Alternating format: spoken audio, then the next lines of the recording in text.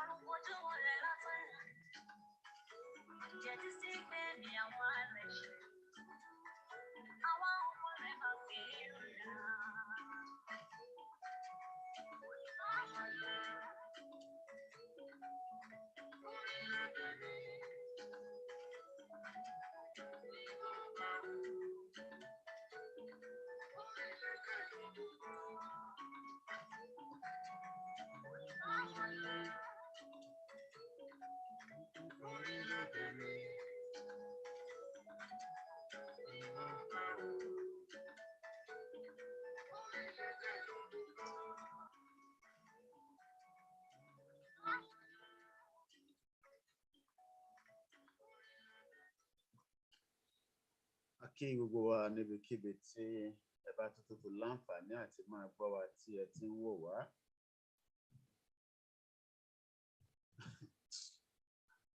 I say very good morning once again and welcome. Happy Sunday from wherever you're joining us. And I say good morning, good afternoon, good evening, depending on what part of the globe you're watching from. My name is Koikimedia, and I say good morning once again as we continue to educate and enlighten ourselves and telling the international community the reason why we, the Yorubas, do not want to be part of Nigeria anymore. Let's stop the screen sharing so that we can get the camera back on all the broadcasts. I say good morning and welcome. And welcome once again to the finest broadcast as we continue to say self-determination is not a crime. And there's no reason for us to be scared at all. Mokibugwa, happy Sunday.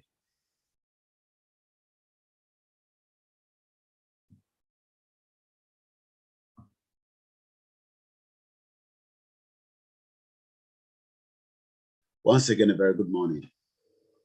And as we just about to go into the conversation again this Sunday broadcast. Muki Wani Ilekaro Jire. Muki Wani outside the country as well. Good morning to everyone, the Biafrans, the Arawa, all the ethnic groups. Everybody knows now that the country is just falling apart. We're just waiting for when exactly the country will eventually collapse. All hail Biafra. Mazi Nnamdi Kanu is not a criminal and he must be released. That same goes to all the prisoners of conscience that has been kept in the dungeon of the DSS for a very long time. We don't even know where the Yatta is. Kaduna State Governor knows where he is. But let's first go straight into our anthem and then we'll come back again into the conversation.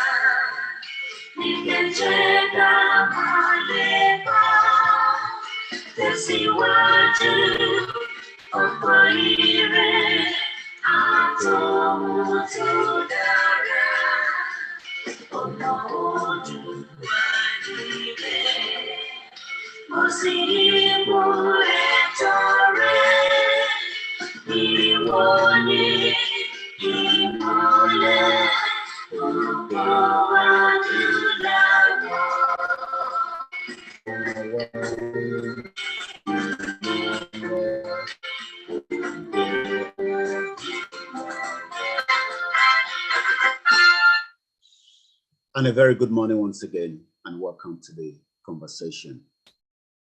I welcome you all as you are all sitting into the broadcast from wherever you're watching.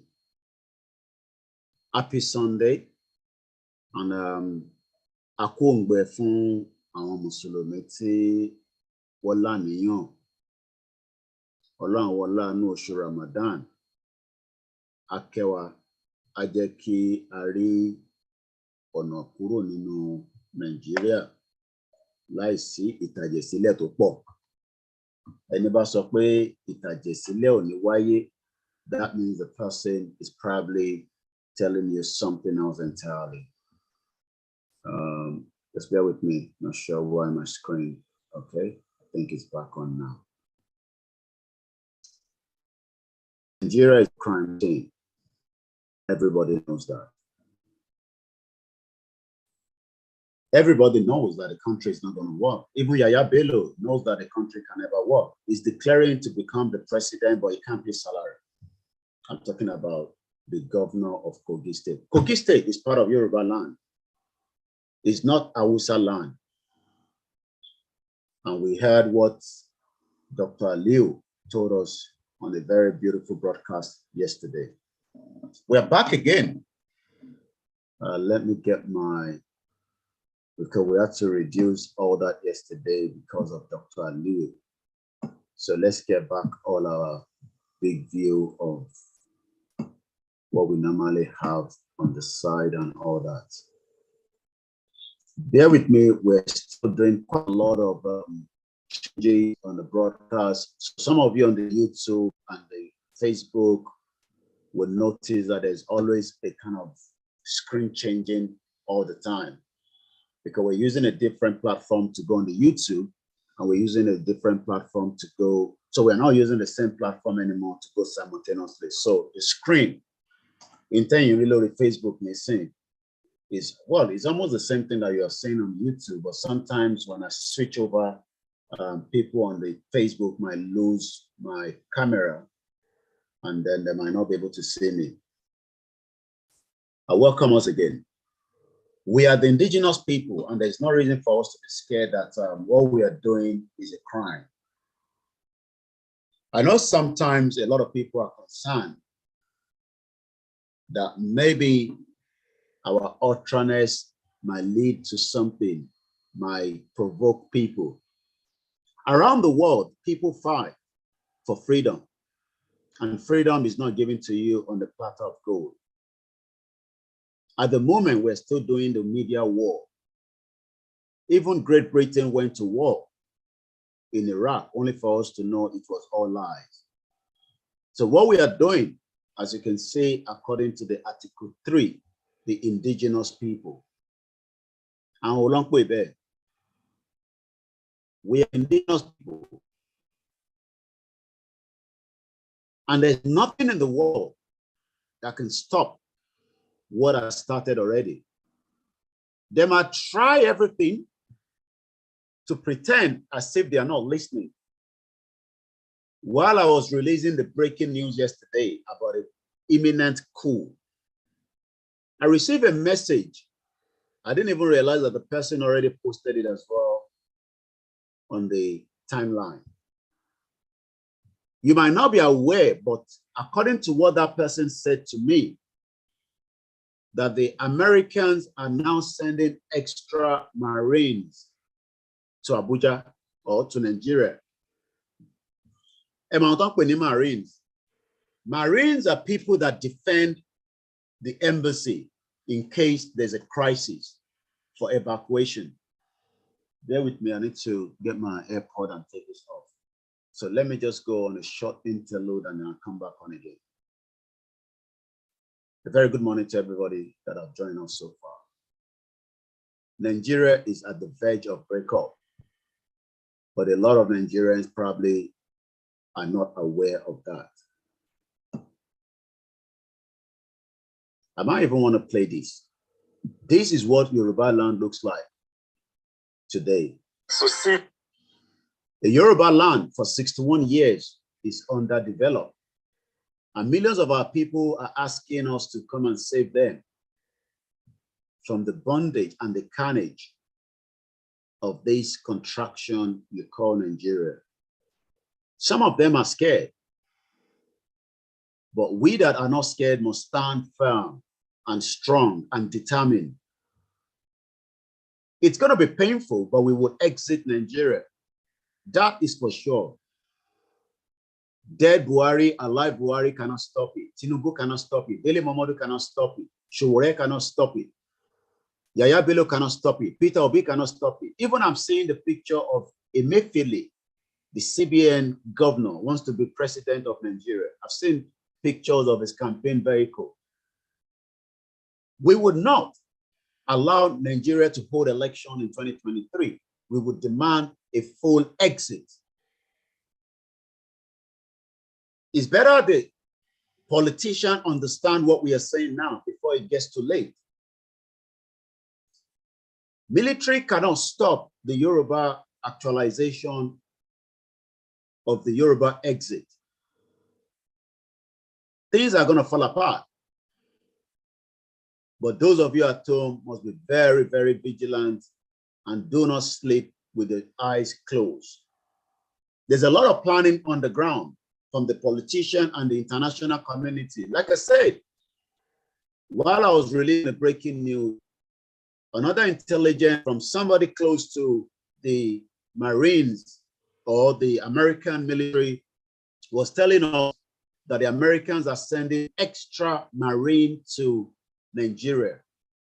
And the whole purpose of a Marine is to beef up security around the perimeters of the American embassy. So that means they know that something is cooking. Everybody knows. It's just when it's going to happen, nobody knows. So should there be a coup in Nigeria and the thing goes bust, the first thing American wants to do is to make sure that their citizens, and the most important, their ambassador does not get killed in Nigeria. It has been killed before. If you look at, I believe it was, I can't remember the country, but I'm sure somebody will remind us, or I can just Google it. When America lost their ambassador, I'm not sure which of the country. So everybody knows that there's a crisis that will arise in Nigeria.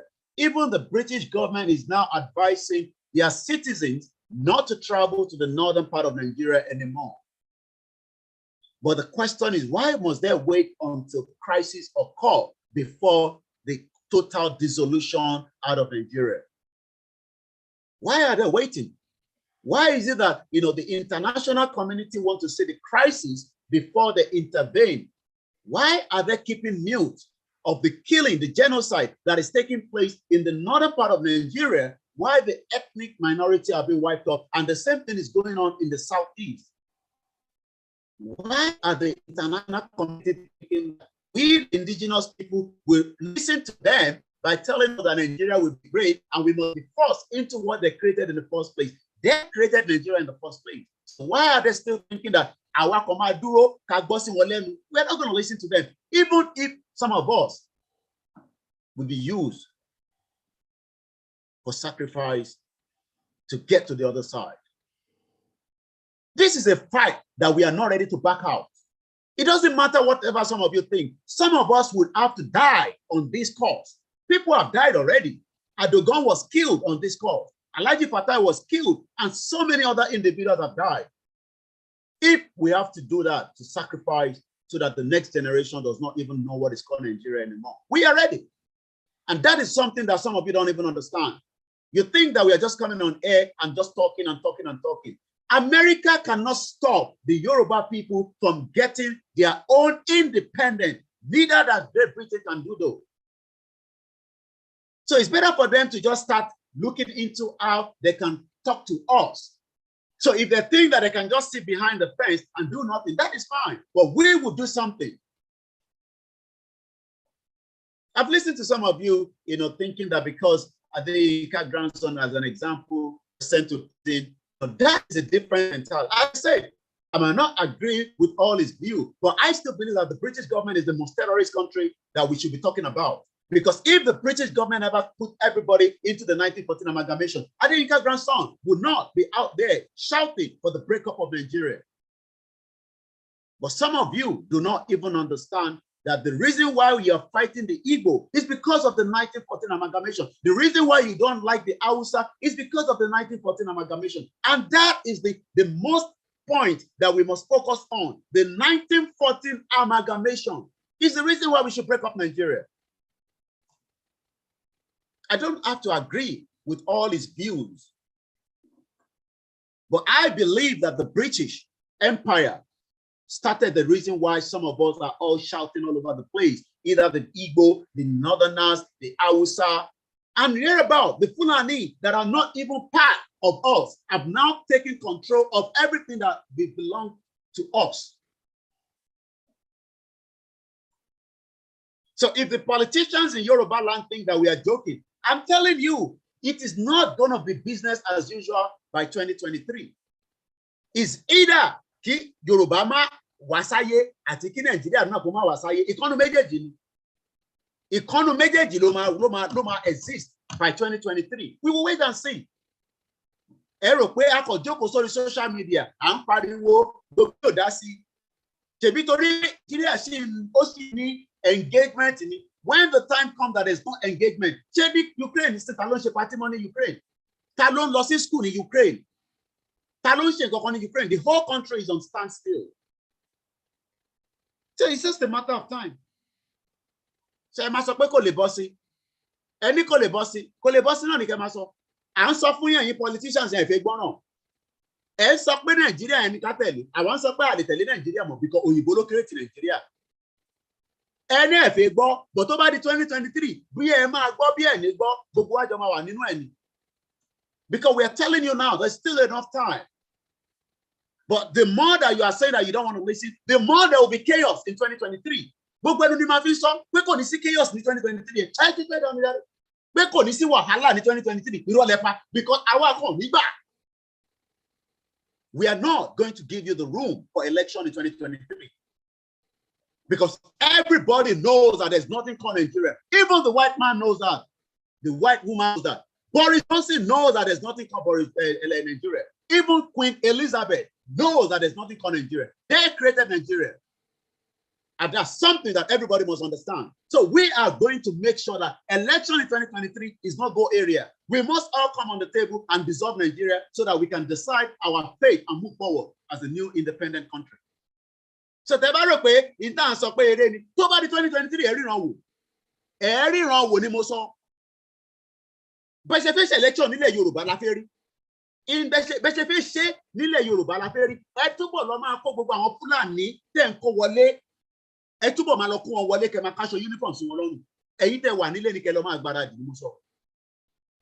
Bẹ́ẹ̀ ṣe fẹ́ ṣe election nílẹ̀ Yorùbá tó bá bí bàbá ńlá ìwọ dá ìwọ náà jáde fún election ní 2023 ìwọ tó wò mí sọpọ́ mọ́ àlè níwá tó bá bí ẹ̀dá ni mo sọ ìwọ jáde ní constituency kan ní local government kan tó ní fẹ́ wá ṣe election ibi tẹ́lẹ̀ fẹ́ ṣe election yẹn la fẹ́ rí à ń ní pé Nàìjíríà ò ṣiṣẹ́ fún yàn kankan ẹ̀ sọ pé ká lọ gba PVC kí ló ń jẹ́ PVC tó bá bí ẹ̀dá ìwọ tó gba PVC yẹn wá lọ dìbò ní 2023 gbogbo ojú ni òfin mo gbogbo níbàyìí tó bá bí ìyá ẹ̀dá ìwọ jáde kó wá dìbò ní 2023 ẹ ríran wò ṣe náà fẹ́ gbọ́ ni à ń sọ fún yín nísìnyí pé time sí wà yìí politician yẹn ẹ náà fẹ́ gbọ́ àbí tó bá di 2023 ẹ wá dìbò ẹ rí bàbá ńlá bàbá madness lẹ máa rí ní 2023 òyìnbó ò lè làjà tó wà nílẹ̀ ìjà yẹn láàrin àwa àtẹ̀yìn ni ẹ̀yin Yorùbá politician we are telling you now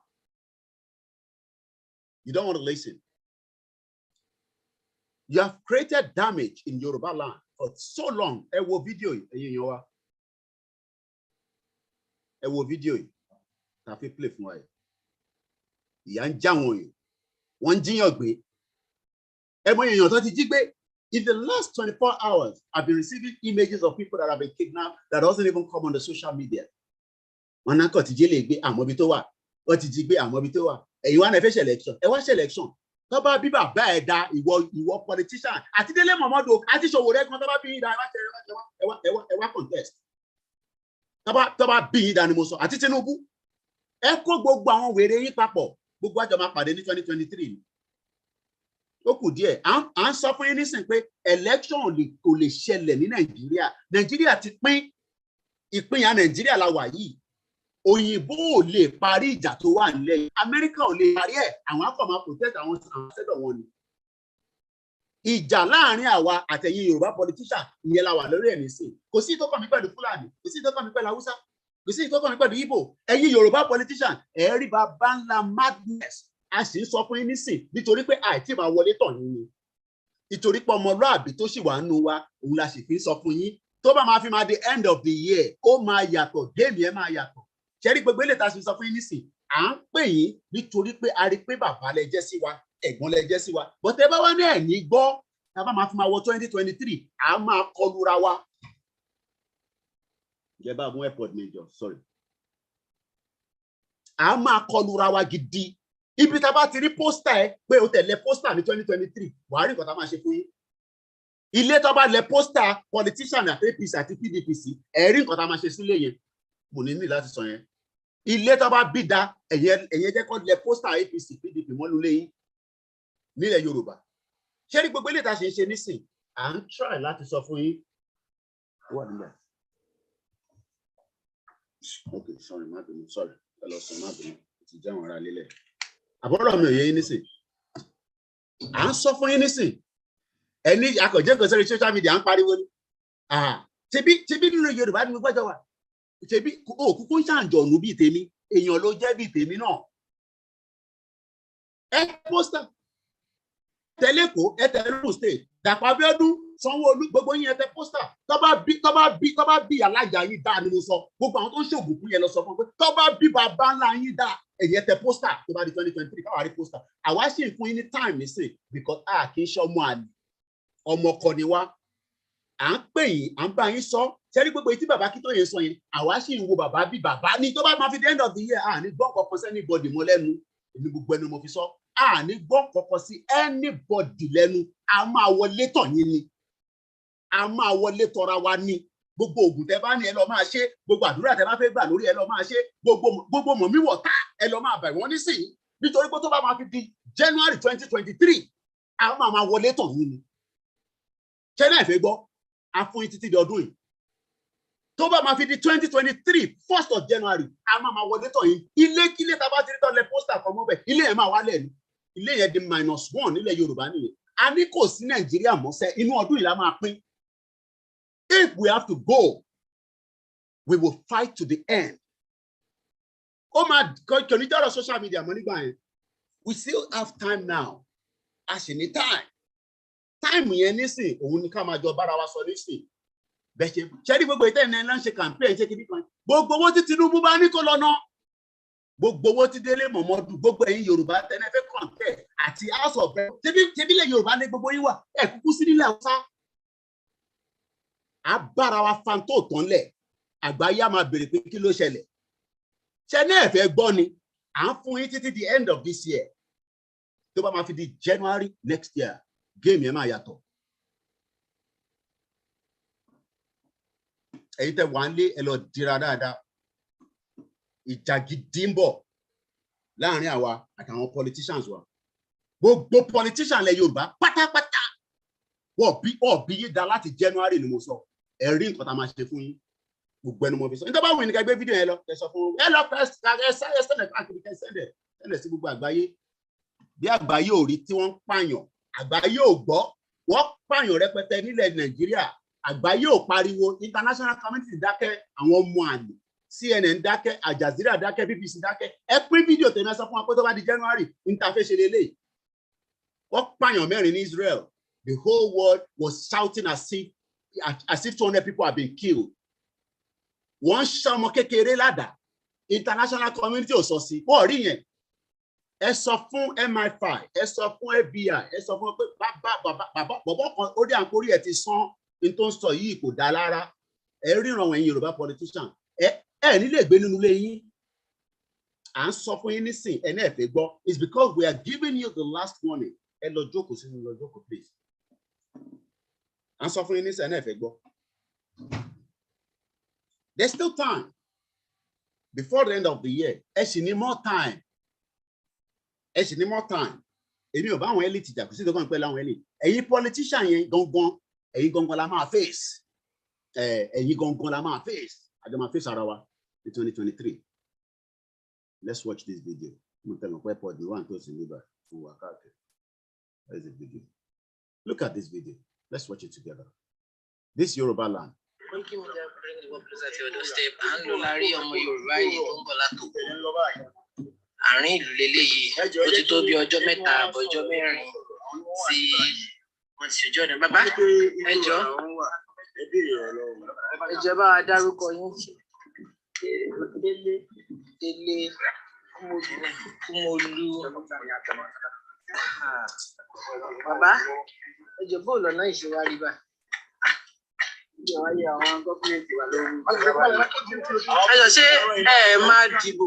Ṣé ẹ máa dìbò lágbègbè yìí ni àbí ẹ ń dìbò ẹ sì ń ṣe campaign ó tún wá tó bí ọdún mélòó tí wọ́n ti fáìlì ilẹ̀ yìí tí wọ́n parí ló ti tó bí ọdún 6 sẹ́yìn sí 7 tí wọ́n ti fáìlì ọ̀nà yìí tí wọ́n sì ṣe so ojú ọ̀nà yẹn òun lè ń wò ní dídàpọ̀ lóun ó ṣe tí ò sì ṣe ó promise fún òun ṣe kò sì ṣe ẹ jọ kí n déètì èní ní April 2 2022 April 2 2022 ní èní gẹ́gẹ́ bí aago méjì kéréké olólù sí wàhálà ọlọ́run ó gbẹ̀tọ̀ wa lọ́wọ́ wọn by fire by force tó bá láwọn ò sì fi ilẹ̀ ẹ̀mí wọn náà máa fi jù so ẹ̀yin yẹn tẹ́ ń wò wá Ogun State láṣẹ kí ni orúkọ àdúgbò yìí a ní Yewa South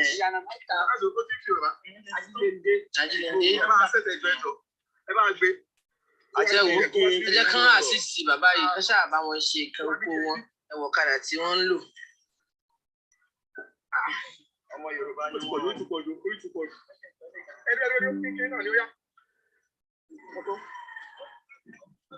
bàbá náà ní iṣẹ́ àwọn náà ẹ wò ó kálukú ṣe á lọ kógi kóná tí ń bọ̀. wọ́n bá yín sọ̀rọ̀ lórí ọ̀nà yìí ń gbà kan. Once again, a very good morning and welcome to the broadcast once again. Aki gbogbo ẹ̀yin tí ẹ ti darapọ̀ mọ́ wa. Stop the screen sharing again. Like I said, we're still changing how the broadcast until we get the software that we're going to be using. We will just manage whatever we have for the time being. So I'm not used to this kind of broadcast where, we're using the Zoom, I'm using something else. So it's kind of, it's a complete different ball game entirely, but what can we do? We have to use what we can use, until we're able to resolve the problem. The only thing I'll be finding it difficult is to keep changing the screen, so that both platforms can see what because I do a lot of things where I want people to see what I'm using at the background. But I'm finding it difficult to, to sort it out. But I'll get that sorted out. If I have to just use an emergency StreamYard or something until we're able to resolve the one I love to use, because I love to use a professional one. So today is Sunday, the 3rd of April, 2022. It's coming up to 9:31 a.m. There's so much going on in Nigeria. We have to be vigilant. El Rufai is saying that they want to bring machinery that they've already brought in. Machineries were part of those that invaded Chief Sunday Igboho's house.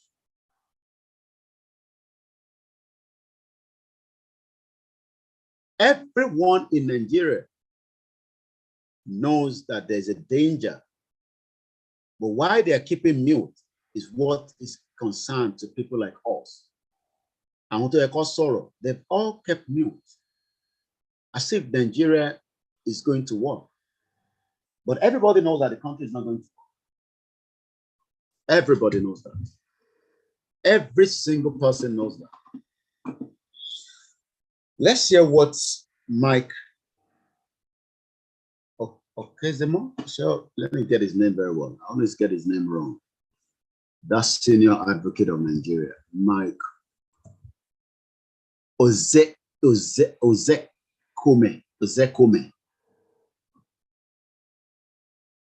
Let's hear what he has to say. I love that interview he gave. The house is falling apart.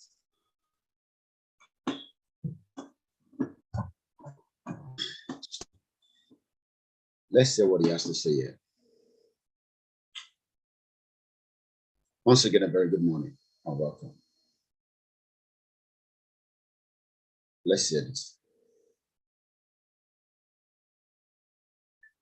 Oh, sorry, that's not that one. This one.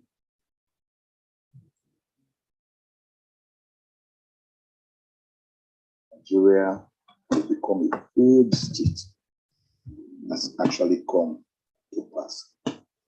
Some of the indices of a failed state are when non-state actors possess equal or stronger or more potent power than illegitimately constituted government, power of violence, instruments of coercion and violence, as we are saying now. And let us not always be saying Nigeria is indivisible, it is indissoluble. Not a textbook definition. Indissolubility and indivisibility are only be brought about when we nurture unity, mutual respect, egalitarianism.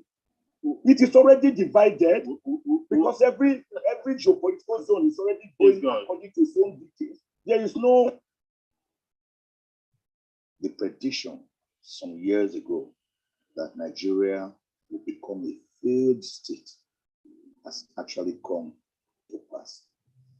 Some of the indices of a failed state are when non-state actors possess equal or stronger or more potent power than illegitimately constituted government, power of violence, instruments of coercion and violence, as we are saying now.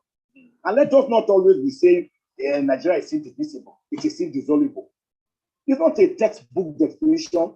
Indissolubility and indivisibility are only be brought about when we nurture unity, mutual respect, egalitarianism. It is already divided because every geopolitical zone is already going according to its own details. There is no cohesion. There is no leadership. Can't you see that Nigeria is hemorrhaging? Can't you see that we are bleeding? Can't you see that we are on a journey to no destination? Can't you see that the president should wake up from his self-imposed cocoon and hibernation and seize the reins of power and save Nigeria for what remains of ourselves, self-implosion, self-immolation? Can't you see that we are tottering, we are wobbly, we are groggy? Can't you see that we are falling apart? Can't you see that we needed, as yesterday, to do something urgent to save Nigeria from the precipice, from breaking up into smithereens? Can't you see that the house is collapsing, that the edifice is collapsing? Can't everybody see it? Even if you are blind, can't you feel it? Even if you are blind and you can't feel it, are you numb? Even if you're blind, according to Mike Okezem or whatever his name is, the senior advocate of Nigeria, a very, very powerful conversation there.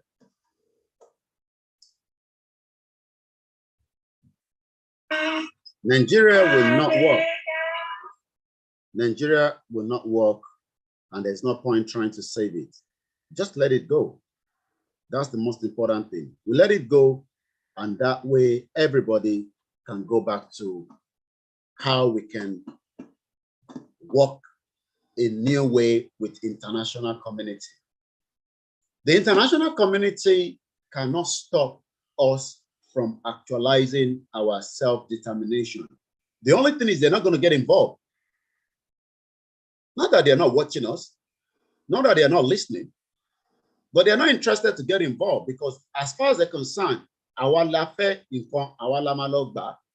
then we can come to them and then work with them as a new independent country.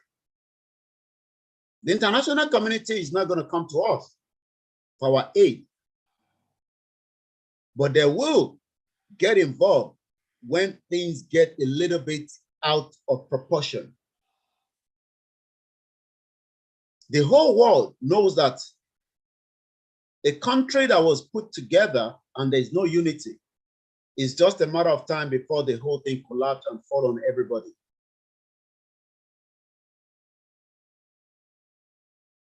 What we've been doing for the last 2 years and those that have been working in the last 2 decades, because some people have been asking for this breakup, is not that we started it.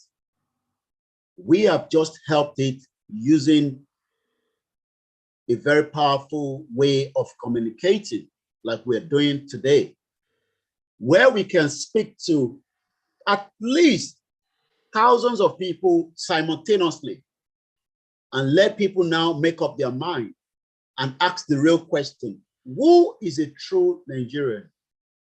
And how did the name Nigeria came to being? That's all we are doing.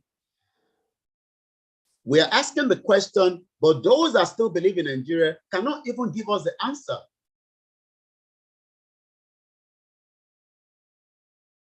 Because if you're telling me that we are Nigerians, I first ask you, how did the creation of Nigeria started? Who agreed to it? How can Nigeria be older than some of our grandparents that we know that they are older than Nigeria? This is not about politics. It's not about religion. It's about asking the real question.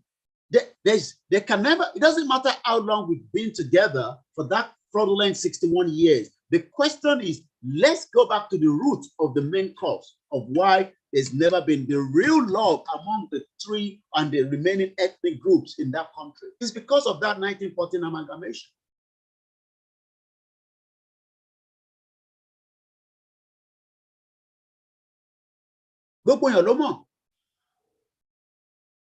But they were trying to put it with the impression that let's just have this strong, country where you think that you are strong, but your passport does not even allow you to go to South Africa.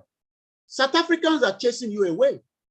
I was watching a video 2 days ago where the South Africans are saying that they don't want any foreigners. So automatically South Africa doesn't even respect you as a country.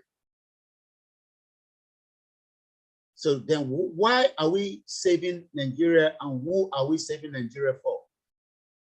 What is the essence of saving Nigeria, and what is the purpose of trying to save it? Who do we want to save it for?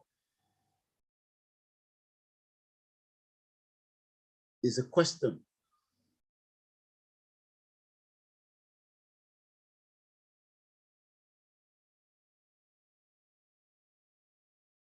All these old garbage politicians all knows that all they're doing is they just want their name to be out there, and that's all. It's not that they're interested in about the indigenous people.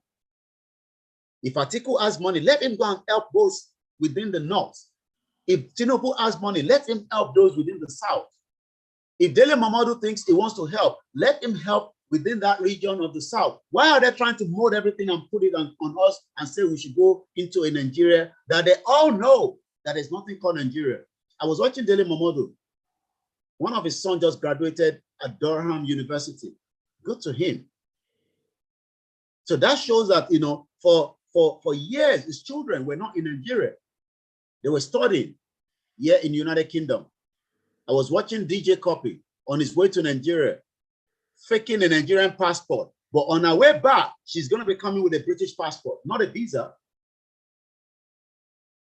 But you right now, you are fighting because Davido and Whiskey and Burna Boy, these are not Nigerians. These are just other individuals that have been able to use their talent to shine around the globe, which there's nothing wrong in that. But if you are thinking that you will be successful because of Davido, his influence, Davido was able to knock off somebody on Instagram saying that I just make $1 million. But if truly Nigeria was working, you should be able to make that same $1 million and bust up the video and say, what is about it? Making $1 million. I can make $1 million as well, because this country is good for me.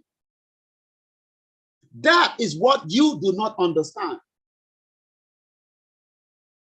So if you're looking at these individuals and hoping that, using them as the eye mark of Nigeria, you are wasting your bloody time. You're a fool. Because Nigeria that did not create that enabling environment for you to compete with DJ Copy, for you to come and study with the same son of Dele Momodu in the United Kingdom, where his son just graduated at Durham University. The same person that ran away when his life was under threat with Abacha, now thinks that Nigeria is so beautiful, he can use his media to move around and show you different places, and it's all connection. But yet, his children were not schooling at any of the university in Nigeria. He will probably say, well, they were not born there, so why should they school in Nigeria? That will be his argument. But he's coming out now to tell you that he will want to be the Nigerian president that will fix all the problems, just as that stupid, ragged man Yaya Bello is coming out to say, and that talk, Wike, you are listening to these politicians that almost all their families are not in Nigeria. Is it not interesting that the same Dele Momodu that ran away from Nigeria during Abacha regime is now thinking that Nigeria is so peaceful because he has that leverage? And you go and queue under his Instagram asking for 5,000 naira. When is he going to do giveaway? Everybody in Nigeria is asking for give. If I say I want to do giveaway for 5,000 naira, that I have 2 million naira that somebody say we should give away, the whole timeline will be flooded with account numbers. Maybe we're going to do a giveaway, Abi. If I say that pay money 2 million naira, maybe by anything, every Nigerians will be on this thread, throwing their account number. Don't you know that that 2 million that you're thinking I have, if Nigeria that is meant to be working, is meant to be giving you that same 5,000 naira every week, Nigerians are entitled to 5,000 naira every week, with the amount of resources in every indigenous state.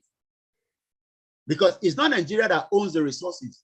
The resources of Yoruba land does not belong to Nigeria. It's just that the white man, the British, enforced Nigeria on the Yoruba, and that is why the federal can tell you that you cannot touch that resources to make your life better.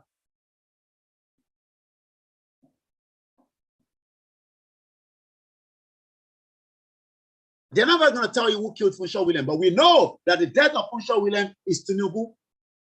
Tinubu knows about the death of Funshaw Williams. And Obasanjo knows about the death of Bola Ige. Babangida knows about the death of our brilliant journalist, Telegiwa.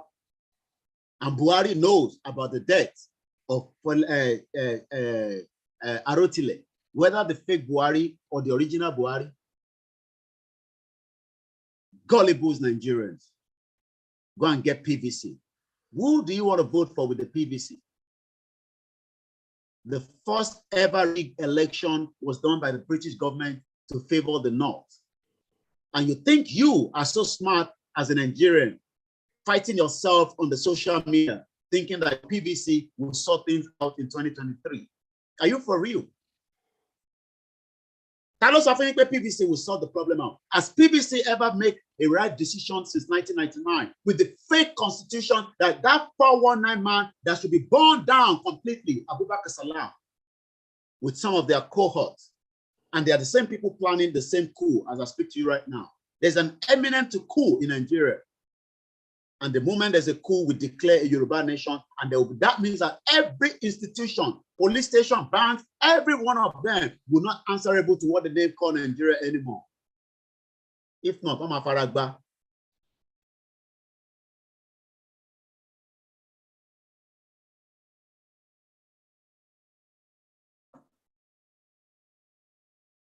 Bola Ige, do you understand the position he was holding until he was killed? How many people must be killed? MK Abiola was killed by the same Yoruba and the Fulani and the Hausa and their Westerner partners of crime. How many names? Fela Nikolako Kuti was killed. His brother was thrown. How many more have to die? And you think that your PVC will solve this problem out? It's not about PVC anymore. It's about a dissolution to dissolve Nigeria and let us all go in peace. If not, the whole country goes in pieces. Because already terrorists have now invaded almost every part of the country. Nowhere is safe. Nowhere is safe anymore in Nigeria. And if anyone thinks that Nigeria will save your life, you are a fool. If you get kidnapped, do you know that the terrorists that the government brought in are communicating with the families of those that are kidnapped, and nobody can trace the line to know where that call is coming from? You think they don't know? They know. How can in the 21st century when the technology is there, if I make a call to you right now, they should be able to trace where that number is ringing from. But rather, everybody is looking away as if nobody knows what to do. It's because of you being able to say you are still a one Nigeria. Yesterday in Ojo Elegba, a tanker fall on top of a vehicle, instant death straight away to the vehicle that was underneath. How many times must tanker that are not well equipped be driving on the road, and the bastard Yoruba politicians are telling us we should come and go for another election in 2023? Are they not crazy?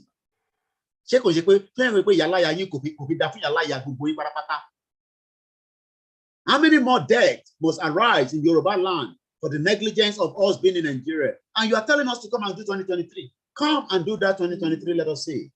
It's going to be war between us and you in 2023. Go and do more juju. Go and involve more security around you. You will see chaos in 2023 should Nigeria not break up before the end of this year. This is not about politics. We're talking about the indigenous people now. Yoruba has been in existence before the shit-o APC or the shit-o PDP, not to talk about the shit-o Nigeria that was enforced on us by the British government in 1914. All the British citizens are enjoying, they can travel around the world without being molested. But Nnamdi Kanu, a British citizen from the lineage of the Biafra, did the same thing until he was renditioned and kidnapped back to Nigeria, and the British government has kept quiet. They want to kidnap a white woman or a white man from Kenya, and the British government will not be involved. Who is a fool? Nnamdi Kanu carries a British passport, but the British government decided to neglect him right in the hands of the Fulani terrorists because of his views, knowing what he knows.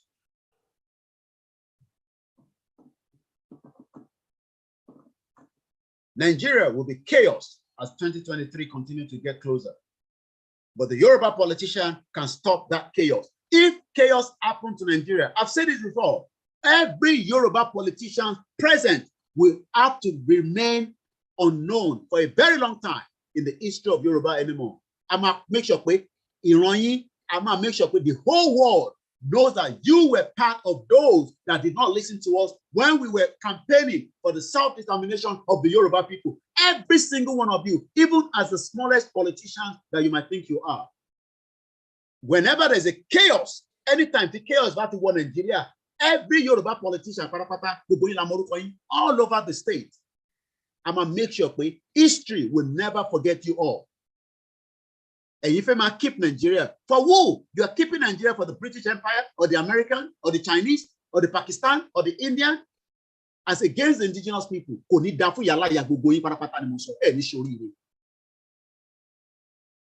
And sọ̀rọ̀ tí ó jẹ́ the indigenous, ẹ̀yin sọ pé Nigeria ni ká keep. Ẹ̀yin mẹ́rin tó keep Nigeria ni, ẹ̀yin tó ṣìpìlẹ̀ Nigeria ni. Nigeria wo lẹ sọ̀rọ̀ ẹ̀? Nigeria táwọn òyìnbó tọ́kọ́ lẹ́rú for years. More than 200 years, our great-great-grandfathers were thrown in the water and fish were eating them all. Akolurawa Kaibakaba. Ejo ko di 2023, láti January. That was when the Babakito Yoruba ma sọ Anida Olóhùn. Àti kí Nigeria ya pín before the end of this year. We want you to sign petition, but you must sign it. Petition is just going to help us. At least if I sign petition, we can issue a passport to every one of us that has our name on that petition. Let's say we have 5 million. We will make sure that they start issuing passports. Most of them destabilize the whole world. Yoruba passport, the airport, because of any airline, just about Yoruba nation, airline only one Nigeria, only one Yoruba.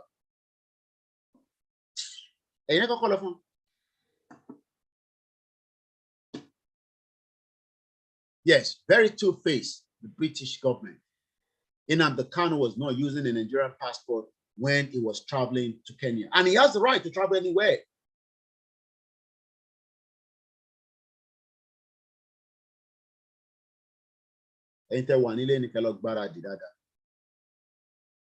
So ìjà máa wáyé láàrin àwa àtàwọn politicians wa. Ẹ máa wò mí níran, ẹ̀yin politicians yẹn. You think every pé àǹjọ̀nú ni yín, ẹni bàbá kan tó ń sàn kankan fún yín. Ẹ lọ sí Pakistan, ẹ lọ sí India, ẹ lọ ń gba nǹkan kan. Ẹ ń lọ sí Kaolack, ẹni kan bá yín ìjókòó àdúrà. Kò lè work. Gbogbo yẹn ó ti ṣí lójú, àti ṣaṣọ lójú ẹ̀. Ẹ ṣì ní time because we are not still fighting you now. But láti January, gbàgídígbò máa wọ̀ láàrin wa. Kò ẹ̀ ní nísinmi láti January. Àtọbìnrin o, àtọkùnrin, àtọmọdé nu yín. Kò ní sísinmi láti January next year. So ẹ ṣì ní time. We are only in April. So there's enough time. Ẹ máa ṣe tó wù yín, ẹ máa sọ pé irọ́ là ń pa. Pé akàn jókòó ni ẹ máa bọ̀ fún wa. Pé akàn dẹnu ni. No problem. No problem. A nífẹ̀ẹ́ yín la ṣe ń wọ́n. Ẹ mọ̀ pé bí Jésù nígbà tó wà láyé bó ṣe ń pe èèyàn sígbàlà kan ní kò gbà àwọn kan ò gbà bọ́ àbí bí ànábì náà ṣe ń pín àwọn èèyàn bí Ifá ṣe ń sọ pé kẹ wá o ẹ wá ẹ dá lóhùn. Àwa náà ń pè yín sọ́kọ̀ nísìnyí ẹ fi dá wa lóhùn. No problem. Àgbáyé ò ní lè dá sí ní tó wà nílẹ̀. Àwa lájọ máa kọlura wa. Ẹ gé orí kòkòrò. Ìwọ gọ́vnà Ṣèyí Mákindé òun auxiliary pé kó gé orí ẹ̀. Bí o fi màgbó ni, bí ọwọ́ fi gúnṣẹ́ fún ẹni, bí o fi ń wẹ̀ ni. Yes, Babawa Stephen Emmanuel. If anybody wants to keep Nigeria, keep Nigeria. We don't have a problem with that. I want to keep Nigeria. If the North wants to keep Nigeria, let them keep Nigeria. Let's listen to this again. This is now Hausa people. Yeah, I was telling my wife, I'm going to speak to the Southern Kaduna people and those in the North. We are not your enemies, the Yorubas. Listen to me very well. My name is Koikimedia. We Yorubas are not your enemies. Your real enemies are the Fulanis that are taking over your territory. And it is time now that we all fight back and claim what belongs to us. It can be done with the dissolution of Nigeria. Nobody should say that Nigeria is not negotiable for a dissolution or disintegration. It can't be. Because nobody signed that arrangement of the 1914 amalgamation when the British Empire decided to merge the Hausa, the Yorubas, and the Igbo together. And that is why we are all having clashes this morning. But if you have your own independent nation, you all have the opportunity to grow as well with whatever resources that you have and the manpower. Just as the same thing goes with the Yoruba and the Biafras and the Middle Belt. But the union that we are bringing together right now will not sustain. That means we will not go with you with election in 2023 as Yoruba people. You can go for election and keep Nigeria. We don't have a problem with that. But the Yorubas, the indigenous Yoruba are saying that we don't want to be in that negotiation. What was done with only few people in 1914 that we were not involved. We don't have any issues with. We feel your pain with the killings coming from the northern part of Nigeria. We know that you are as innocent as well. But if you think that you are going to sit back and support the Fulani against the Yorubas, then it's going to be a no-go area. When we have a Yoruba nation, we're not going to be hostile with you. You'll be able to trade with us. You'll be able to do business with us. You'll be able to set up your businesses in the Yoruba land that we will protect for you. But right now, nobody can protect you. Not even this current government can protect you. You all thought that Buhari was a savior, but you have now seen that Buhari is only supporting his kinsmen that are Fulanese. Buhari has kept quiet, dead or alive. I don't give a toss whether he's alive or he's dead. It doesn't make any difference. His wife is running away from him.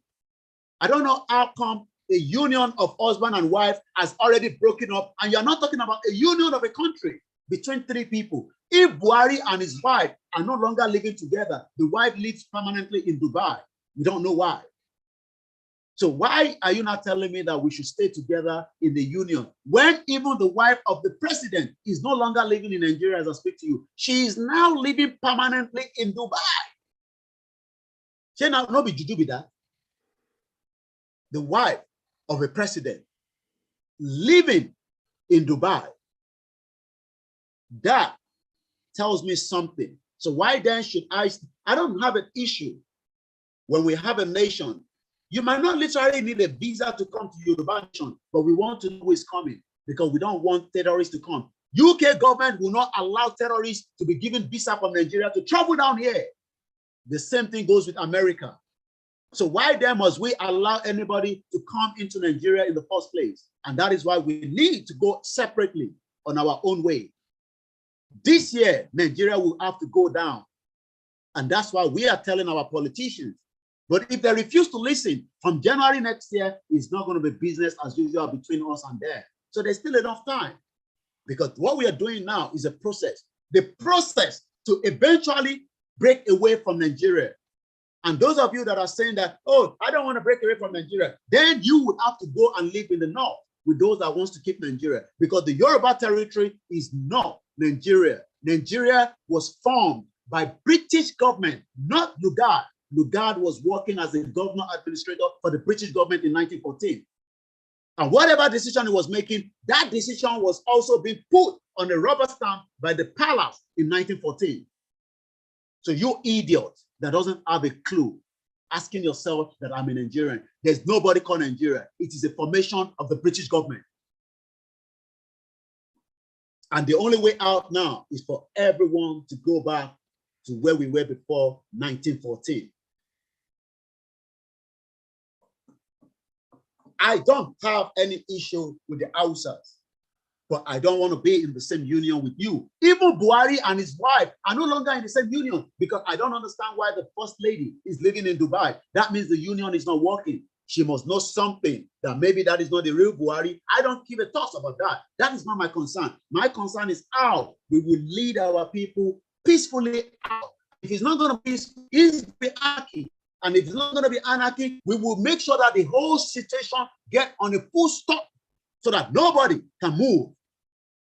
Because Nigeria has been using that name to enrich only the few among the Yorubas. Why millions of my people are suffering on a daily basis, they cannot even have bread to eat as I speak to you this morning. They cannot have access to basic electricity, the basic things of life. My people, the indigenous people, cannot have it. And yet the resources is right there at the bottom. And the human talent is there. But we cannot make sure that that human talent can be materialized to make sure that they can compete with their colleagues and their peer group, just as Dele Momodu's son graduated from the university in here in the United Kingdom, where there are millions of Yoruba people right now cannot graduate because you're on strike. Are you all stupid? Can't you just listen and understand? Or Denini.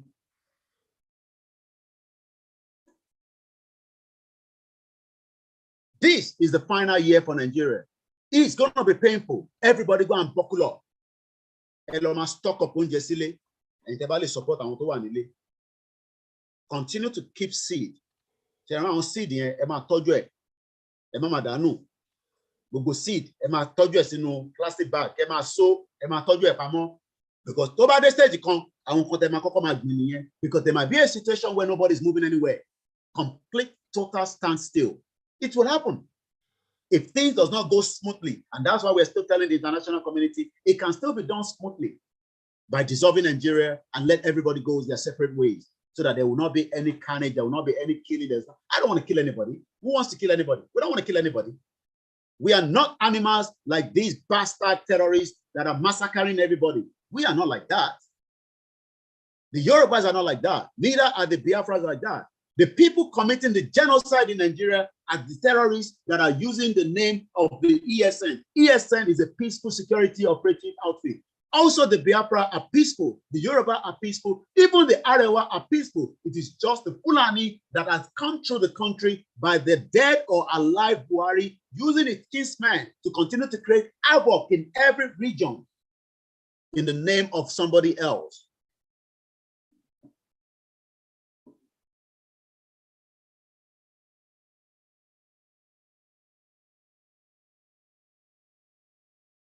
Once again, a very good morning and happy Sunday.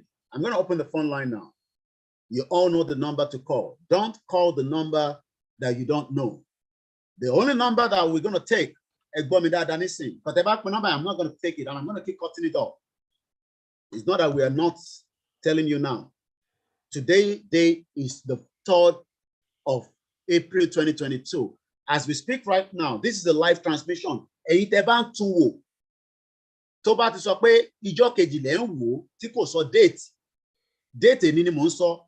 So tó bá yẹ pé ṣe fẹ́ wò lọ́la ni date ní nìyẹn. Because a lot of people keep calling sometimes when the broadcast has completed. We are live as we speak right now. Live program lẹ́ ń wò yìí. My name is Olami Koiki. We're not scared of anybody. Yoruba nation has come to stay and nobody can stop it. Bàbá kí tó yẹ láwọn ọmọ tó dalẹ́ yìí ẹ fọkàn balẹ̀. Tó bá gbà sẹ́yìn lẹ́nu àwa gbé tiwa jáde tó bá di January. Ẹ lọ sign petition yẹn and stop saying that the petition is not posted on Facebook. Ṣé bàbá ẹ ló ní Facebook? Ṣé bàbá mi ló ní Facebook? Why are you all using Facebook to say they send us on Facebook? Wọ́n gbà lórí Facebook. Kí ni gbogbo nonsense yẹn gan sẹ̀? Ṣé ẹ ní làákàyè ni? Ṣé kàtẹ tó ṣe ká tó lọ sí orí òmìnira yẹn ni? Ṣé Facebook rẹ láti fi lò ní? Ṣé bẹ́ẹ̀ kàn máa type ẹ ni? Àtúnú wọn ti ṣe app fún yín ẹ download the app. Kí ló máa ń ṣagbárí yín gan sẹ̀? Kí àwọn kan máa sọ pé kò ṣe science àlè send us to the Facebook. Ẹ fi Facebook sílẹ̀. We will deal with every single organization that does not align with Yoruba when we get to our nation. Ṣé Facebook ń ṣiṣẹ́ ní China ni? Facebook is no longer working in Russia. The number to call this morning. Ẹ má pe èyí tó parí pẹ̀lú 979 yẹn. Ẹ má pe yẹn. That number is still working, but it is only when we are not live that you can use that. But if you bá sí láàárọ̀ yìí, that number ẹ mú pen and paper +44 74 04 40 5917. You don't have to agree with all my conversation this morning. I don't want you to agree with it. That is my view about how Yoruba Nation will come out. But we will support every organization and everybody that wants us to be out. This is a movement. Don't expect everything to be smooth. Movement Latino.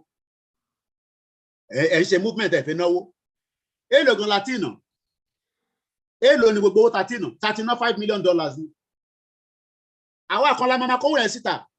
Ìwọ nísìn wọ́n ń pè nísìn, ó fẹ́ gbójú ẹ̀ jáde nísìn, ó tún fẹ́ náwó, àwọn tá gbójú wa jáde ńkọ́. Ẹ̀yin nísìn ẹ̀yin máa ra tíkẹ́ẹ̀tì nísìn lọ Nàìjíríà nísìn, ẹ lọ ṣe Ramadan, ẹ lọ ṣe túnú àwẹ̀, àwa ò ní lọ.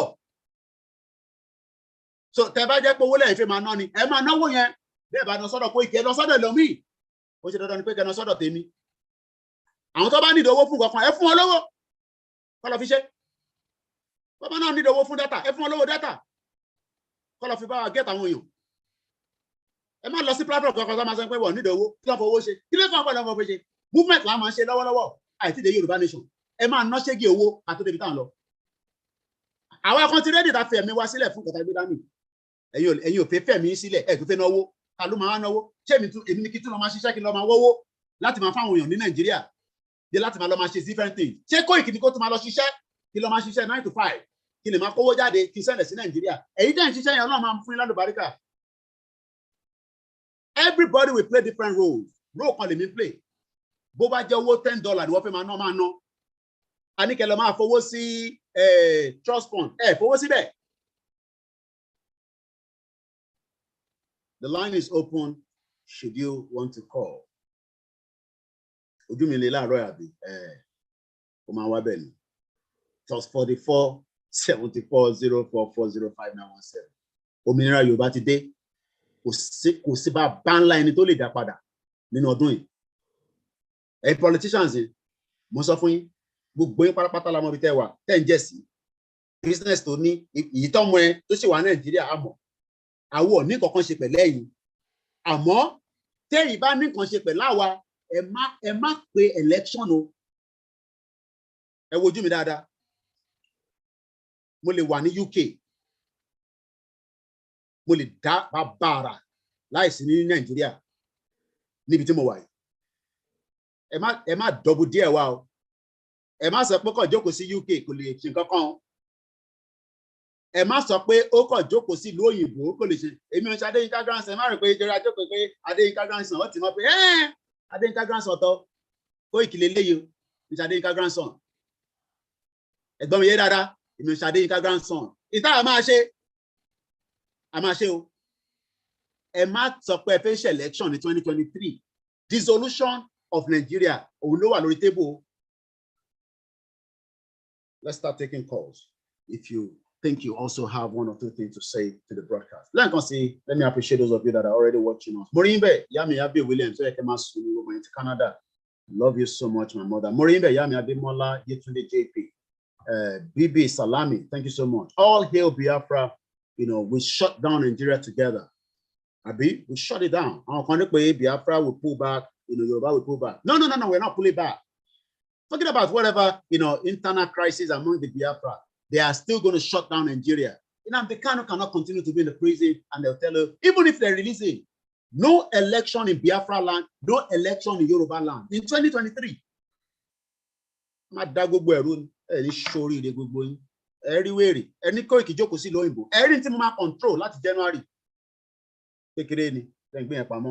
Frank Bay Abiola, good morning to you. Muhyiddin Babatunde, good morning. Obayomi, the line is open if you want to add your one or two. If not, I can still continue my program. If you don't get the number is scrolling there, and I've already also said the number as well. And sorry, type number on the comment section. +44 74 044 05917 is the number if you want to call. Shino Yusuf, good morning. Mokibu Baintawan in Libya. I'm having a meeting with some people in Libya tonight. I slept off. I do get tired as well. And Morimbe Abiodun Joy, Mokibu Babawa in the 60s, they were in Yoruba land. So Kema Badun, the old age, Eshingon Kadakaki, but when I stop, I draw and came out in our lower. Bobo Tebani Nile, Nick Albara, Emma found money to the Papa Fijali, a brief on up dada. In Tebani Nile, no, Tobajan John Lama Fiba. And it's surely that is a funny defender. Vicky James, good morning. Morimbe Yawa, Esther Robinson, Aquarius, good morning. Olu Adebisi, good morning. Good morning to those of you on the Mixella. Only one person at the moment. We appreciate you on Instagram. I cannot see everybody right there, but I know you're all there listening. Adewanyi Tose, good morning. Bridget Agboma, good morning. Olusegun Adewanyi Tose. Yawa Aisha Sulaiman, good morning to you. Yeah, Gomi Victor Ajileye. So many pilots for Nigeria, Nigerian Airways. And pilot wa joko si London, one fabo, one for one nule, one she. Or you go one disrespect to her. Or you go to more, we value wa, oh high. Our David by one disrespect to Boa. Elomi figba we ni sin. O ko ti rigba 10 years. Elomi o ti gba we ni British to why. British they look dawa lasi wa long. E wan se pe ka ma pe British government. And the British government. Tali baba mi ni ma lo. Baba mi lo amalgamate Nigeria. Karim Samuel, good morning from UAE. Who is there again? Anyway, we continue to mention the names, you know, as we go. And everyone that is watching on all the platforms, thank you so much, Mr. Taiwo. I think you've helped us to put the number out for those that might also want to add their two cover to the conversation. Even Babawa Adeboye Goma Kweko selection. Let's play his video again. I can remind him. He said it, but let's very election. Are you sure? Are you sure? Are you sure? Nobody's sure. Obasanjo didn't call us slug it out. They must slug it out for any politician in 2023. Only no violence. They mean not no violence. Baba Egbon, Baba Agbalagba. Only no violence. Koiki no say no violence. They must slug it out about the 2023. I think Agbon ti Baba Adeboye Sunday by that. Only, are you sure? Are you sure there will be 2023? Are you sure? Obasanjo ma to play for you laaro. Only call us slug it out. Again, Baba is This is 2021. Some people are already getting ready to kill themselves over 2023. And they don't even know whether there will be 2023. They don't even know if there's 2023, whether they will still be around. There's nobody here who can say for sure that we will still be around by tomorrow. Nobody. it is God who determines who will still be around by 2023. Somebody said to me, sir, who do you think should be president in 2023? I said, president of where? They said, president of Nigeria. How are you sure there will be Nigeria in 2023? How are you sure? Can you swear? I pray there will be, so don't misquote me. But are you sure? Are you sure? Are you sure? Only Baba Deboye, happy Sunday to him, wherever he is. He said, are you sure? Let's hear what, the about 80 years old. About 80 years old. What did you slug it out? Slug it out and get out. Now, you see, you have everything going for you. And I don't want you to feel discouraged. Please. Things are bad in Nigeria, but I believe it's only for a short time. A short time, after 61 years. It depends on fake people. Whatever my generation might have done wrong. We're listening. And I would be the first to admit that my generation has done a lot wrong. I know that they don't wrong. Yeah. It's for your generation. So come and fix it. Not last one. And don't just sit down and complain. And slug it out. Don't just sit down. Yeah, go and sign the petition. I'll sign a petition. Sitting down and complain is like the anger of the king. Yeah. You're on the same time. You're on the same time. You have to be proactive. You have to be proactive. And you have to make sure you get enough of what I call critical mass of people. Like-minded people to push them out. Ready to say. Now, you see, you Obina. You have to start again. Everything going for you. You have everything going for you. And I don't want you to feel discouraged. Yeah, feel discouraged. Please. Lord, things are bad in Nigeria. we know.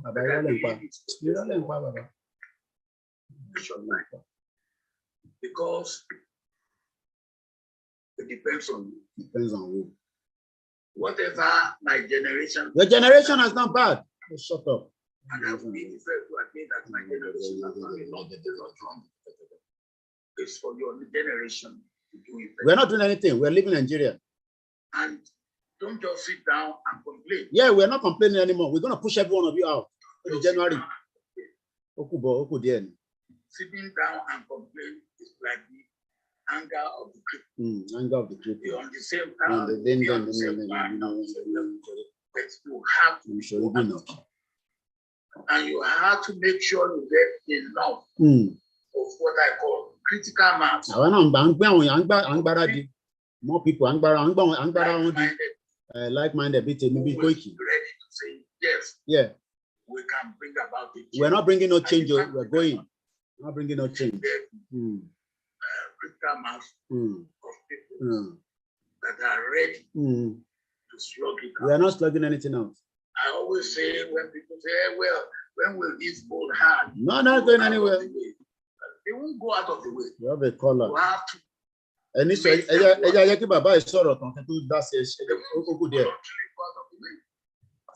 to make it. Just 30 seconds.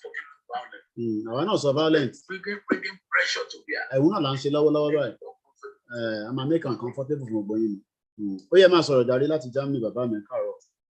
Oh, okay, Ekaro, Mr. Cody. Ekaro, sir. Baba, people, these people in cabals. In fact, them people that politician,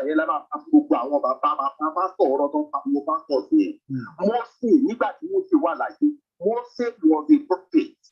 Only the out of Pharaoh, out of the Egyptian, from the hands of the Egyptian. Kept Kilo Shema Yato kept to one fee. I tell what Baba ye, our Bishop and what is the problem with these people? These people, they are bloody in you and saying to We do not do time again. And when the time comes, they will never be spared as well. Good day, my brother. I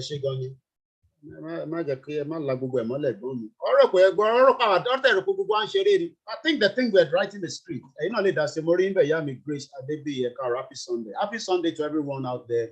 You know, Morimba Baba me going to Scotland now, looking long, Mukimayegun General. Moki Guwa Soro, Moki Uwa Parapata, Morimba Walata, Moki Uwa in Bakentin one. Moki Yawa Taiwo, Shegu, Moki went in a different part of the globe. Anyway, that's it. The line is open. You can call in at any time. We're just playing some videos to remind ourselves. Morimbe Yawa Kadija, Moki Bugwani, Alaja, Alaji, and Yafa, Moki Bugwa Sheikh, Moki Imam of Moki Imam Leyo, Imam Leyo, Mate, Mark Wilenu. Any case of Batiama Tunawe, Bonko Kimo, Joripe Morite, video, so, but I'm going to reach out to you so that you can come and talk to us as well. This is the final straw for Nigeria. Final straw in Nigeria. Why? Sharia, you are still trying to keep Nigeria. It's just a shame that you've allowed yourself entrapped in a system that is also pushing you down. Moriembe Omo Atata Yoruba. Let me. That's one of my I'm on fire getting me.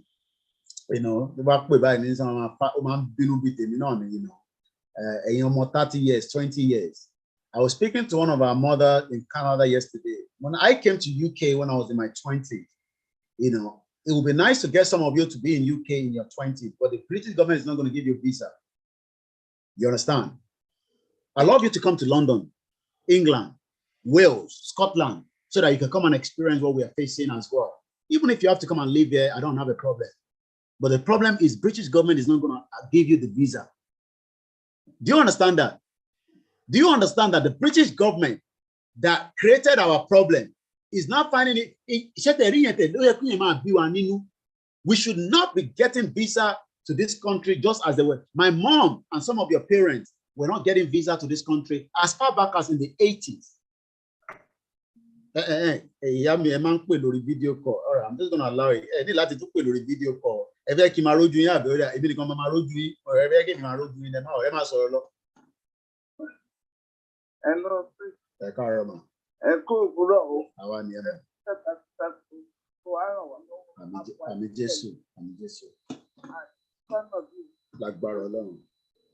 I really appreciate tonight.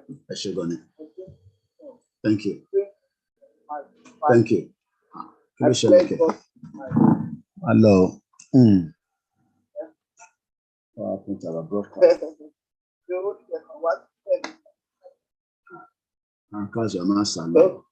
Hello. I'm going, but I'm on broadcast. So, want to share laptop. What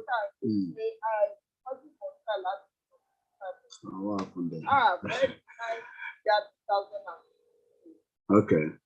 Only I want you to push the specific you can get from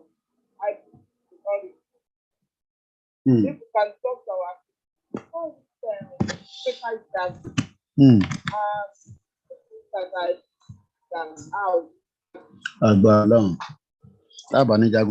sign petition. Sign petition. Okay. I can't even shut down the system. Hello? Emma Sorlo, I'm going on Instagram, but the other system is shut down. Emma Sorlo.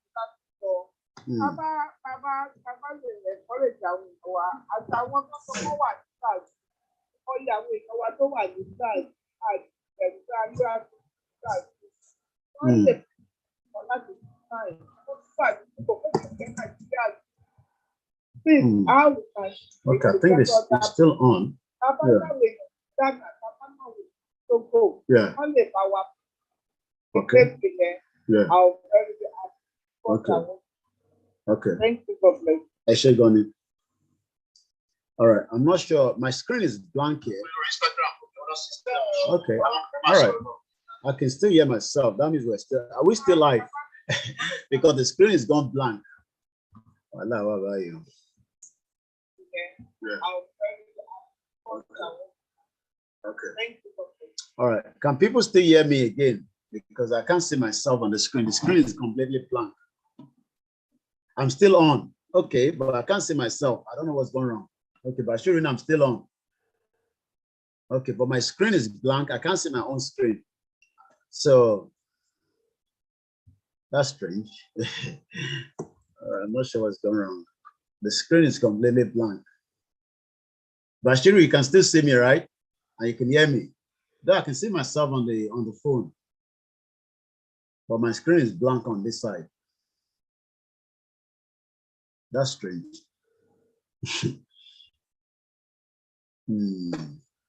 All right. People say they can still see me. Facebook is still on.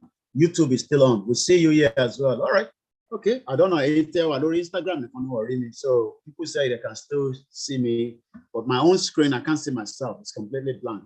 So I don't know. Maybe it's going to come back on. I'm not sure why. And it's not like the power is not in the system. So I don't know what's going on. That's it. Laptop. But it's saying the virus is annoying. All right, Facebook is still live. Okay.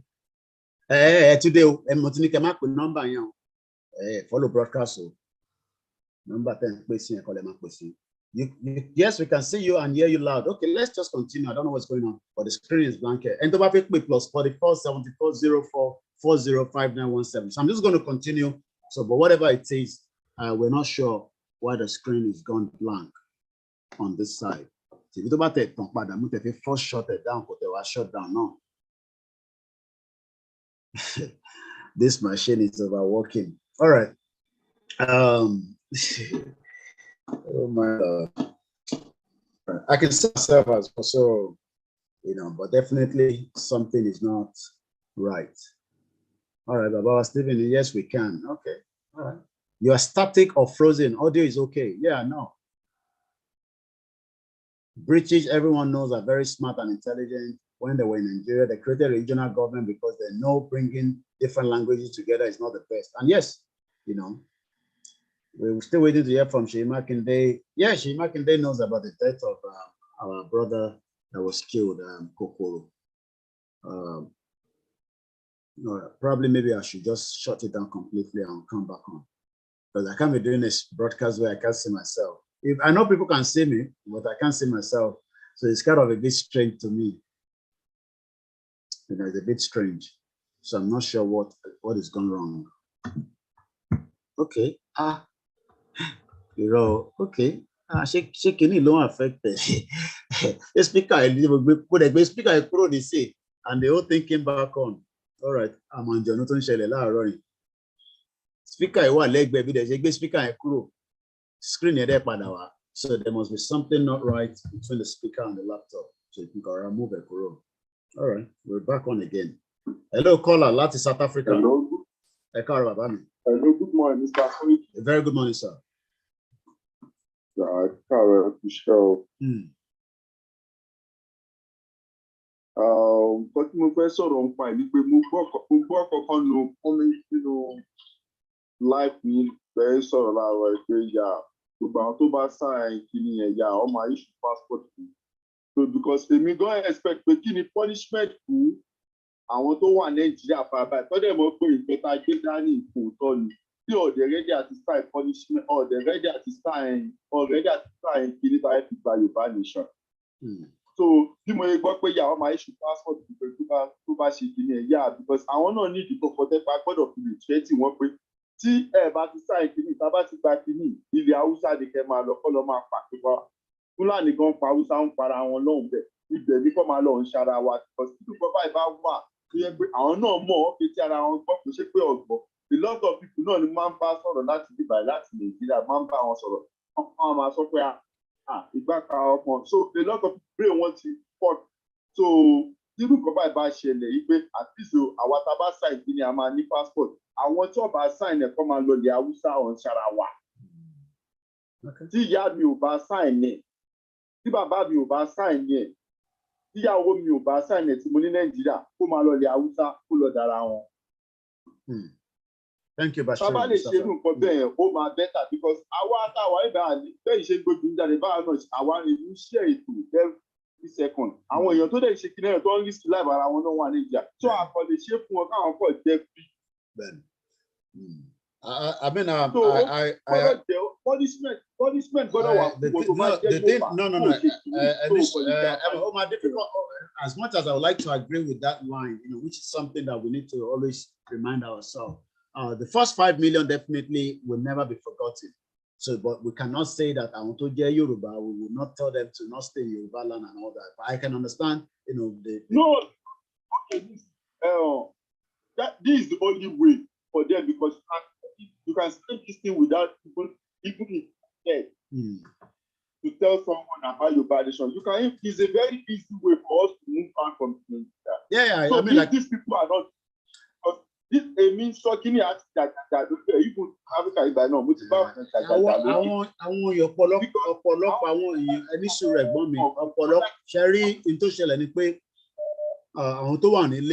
So we pay 5 million Yorubas at home.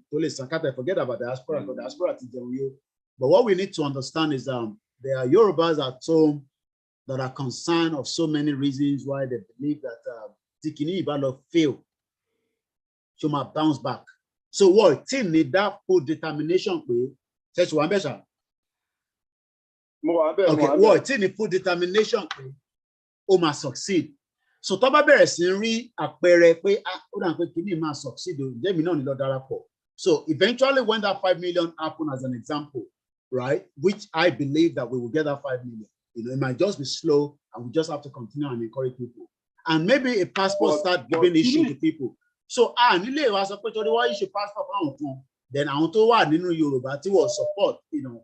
People will still have to be part of us. Yeah, but the first 5 billion you're going to our concern. I want yellow man in history. Only because I understand. Like, that's why I said knock off. Some are even got to the end. So, but what the 5 million people, like they said, their names will not be forgotten for the rest of the history of Yoruba land. That's all. We just encourage people to go and sign in. So we cannot chase anybody away out of Yoruba land. Thanks so much. So let us always, I know our pain and our, how we feel. Thank you so much, Bashir Mustafa, for pinning that number down. Ekaro Yawa, Yabo Olubome, Bole, good morning, and blue cheese. I used to love eating cheese, especially when it's so nice. Hello, caller. Hello, Baba Ekaro. Good morning. Ọlọ́run àti bàbá fún yín ní okun àti agbára láti lè máa tẹ̀síwájú ní ìrìn àjò tá à ń ṣe. So mo fẹ́ bọ̀ stress lórí last caller tó sọ̀rọ̀ ń sí pé ká sọ pé kó lọ sílẹ̀ àwọn àmì bẹ́ẹ̀ àmì lè ṣe bẹ́ẹ̀ because ìlú wọn náà ni. Àwọn mú wa lórí live program lọ́wọ́ mú wa lórí live program bàbá mi. So wà lè ṣe bẹ́ẹ̀ but àbá ní ká ṣe yẹn. Kò ṣe nọ́mbà yẹ follow broadcast nọ́mbà ìkọlẹ̀ náà pèsè nọ́mbà tó ń sọ lókè ẹ̀ lẹ́nu àpèsè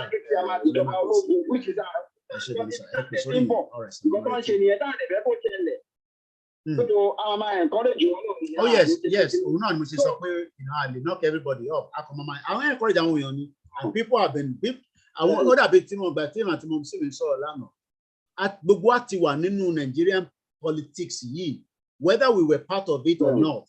Atiwa trapped in it for a very long time. So we are now trying to take people out. So people are still a little bit suspicious because I was suspicious about politicians already. I need to come up with number. So I don't understand why you don't listen to the broadcast. Yeah, Mumbai. If you when they did a referendum in the country, at the beginning of live program. A lot of people don't go against it. The other number.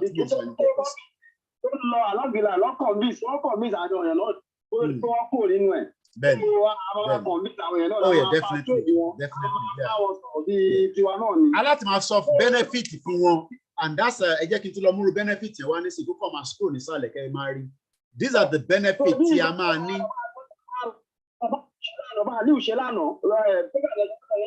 Yeah. It's a very, very part across our Yowa. And we don't put it away. And we think that and we do not east, not west. Southeast. Come on. America, that's why all over. What in Nigeria? Over 75%. So we go benefit be anybody federal university or anybody state university or this I want to send university money gbogbo bá tiẹ̀ ibẹ̀ ló ti ń gbà ọ̀dọ̀ wa kò sí lọ́dọ̀ wọn gbogbo wọn tó ń jẹ déètì ọ̀dọ̀ àwọn password wọn náà ni àwọn password wọn. Yeah, Eshegoni, Mr. Jide, very correct guy. A lot of people are working quietly. We went about it pay number te ma pè sí òun ni a tún fẹ́ tún pè lẹ́ẹ̀kan sí plus 44 74 04 405917. Kò sígbà tẹ́ bá pè sórí number yẹn a máa gbé tẹ́ bá pè sórí the other one hold up padà sẹ́yìn ni and we don't want to be hold back. I think I've missed a couple of calls and this number is just for calling alone. If I send the message, you see, mo lè má láǹfààní àti kà because already it turns sense to me by as in deep pẹ̀lú lójoojúmọ́. Ẹ jẹ́ lọ sọ́dọ̀ bàbá wa Emmanuel gbogbo ti Scotland lókè lọ́hùn. Ẹ káàbọ̀ sórí ètò ẹ káàárọ̀ sir, happy Sunday. Ẹ káàárọ̀ ọ̀gá mi ẹ kú iṣẹ́ o. Àwọn ni ẹ sọ. Èmi kankan mo fẹ́ dá sí nínú ọ̀rọ̀ tá à ń sọ. Number one, máa fẹ́ kí àṣìṣe ló máa jẹ́ tabarò táwọn tó wà nílé pé wọ́n support nǹkan tó ń lọ. Wọ́n support. Gbogbo ohun tí àwọn onídàájọ́ ó jẹ́ ká fi hàn pé àwọn èèyàn ṣe tán láti darapọ̀ mọ́ orúkọ ẹ̀. Torí àwọn èèyàn táwa máa ń wò táwa máa ń pè ní pé àwọn èèyàn tó jẹ́ Yorùbá tó pọ̀ jù àwọn tó ń rí jẹ díẹ̀ àwọn èèyàn làwa ń wò. Àwọn èèyàn wa tó ń jìyà gan tó wà láfúnlé tó wà ní àwọn ìlú oríṣiríṣi gbogbo wọn náà ti ṣe tán. Tá a bá lọ bá wọn láti lọ máa bá wọn sọ̀rọ̀ pé wọ́n sign one sign on this form táwọn èèyàn wa ń lọ tán sọ pé wọ́n sign. So ẹ̀jẹ̀ má jẹ́ ká máa ṣe àìsàn tọ́ba mi ta bá ń bu ẹnu àwọn tó wà níbí ìjẹ́. Aláti máa encourage wọn ni bẹ́ẹ̀ ni ẹ parí because evidence is show àkọ́fẹ́ máa show gbogbo fídíò yẹn fún àwọn èèyàn wa ni. There is a lot of evidence that is showing that people are going to sign this petition. So yeah. Káàkiri rí àwọn èèyàn máa lọ máa bá wọn ẹlò tó wà nílẹ̀ pé àwọn tó fẹ́ sign problem àwọn tó fẹ́ sign wà bẹ́ẹ̀ tàbá tí táwọn tó máa lọ sí àwọn ibi kan wà láti lọ máa bá wọn sọ̀rọ̀ ní kankan torí ìkan awareness náà là ń ṣe yẹn. So ìdí náà nìyẹn gẹ́gẹ́ ṣe ń sọ òsì bá a ṣe máa ṣe nǹkan tá à ní náwó a máa náwó a máa nọ́ra a máa nọ́ta a máa nọ́ bẹ́ẹ̀. Ìṣe yìí ń ṣe yẹn ẹ̀ náà owó àwọn pásítọ̀ owó ní tó ń lọ sí ìfọ̀kàn tẹ̀ ń ṣe yẹn ẹ̀ tún nọ́ra ẹ̀ tún nọ́ta ẹ̀ mú yín. Gbogbo àtúntò náà gbọ́dọ̀ nọ́ra gbọ́dọ̀ ná táìmù àwa náà tá à ń fìlè bí tá à ń ṣe oríṣiríṣi gbogbo wa la máa dìde pátápátá máa bá àwọn èèyàn sọ̀rọ̀ ní nǹkan tí ò bá ti mú Yorùbá nation dání má tẹ̀ síwájú ní àwọn èèyàn tó mọ̀ yẹn tó torí full time gan lèmi náà mú wá gbọ́dọ̀ mú nìyẹn. Tó nǹkan tí wọ́n fẹ́ dá sí nínú ètò tẹ́ ẹ̀ ń bá lọ ní wípé àwọn tí ó ń tí ọ̀rọ̀ Nàìjíríà àwọn tó ń tí Nàìjíríà mú tí ò fẹ́ ká lọ àwọn èèyàn rò pé àwọn ní Nàìjíríà tó fi ó Nàìjíríà. Màá fẹ́ ká mọ̀ ẹ́ dájúdájú àwọn kan wà tí wọ́n fẹ́ra wọn pé àwọn ní ó Nàìjíríà. Àwọn wọ̀nyẹn làwa máa wá sọ pé ẹ ó Nàìjíríà pé ní kẹ́ máa ó Nàìjíríà but ẹ ó Yorùbá land. Yorùbá land ó ti wà Yorùbá land tipẹ́tipẹ́ tèmi ti ń sọ bàbá ó ti dé UK tèmi ti ń sọ fáwọn èèyàn fọmọ Yorùbá ní mídìí ìjọba Nàìjíríà. Long time lèmi ń ṣe ọmọ Nàìjíríà because kò sí nǹkan tó ń jẹ́ Nàìjíríà ta ló lè define ọmọ Nàìjíríà. Tí ọmọ Nàìjíríà bá wà ní ṣé wọ́n máa lọ máa sọ Haúsá ní inú ẹ́mbáàsì wa. Tẹ́ ẹ bá dé gbogbo báràsì pátápátá mo ti dé báràsì Haúsá náà sọ ọ́n tẹ́ ẹ bá ti bá Haúsá ẹ̀ nílé gbé ń bẹ̀. Àṣé Nàìjíríà nìyẹn.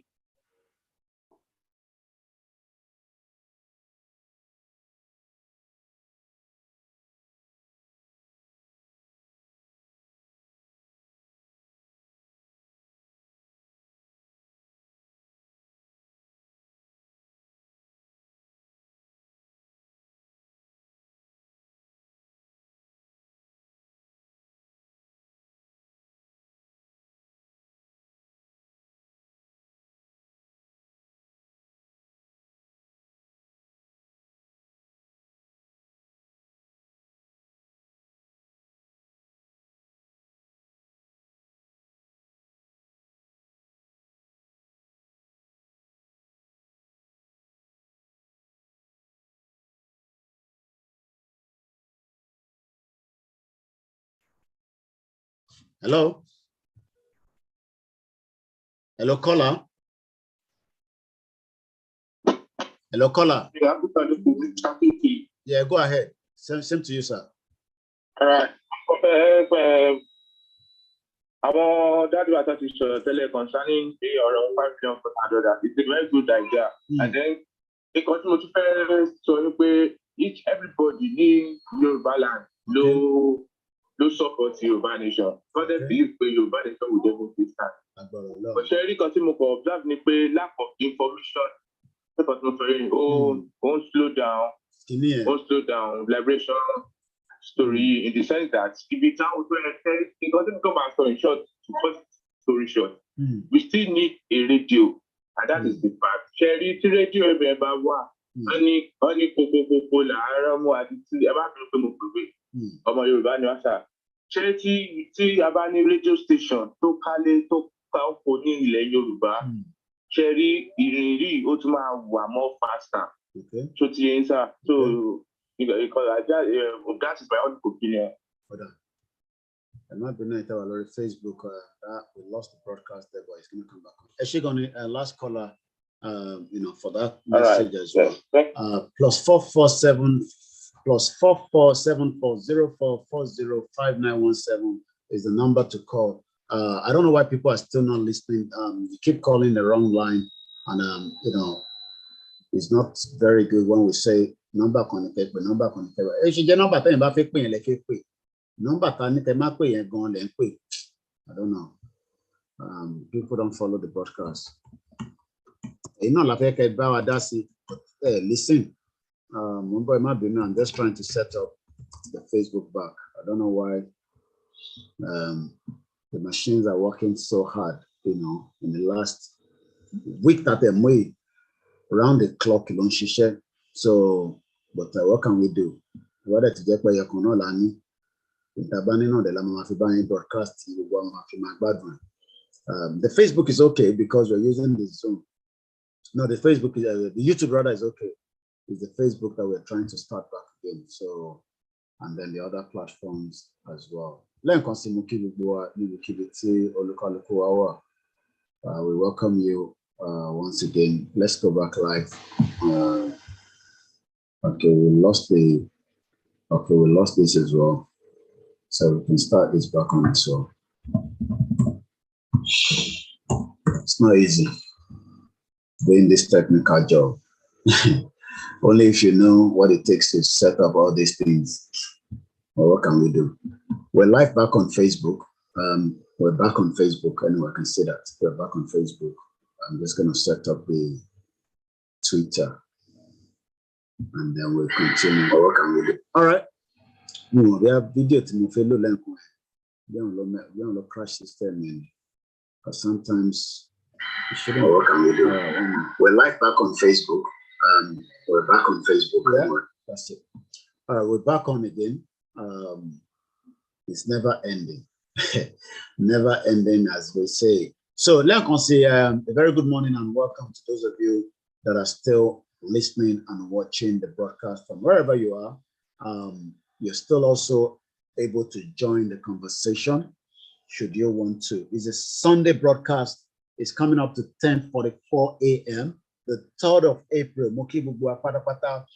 Nigeria has killed millions of Yoruba people, the Igbo people, the Hausa people, the other indigenous people that were all put together, in 1914. So what we are discussing here, for those of you that are probably passing by and thinking, what is this guy talking about, is the breakup of Nigeria. Nothing more than that. I'm not interested in PDP, APC. I'm not interested in 2023. I'm not interested in the shithole country that was put together, for the economic reason of the British Empire.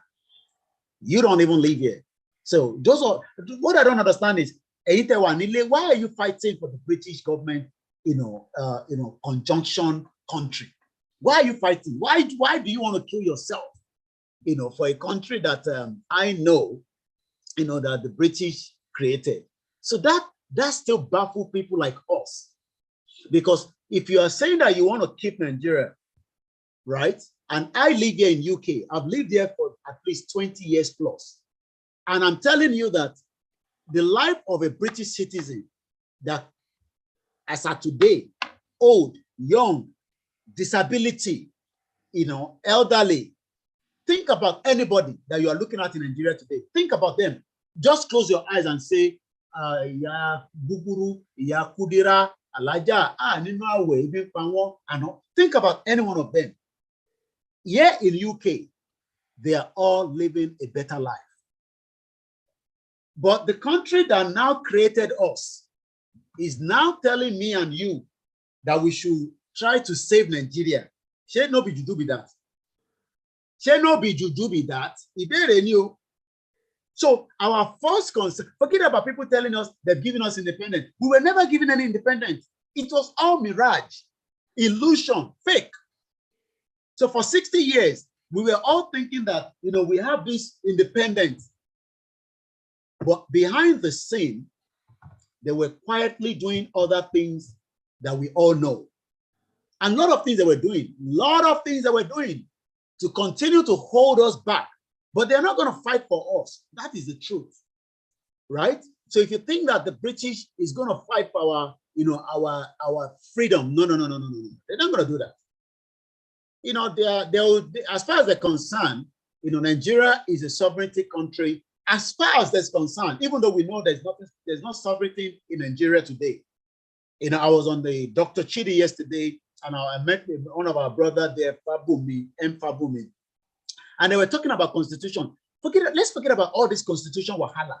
The whole wahala in Nigeria is that the indigenous people were put together. Thank you very much, Links. We were put together like that.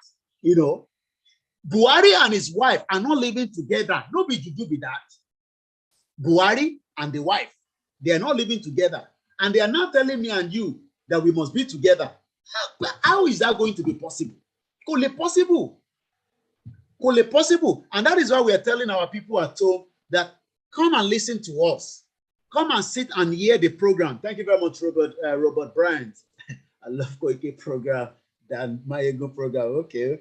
We're all the same. Mayego is total English language. Is a clamoring for Yoruba. No. Everybody presentation is different. I speak English and I speak a lot of Yoruba as well. Because no be juju be that. And support the politician. Okay, we're not that. Local government. Lọ sí school ọ̀fẹ́. Ebi ń pa ẹ́. O níṣẹ́ lọ́wọ́. Population Nigeria tó níṣẹ́ lọ́wọ́ àtọmọ Yorùbá. Báyìí ló ṣe big báyìí. But ìlú tèmi wà, tọmọdélé mọ̀mọ́dọ̀ wà, à ń gbádùn. A ní freedom of speech. A ní freedom of access to everything. Tí bá fẹ́ kàwé nísìn, màá kàn lọ síbi tí màá ti apply fún mo ní láti mọ anybody. Ìwọ tó wá ń support àwọn politician láti 1999. Ó máa ti di arúgbó sínú ẹ̀, ó ti dàgbàlagbà sínú ẹ̀. Orí bó ṣe ń wò, owó pàtó. Gbogbo ojú ẹ̀ ti kó wọnú. Ṣé o mọ̀ pé o ò jẹun vitamins, o ò jẹun dáadáa? Ó máa difficult láti move àwọn èèyàn. No, people say that Facebook, àwọn tó ń gbọ́ wa lórí Facebook is cheaper for them from Nigeria on data. So just maybe that's why we run program on all platforms. I have people watching, they're listening. These two mobile phone 10 read is Instagram, Ikon Koikimedia, Ikon Layomi Koiki, and we are also live on Twitter and then the Mix LR. So let everybody just stay where they think, as long as we can get the message and it can be delivered, and that's the most important thing, right? Sorry, gbogbo ojú ẹ̀ tó ń kó wọnú ní Nàìjíríà yẹn, o jẹ vitamins tó dáa. Tó bá jẹ́ pé o ń jẹ vitamin food, tó ń jẹun dáadáa, tó ń jẹ fruit, sorry gbogbo skin tiwa tó ń dán yìí, ó jẹ́ kí skin tiẹ̀. Ìwọ máa béèrè pé ṣé Dubai yóò gbóná ni? Dubai ń gbóná yọ eruku ni. Bó tó bá wà àwọn ọmọ Dubai báyìí, ara wọn máa dán yóò. Wọ́n fòróró para wọ̀ dẹ̀ lórí. Oúnjẹ tó ń jẹ àti pé wọ́n ò gbé kankan sọ́kàn. Àwọn náà ní problem tí wọ́n, but ìwọ nísìn, ẹ̀mí ẹ̀ máa ń kó sókè ni. Owó ilé ti dé báyìí nísìn. Inú room kan ló ń gbé o. Face me, I face you. O tún struggle. Owó ilé ti dé. Àwọn èèyàn, imagine káwọn èèyàn máa send message sí mi pé kí n wo MB tó kù lórí fóònù àwọn. Mo ṣeré bọ̀bọ́ mi kan lára àwọn ọmọ wa kan ojoojúmọ́ ló máa ń screenshot ẹ̀ á ní kí n wo MB òun ti lọ́lẹ̀. So ojoojúmọ́ high blood pressure ti wà lára yín kò yẹ nísìn. So àwa táwa wà ní UK tá à ń sọ fún ẹ pé ìlú tó kó wa papọ̀ ìlú yẹn èmi máa ń gbádùn nínú ìlú yẹn ṣé wọ́n ò fi gbádùn ni tó máa fi kú tí ò fi gbádùn. ṣé òfé gbádùn ni ṣé òfé sórí gbogbo àárọ̀ tó ń dán yìí mo ì tí ìwẹ̀ láàárọ̀ yìí mo kàn jọ fún yín ni mo ì tí ìwẹ̀ bọ̀ wọ ara mi bó ṣe ń dán yìí o àwọn èèyàn máa ń sick nílùú yìí o má get me wrong o but tó bá sick wà á ná bàbá owó lé ẹ lórí wọ́n lè ná £1 million lé mi lórí nísìn wọ́n bí mi sí dìbò wọ́n lè ná £1 million lé mi lórí but ìlú tó ti bí mi wọ́n lè ná 1,000 naira lé lórí tó bá sick nísìn tó bá gbà àwọn ọmọ ẹ dé Igbobi hospital àbí kẹ́ lọ sí UCH wàá gbogbo bẹ́ẹ̀dì tó máa gbé ẹ sí gànṣẹ́ tó bá tẹ̀ ráyè wọlé bẹ́ẹ̀dì yẹn ìtàn ń rùn rárẹ̀ nígbà tó sanwó fún dókítà wọ́n sanwó fún nurse no be juju be that mo rí bẹ́ẹ̀ sister Bukky Taiwo I hope it's the same Bukky Taiwo our own sister Bukky Taiwo our own olóyìnbó ó dà nǹkan tí ń gbọ́ Yorùbá dáadáa nísìn no be juju be that àwa tá à ń gbé l'Amẹ́ríkà èmi ò gbé l'Amẹ́ríkà mo kàn sọ ni àwọn tó ń gbé l'Amẹ́ríkà sọ fún ẹ pé ọmọ òkè wọn náà wò nísìn ẹ jẹ́ ká tún change hòtẹ́ẹ̀lì nísìn ìwọ hòtẹ́ẹ̀lì nísìn right kò sẹ́ni tó lè gbé níbẹ̀ o lè lọ ṣe 1 day níbẹ̀ o lè ṣe 2 nights ìwọ ló kàn máa tọ́jú owó pamọ́ owó tó bá ṣiṣẹ́ o ò níṣẹ́ lọ́wọ́ pẹ̀lẹ́ kí ló dé tó ṣe níṣẹ́ lọ́wọ́ ṣó mọ̀ pé gbogbo owó tí bàbá Aliu sọ fún wa lánàá tó yẹ kó fi dá factory sílẹ̀ Yorùbá òun ló ń kó lọ sí north wọ́n wá lọ ń ṣe training sí Maradi kíní kan wá pẹ̀lú Niger ṣé wọ́n fẹ́ lọ gbé ní Niger ni tó fẹ́ wáṣẹ́ lọ sí Niger ni no be juju be that torí ẹni tó ń gbé ní Canada òun ti rí gbogbo tó wà nínú Canada kò yẹ nísìn right mo ṣeré torí àwọ̀ tó ń dán yìí torí tó ń dán báyìí torí tó ń rọra ń dán yìí torí tó ń dán yìí nígbà míì ó máa ń rẹ̀ but tí bá lọ sí hospital láàárọ̀ yìí nísìn wọ́n á béèrè lọ́wọ́ mi pé how you feeling màá kàn máa ní it's àwẹ̀ wà ń ta kò yẹ yín nísìn tí bá débẹ̀ nísìn sórí ìgbẹ́ tí bá yà wá ní kí n lọ mú wá ṣe test ìgbẹ́ yẹn bìkọ́ wọ́n pé mọ tó ń ṣe mí gangan sórí tó bá ti ń ṣe test ìgbẹ́ yẹn that means pé ó ti nóbì jújú nìyẹn o kò yẹ Nàìjíríà mo rí fídíò kan tó ń fi ìgbẹ́ para àwọn girls ṣọ́yà wèrè ni ìyẹn yàgbẹ́ sí lára báyìí ó gbó káká ó ṣe báyìí ó gbògbé yẹn sí lára ó wá fi ń pa lára ó náà fẹ́ di olówó nóbì jújú be that sórí tó bá jẹ́ pé bíbáyìí ló wà bí a sister Bukky ọ̀nà pé sister Bukky ló ń wò mí yẹn ṣé sister Bukky UK ni just answer yes tó bá rí mọ́tò tí sister Bukky ń lò má ìwọ lónìí òṣòwò Yorùbá nation lọ́ fi ra ó tí bá wọnú mọ́tò yẹn báyìí wọ́n sister Bukky ti gbé mi lẹ́ẹ̀mejì ní báyìí tí mo jókòó sínú ẹ̀ báyìí bàbá BMW sister Bukky ò nídìí láti yàgbẹ́ sẹ́nu another girl kó wá fi pálára ní UK no be juju be that kó wá ní o fẹ́ fi make owó gbọ́ mi dáadáa ìwọ tó ń wò mí nílé ìwọ ni mò ń bá sọ̀rọ̀ lọ́wọ́lọ́wọ́ nísìn o ò nídìí láti lọ rí babaláwo pé kọ́ bẹ́ẹ̀ ṣògùn owó industry máa wà ní wọ́n wá employer wàá máa ṣe 40 hours tó bá wá fẹ́ lọ holiday tó fẹ́ gbé nínú hòtẹ́ẹ̀lì yìí ní Singapore wàá wá ní kọ́pọ̀ ní extra hours àwa náà máa ń ṣe o lè máa ṣe 3 in 1 o lè ṣe láàárọ̀ kó ṣe lọ́sàn-án nítorí pé o fẹ́ lọ sí Singapore o fẹ́ lọ rí hòtẹ́ẹ̀lì yìí wàá wá ṣe 7 night o tó bá ti ṣe 7 night lọ wọ́n náà ń lé èmi kọ́ mo sọ bẹ́ẹ̀ wọ́n ní EFCC ti gbé Obi Kubana Nàìjíríà owó ẹ̀jẹ̀ ló wà nù Nàìjíríà owó ẹ̀jẹ̀ òun ló wà nù Nàìjíríà so bí ṣe ń sọ lọ ìwọ náà wò nísìn grandma ẹ ti síkì sínú ilé ẹ wá ń tọ́jú ẹ nínú ilé ẹ ní láti tọ́jú ẹ nínú ilé tó jẹ́ pé Nàìjíríà ń ṣe ẹni ó jẹ́ kí ẹ gbé lọ sí hospital kọ́ yẹ àyẹ̀wò grandma tí grandma bá ti dàgbà tágbà bá ti dé èèyàn máa ń nídìí kí ló máa tó bá fẹ́ tọ́jú èèyàn tó ń tọ́jú èèyàn ẹran mi kí ni ní Yorùbá àyẹ̀wò grandma ẹ nísìn grandma ẹ wá ń yàgbé sínú ilé òun ṣe fọ́ọ̀tì grandma ẹ àgbà ti dé ni wọ́n ń gbé wọn lọ sí hospital ẹ kó máa tọ́jú wọn tó bá wá gbé lọ hospital ẹ jẹ́ lọ gbé lọ sílé kó lọ kú sílé ẹ má jẹ́ kó kú olórí burúkú làwọn hospital tó wà ní Nàìjíríà yẹn wọ́n tún máa ní kẹ́ gbé lọ sílé kó má kú sí hospital ẹ̀gbọ́n sọ́mi gbogbo rísì yẹn Nàìjíríà ni ẹ̀yin Tinubu supporter ẹ má bọ̀ bí báyìí Tinubu supporter ohun tí mo fẹ́ sọ ṣé ti jẹun ò tí ì jẹun òun wábi tó ti ń ṣe rálì ẹlòmíì nísì gbogbo bí tí Tinubu ń lọ báyìí ló ń wá rálì ibo ni Tinubu ti fẹ́ rọ ó mọ̀ pé Tinubu máa kówó torí bí Tinubu ń lọ yẹn ó ti kówó fáwọn kan àwọn èèyàn ya pépà ẹ̀ máa wá para yín Àtíkù olè bá bàrà wò l'Àtíkù kó lọ ràn àwọn ọ̀ràn rẹ̀ lọ́wọ́ kó lọ ràn àwọn ọ̀ràn rẹ̀ lọ́wọ́ kó má jẹ Nigerian president àyẹ̀wò ara.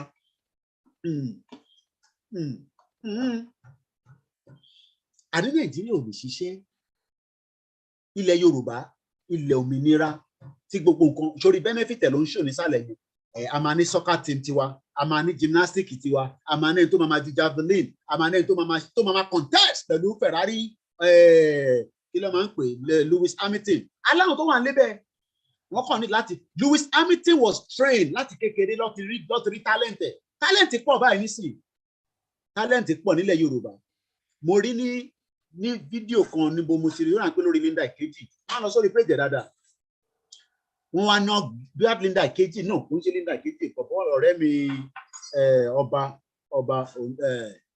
wọ́n ná ọ̀pá ọmọ yẹn sílẹ̀ lẹ̀ wọ́n ló jalè ẹ jẹ́ ń lọ wo kíní wọ́n ná pa sílẹ̀ lẹ̀ àwọn tó ń jalè gidi láwọn yẹn mú àwọn tó ń jí owó ńlá lọ mú àwọn yẹn àwọn tí kò ní rárá àwọn lè ń lé káàkiri Ṣèyí Mákindé ó ní it will be your last operation Mákindé wants criminal to stay up for your state ọdẹ gbùgbùmù ta ló pa kòkòrò ò tí sọ yẹn fún wa ó ní it will be your last warning ó ṣe ń wọ́n ni wọn ṣẹ́rí pọ́ dẹ̀ ní ṣẹ́rí pé kò ní làákàyè bá olè lòun náà ẹ béèrè pé bó ló ti rówó á ní àwọn ṣe oil and gas irọ́ òní gbogbo yìí máa ń ṣe Nigerians tábà lówó nísìnyí ní àwọn amẹ́ńtì oil and gas gbogbo wọn ló ń ṣe oil and gas bí àwọn Alákìjà gbogbo wọn bẹ́ẹ̀ lọ ọ̀pọ̀ gbogbo wọn ló máa ń ṣe oil and gas every Nigerians ló ń ṣe oil and gas now ìwọ náà wo rẹ́kọ̀dì tó wo lẹ́yìn yìí ni Nigeria as of today òun ni number 3 ẹ má bínú ẹni tẹ́ wà lórí Instagram lórí YouTube ẹ lè má rí kíní ẹ àbúrò mi ò yẹ yín nísìn. So what we are saying is a Yoruba nation would not disrespect anybody. A Yoruba nation will respect every single person. It doesn't matter who you are. No discrimination in a Yoruba nation. Oil and criminal. Gbogbo wọn ló ń ṣe oil and gas.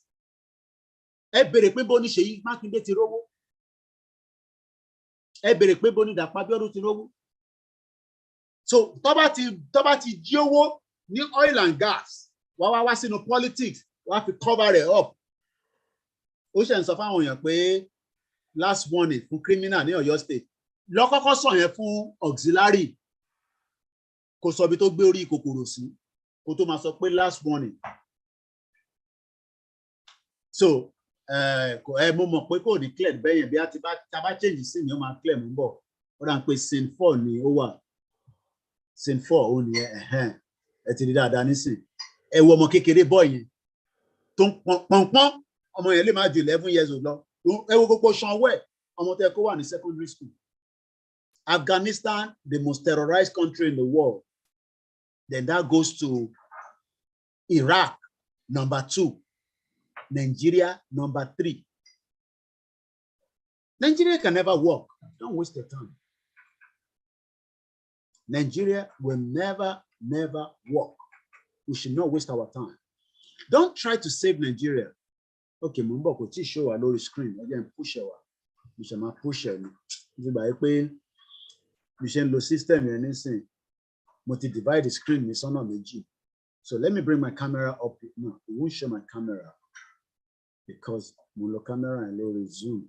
Problem using the zoom and using the software is like too wahala on its own, but we will get there. So at least you can see it anyway. So that's what I wanted to just show.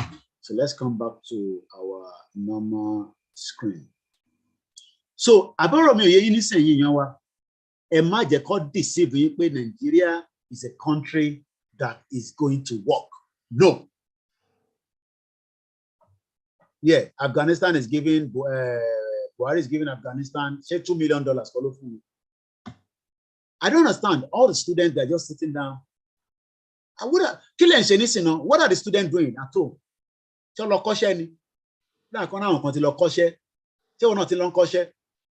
University students at home, strike. When are they going to end the strike? Nobody knows. That country is gone. So, Citizen AY, hello, my science is subscription, Citizen AY on YouTube. You have to break it. It can never work. Everybody knows that. I just cited my brother. I just cited him. Good morning, my brother. How are you doing? So let us leave Nigeria. Everything about $1 million. Yeah, go give $1 million. Everything about Nigeria is not going to help us. So our best option now is to just let it go. Let it go, and then we can then start a new system where everybody, it doesn't matter who you are, whether you are from Ekiti State, Ondo State, Osun State, Kwara State, Kogi State, Ogun State, or your state, everybody will be respected. There will be what they call a mutual respect. But in Nigeria of today, there's no mutual respect. You can't go on holiday. Do you understand that? You can't go on holiday because you don't have the money. You don't have the money.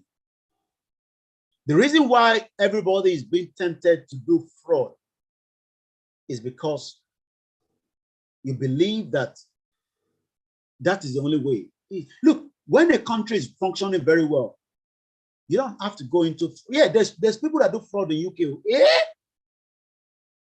Citizen I can testify to it. They are fraudulent 419 in this country. At English, Africans, Asian, oh my God. But there will always be a system to run after them and bring them quickly to book. So not sitting here and say that there will not be criminals when we get to Yoruba land, but we will deal with them. Thank you very much, Bashiru, for the number again. Yes, go and subscribe to all the media's YouTube channel. It's very, very important because we can't trust Facebook.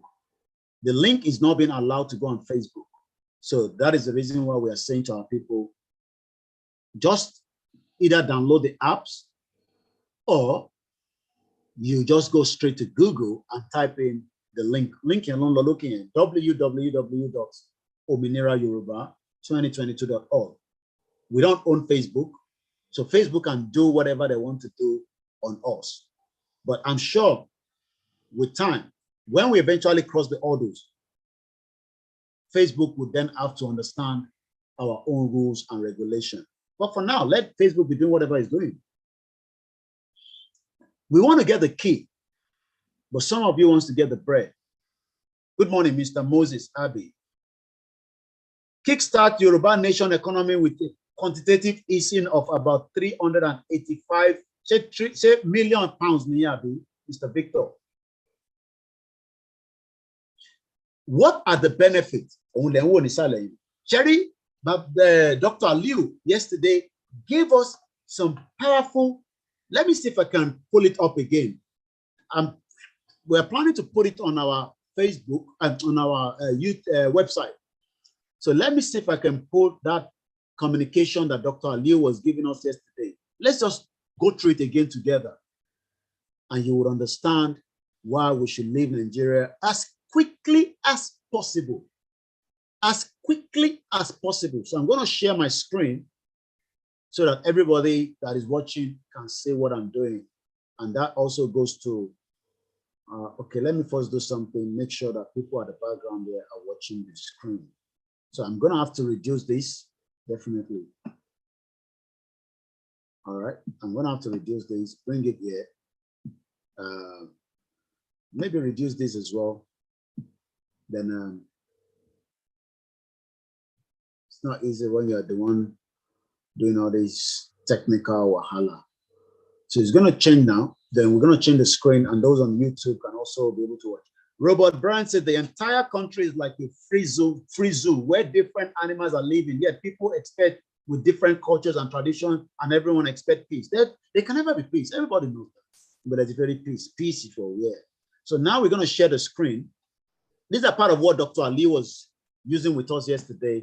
Like I said, we work towards bringing them onto our website. Moki Ogbe, I think we've got more numbers of people listening. Thank you so much, our listeners on the Mix LR.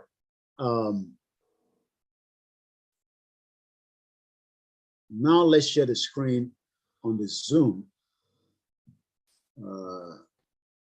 Let's share the screen on the Zoom so that everybody can now see what I'm saying. Let me first increase. Let's do this full way. Now let's share the screen.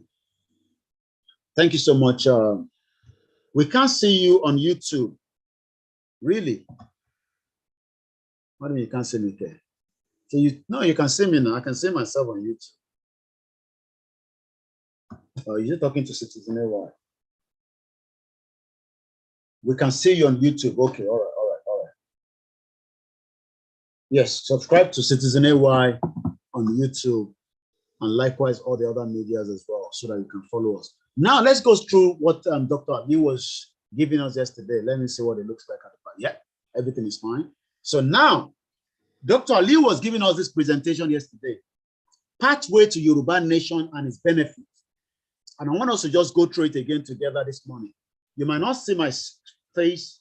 Okay, you can see my face on Facebook. I don't know whether my face is coming up. I'm waiting for the YouTube. Okay, I think my face is coming up on the YouTube as well. That's fine. All right. Now, this was what Dr. Liu, I can still increase the front a little bit, make it much wider, so that everybody, I want everybody to see. Pathway to Yoruba Nation and its benefits. Benefit. Very, very important.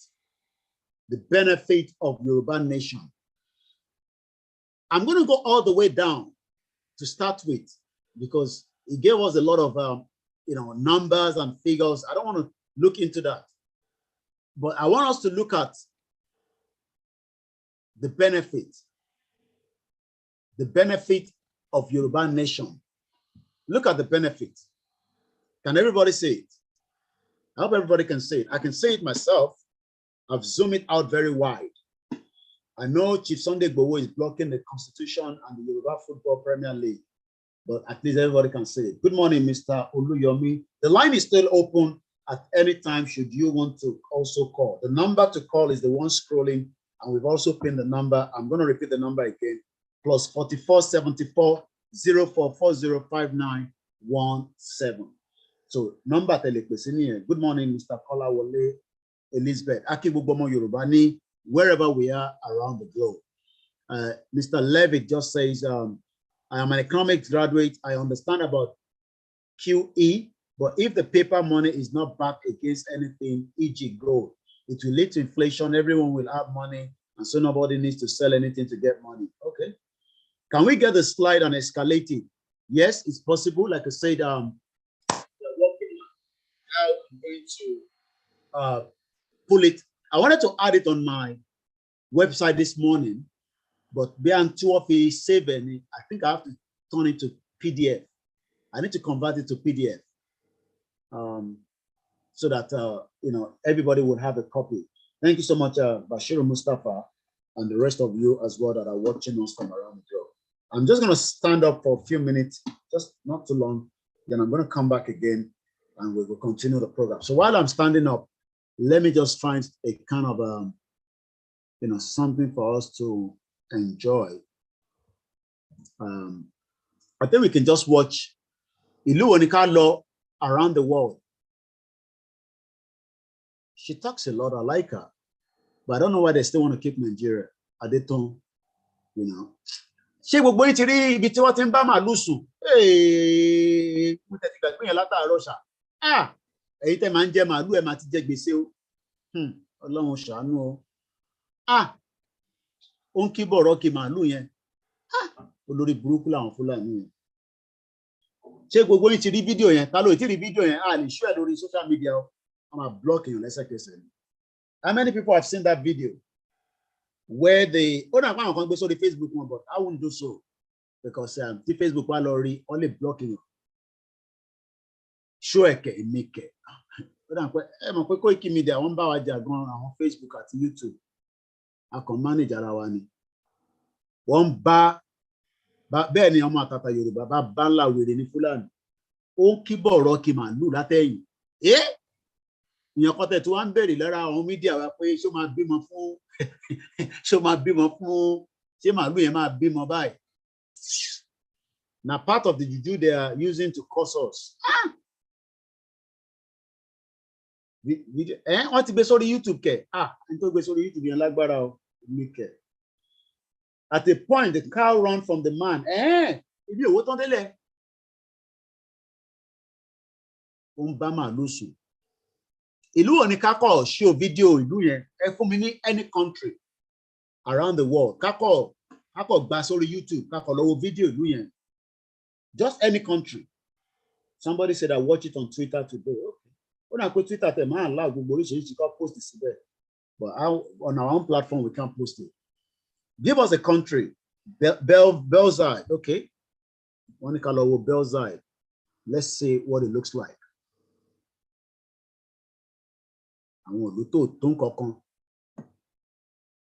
Okay.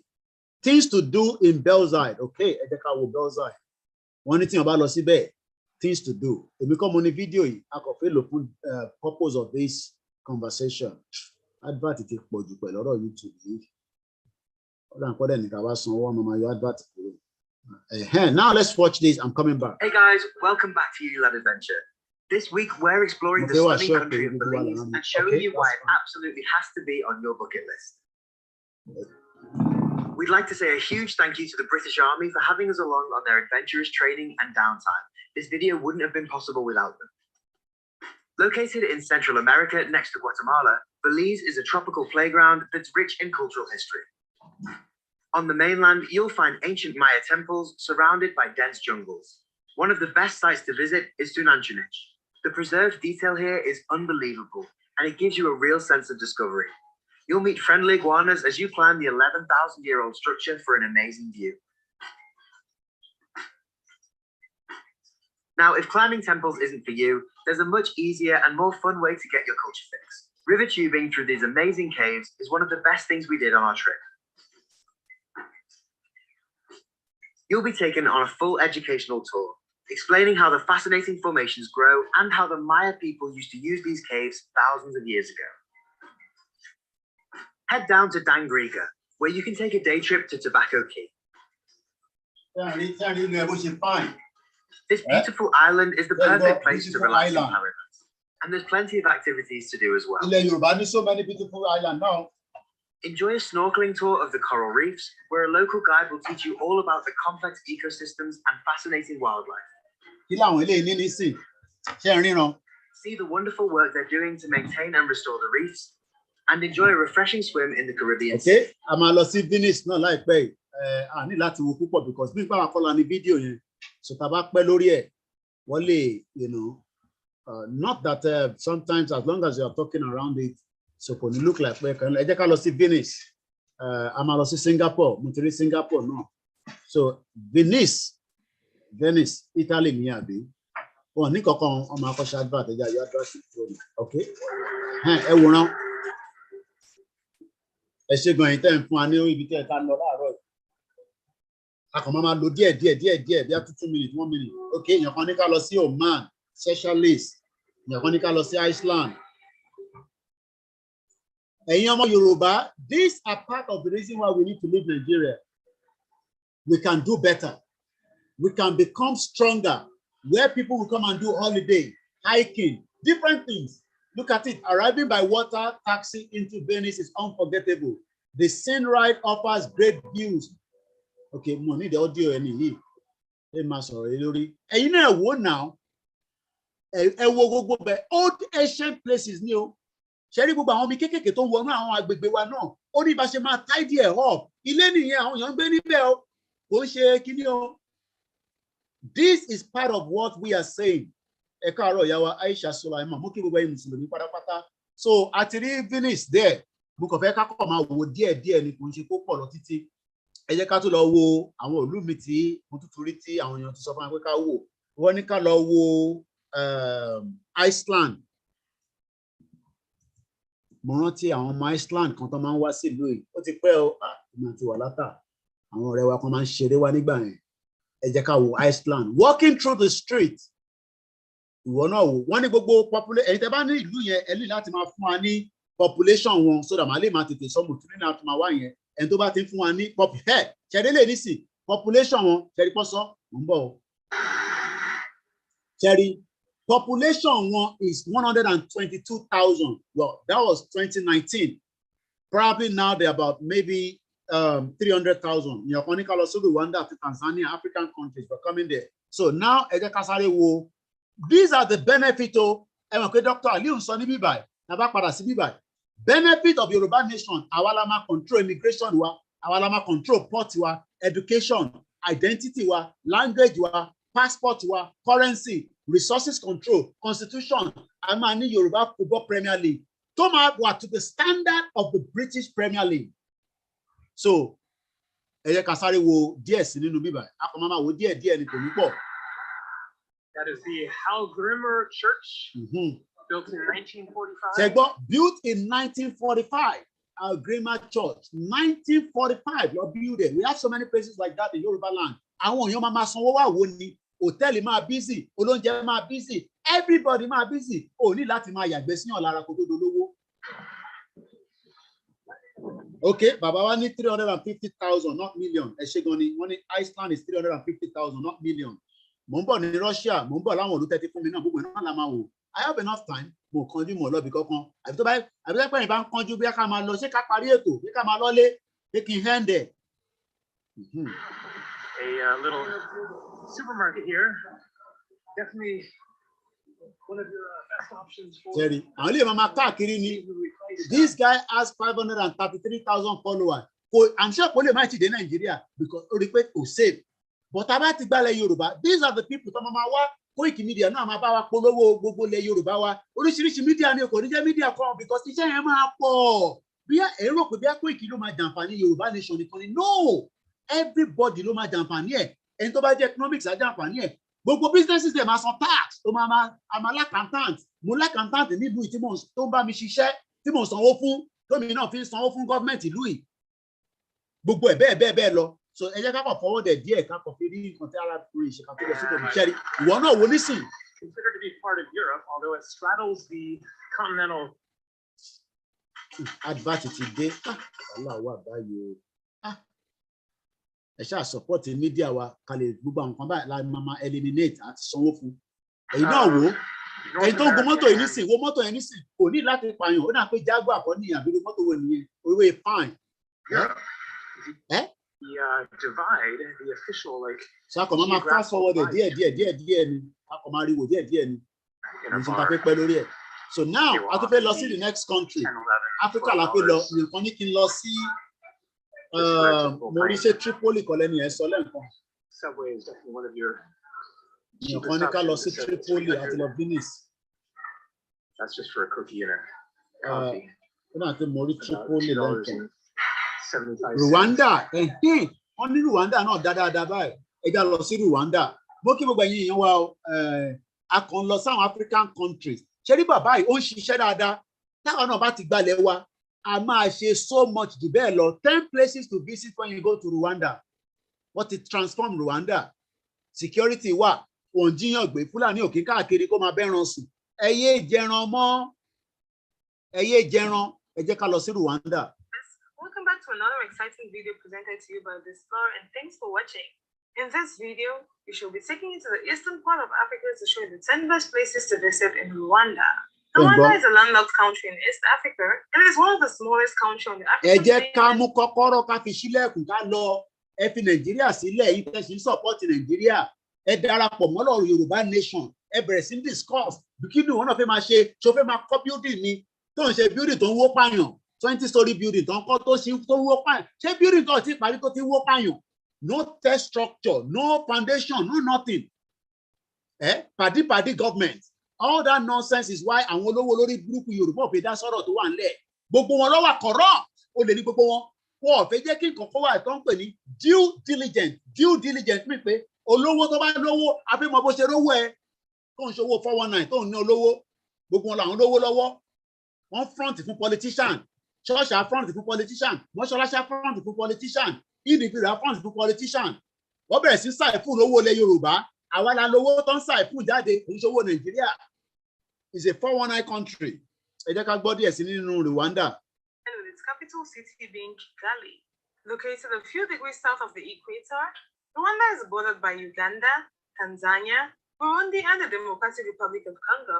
The climate is temperate to subtropical with 2 rainy seasons and 2 dry seasons each year. Rwanda has a population of over 2.3 million. 2.3 million, and they have a better life. Nonsense African country called Nigeria. Nigeria is a big brother. What big brother? It's all lies. Fake country. I'm a Mauritius, Mumbo. Living on 26,338 square meters. Using our name to borrow money. Some Nigerians don't even know how much Nigeria is owing. And you have not tasted that value of Nigeria. And you are still dying for Nigeria. Go and get PVC cannot solve the problem. Everybody knows that. And you get ready for the next city. Just big. So when you see Mauritius. The economy is based mostly on subsistence agriculture and coffee and tea are the major cash crops. Just small. Now let's come to Mauritius. Mauritius. Mauritius, we find all this country. Look at it.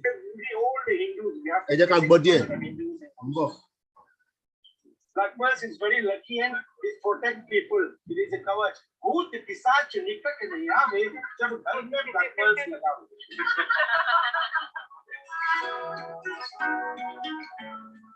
आज हमारी आइटनरी का last day है हम लोग जा रहे हैं city tour पे पर ये लास्ट व्लॉग नहीं मॉरिशस का इसके बाद भी एक और व्लॉग आएगा so hello guys and welcome back to another vlog आज हम लोग जा रहे हैं city tour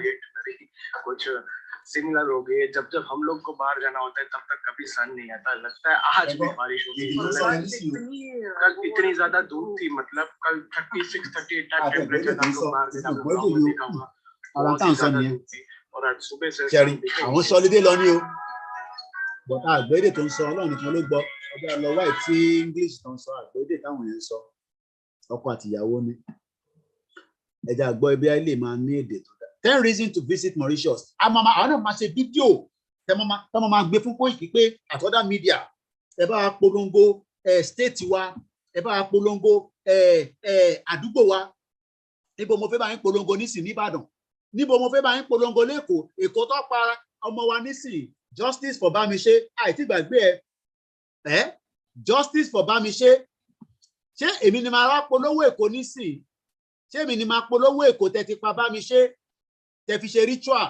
ẹ̀yin olórí burúkú government olórí burúkú Sanwó-Olú Sanwó-Okú wọ́n ní Mauritius population 1.2 million less than even our 5 million petition a ní kẹ́ fún wa ní petition yìí ní kíákíá ẹjọ́ torí Ọlọ́run ẹ fún wa ní petition yìí ẹ jẹ́ ká wo 10 reasons why you must visit Mauritius in 2021 10 reasons ni o ẹ jẹ́ ká jẹ́ ká advert yẹn lọ tán wàhálà pọ̀ pẹ̀lú advert ẹni ibi tó ti ń sanwó fáwọn tó ní program náà ní ẹ̀mọ́ anyway now let's listen together. Island getaways anywhere in the world. Island to get away. You don't want to get away. This tiny island paradise just east of Madagascar off the eastern coast of Africa is one of the most beautiful places on earth. Located in the Indian Ocean, Mauritius is home to only around 1 million people. 1 million people. Twice the size. Despite being the size of the island paradise features beautiful weather year-round and plenty for everyone to do. Mauritius more than doubles its population with tourists who visit each year, as in 2018, for example, when it hosted 1.4 million visitors, including oh my God, most tourists each year, as in 2018, for example, when it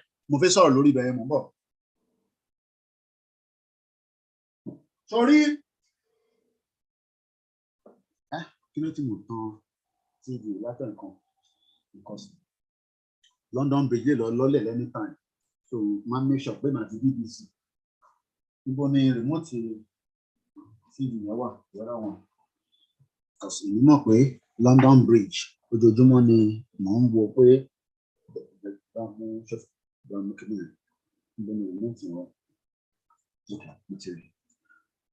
London Bridge is falling down. Ṣé Èkó ni màá ní káwọn èèyàn wá ṣe tourism kó máa ṣe fídíò? Ṣé èèyàn lè lọ sí Nàìjíríà nísìn kí máa mú kámẹ́rà kí máa ṣe fóònù? No. Case.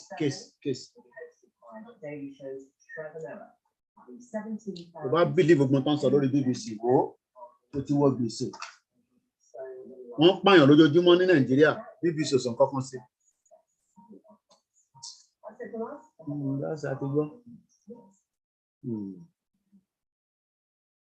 Support us so that we can also expand. Ali ma ba BBC fa wahala. I know about to expand. Media ni. The job of the media is something that a lot of people don't understand. More the power of media. So I'm not sure mo fẹ́ sọ̀rọ̀ lórí mo fẹ́ come on charge the other phone. Ẹ sì lè pè wọlé o. Ẹ má bínú ẹ̀yin tẹ́ wà nílé àmọ́ pé internet yìí kò sí nǹkan tá a fẹ́ ṣe sometimes tá bá ti fàágùn báyìí. Mo ti rí gbogbo screen nísìn báyìí. Now I can say very well. Ẹ ṣé gan ni bàbá wa Stephen Emmanuel. Where peace and justice will reign. Okay, my check is Seychelles. Okay, mo ń bọ̀. Estonia 1.3 million.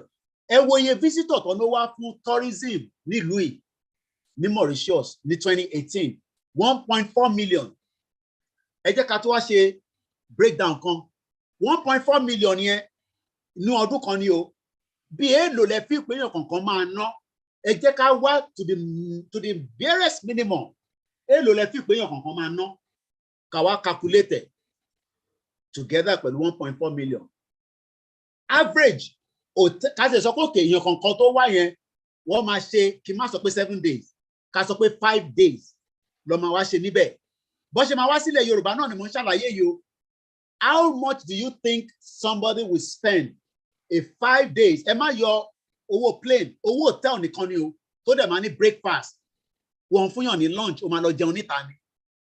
Dinner, o máa lọ jẹun níta ni. But báwo èlò lẹ fi pé yàn kankan máa ná fún 5 days holiday lọ sí Mauritius? Yàn kan sọ pé $1,000, okay? Ẹ jẹ́ ká wo comment sí. So everybody agree, okay? Yàn kan bá gbé wálẹ̀ wọ́n ní $500, okay? Ààrẹ náà ni. So tatu ló wà ń bẹ̀. Tẹ́ ń follow wa abẹ́ ti sùn.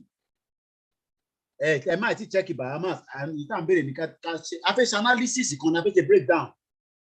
Cherry numbers làwọn èèyàn mọ̀. Sórí reason táwọn èèyàn ṣe wá sóńdó state ni pé wọ́n ò lè wá sóńdó state kò sí ná. Hòtẹ́ẹ̀lì tó fẹ́ sùn wọ́n ń pààyàn. Adédọ́yìn pààyàn. Olè pààyàn. Ritual money. Ta ló máa wá sí Nàìjíríà? Pààyàn. Ritual money. Èèyàn kàn lọ sí hòtẹ́ẹ̀lì Adédọ́yìn kó sùn mọ́jú. Wọ́n ti yín lọ́rùn. Wọ́n dẹ̀ ti tún sí ìlú wèrè.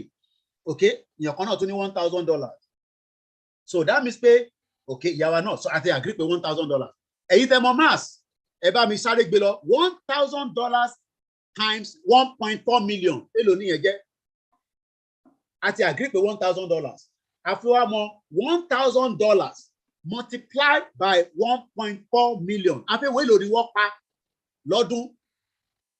Àjọ ń ṣe mass ni mi ò mọ̀ mass dáadáa. Èyí tẹ́ bá mọ̀ mass ẹ bá calculate. Ẹ wá rí pé Dr. Ali sọ ní bíbá pé tourism òun dànù. Tourism ó máa wà nínú nǹkan tí ó máa jẹ́ part of Yorùbá nation. Tourism. But a sì ń wo breakdown eléyìí 1.4 million visitor ló lọ sílùú yẹn. Wọ́n ní 1.4 billion àwọn tó mọ máàsì nìyẹn. Ẹ ṣe gan. Ṣé ẹ agree pẹ̀lú ẹ̀ àbẹ́fẹ́ disagree pẹ̀lú bàbá ọmọlúàbí ọmọ Ìjẹ̀bú lórí YouTube? Wọ́n ní 1.4 billion ló bọ́ sí yẹn dollars. Do we agree with that or do we disagree? Okay, ọmọ àtàtà náà sọ pé 1.4 billion. The question now is, nínú 1.4 billion yẹn, aráàlú tó wà níbẹ̀, mo tún fẹ́ break ẹ̀ padà sẹ́yìn ni o. Ọmọ ìlú kọ̀ọ̀kan because ibìkan ló dé sí hotel. Ọmọ ìlú kọ̀ọ̀kan èlò lẹ rò pé jẹ́ nínú 1.4 billion yẹn. Ọmọ ìlú kọ̀ọ̀kan. Sórí wọ́n tó wà nílé tí yà ń jẹ́ ara breakdown tó fẹ́ máa jẹ́ kó gbọ́ lélẹ̀. Torí pé tílẹ̀ Yorùbá bá dúró tán tí 1.4 billion bá wọ Nàìjíríà tó bá wọlé Yorùbá èlò ni ọmọ Yorùbá kọ̀ọ̀kan rẹ̀ pé ló máa rí jẹ nínú owó yẹn. Ẹ wá break it down to the nearest minimum pé ṣé $20 ló máa rí nínú ẹ̀ ni, ṣé $30 ni, ṣé out of the 1.4 billion. Ẹ rántí pé tó ń ṣiṣẹ́ níbi iṣẹ́ ọdún kan ló gbà láti Monday January 1st títí di December, because every day làwọn èèyàn dé sí ìlú yẹn. Ṣe má calculate as 1 month, ẹ calculate padà as 12 months pé ọmọ ìlú yẹn kọ̀ọ̀kan average èlò lẹ́rù pé òun náà jẹ nínú owó yẹn. Average èlò lẹ́rù pé ó jẹ nínú ẹ̀. Ṣé ká sọ pé bí ọmọ ìlú kọ̀ọ̀kan jẹ èlò? Àwọn èèyàn wà pẹ̀lú wa wọ́n ti sùn. Àbí ṣé Yorùbá yẹn kò yé yín dáadáa ni? Ṣé kí n sọ lóyìn?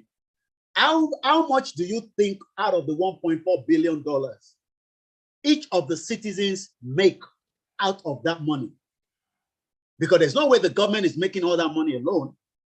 The citizens that are also doing the job, the cleaning job, the kitchen porter, the maid, the drivers, whatever you can think of that people enjoy in that visit to Mauritius. 10 pounds báwo? So ẹ sọ fún mi pé 10 pounds lọ́mọ kankan máa jẹ for 1 year. Ìyẹn lágbára o. $10. Really? Rò pé ẹ kó pọ̀ jù ẹ lọ díẹ̀. Because if we're talking about 1 so say government ló wá jẹ gbogbo owó tó pọ̀ jù. I'm talking about so should we multiply $10 multiplied by 12 months? Maybe because of their exchange rate there, the mélòó ló ń sọ fún wọn ní salary. But yeah, let's say $10 for the whole year. After tax, government will pay about $100 each citizen per tourist. Okay, now we're getting there. So what am I trying to say here? That you are scared. Let's watch the video again. This is a country that in 2018, 1.4 million visitors visited that country. How many people who was diaspora visitor Nigeria? These are just your own family members that traveled to America, to Asia, and they came back home. We are talking about real tourists. Tourists to my work with backpack. Tourists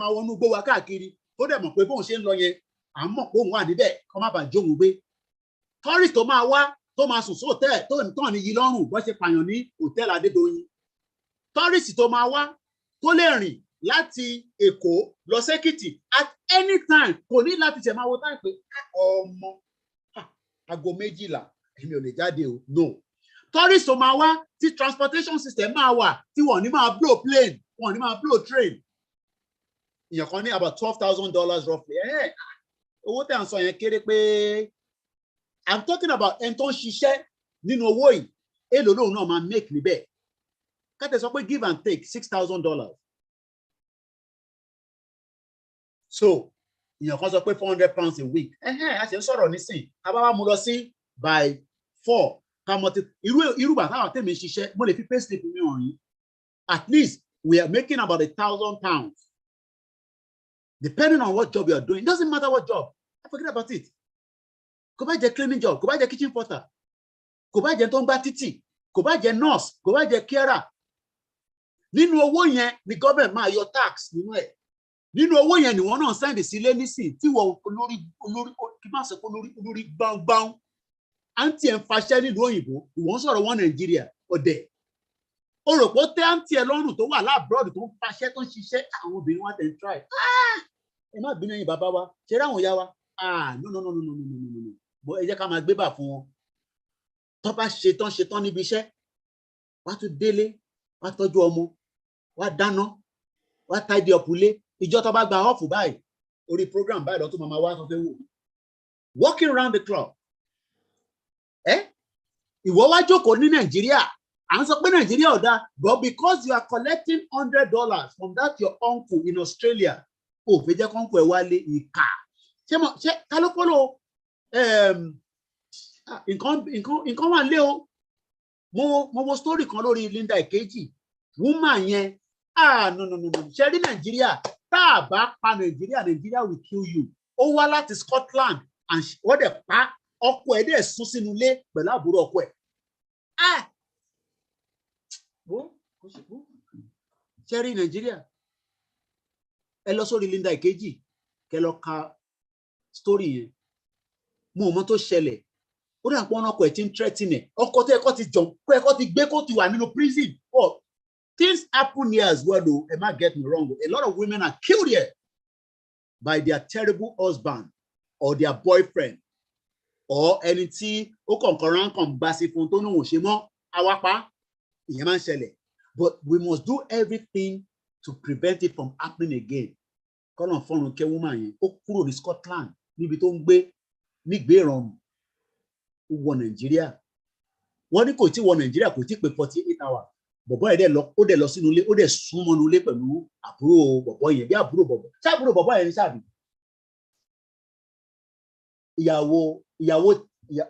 Àbúrò ìyàwó. Nǹkan bẹ́ẹ̀ lé o. Ẹni kan ló mọ̀ o. Àwọn family bá mi ṣe nísìn, justice for bá mi ṣe. Àwọn nìkan ló kàn báyìí o. Bàbá yẹn òun ló sì wà lára mi, ló sì wà níbí báyìí o. 84 years old. Bàbá yẹn ṣé ọmọ àṣẹbí bá mi ṣe ni? Ìyá 74 ṣọ́ṣẹ̀ máa lóyún bá mi ṣe again ni. Nǹkan bẹ́ Nàìjíríà o. Tẹ́ bá ń ṣèwọ Nàìjíríà àsìlú tẹ́ ẹ jẹ́ ká bákẹ́ẹ̀tì kúrò nínú ọdún yìí. Ẹni kan ló mọ̀ o. Ẹni kan ló mọ̀. Mo rí ń bẹ̀ Àkànjí. Ẹ káàbọ̀ ìyá wa Mary ọmọdé. Mo rí ń bẹ̀ bàbá wa Délé Oyèwọlé. Mo kí gbogbo ẹ̀yin dókítà wa, mo kí ń bẹ̀ ìyá mi Veronica. Mo kí gbogbo ẹ̀yin sọ̀ngbẹ̀sọ̀ngbẹ̀. Mo kí ń bẹ̀ bàbá wa Táíwò Abíọ́dún. Àfojúpa nìkan kan rẹ́. Mo rí ń bẹ̀ bàbá wa Alhaji Spati. Awúsá máa ṣe gàbá pé àwọn làwọn mú ẹ̀sìn jù. Ẹ mọ̀ pé wọ́n máa ń ṣe bẹ́ẹ̀. Awúsá máa sọ fún Yorùbá pé àwọn làwọn mú ẹ̀sìn jù. Yorùbá tẹ́ pé Kùránì báyìí ó wà lórí ẹ̀ látòkè délẹ̀ ni, but Awúsá ò ní kírun lẹ́yìn ẹ̀. Yorùbá dẹ̀ lè kírun lẹ́yìn Awúsá. Wọ́n ní ẹ̀sìn táwọn ń ṣe yẹn kò clean. Àwọn Awúsá yẹn ò dáa. Wọ́n ní ẹ̀sìn tàgbé dání kò clean. Let's continue with this video. It hosted over 1.4 million visitors, including yours truly. Most tourists arrive by airplane. However, some do arrive by boat. Most tourists arrive by airplane, where terrorists are invading Kaduna International Airport. How do you expect, tourists to come to Kaduna? The British government, maybe you don't know. Let me show you.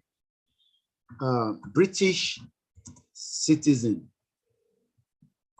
going to Nigeria. Advice. British, not the advice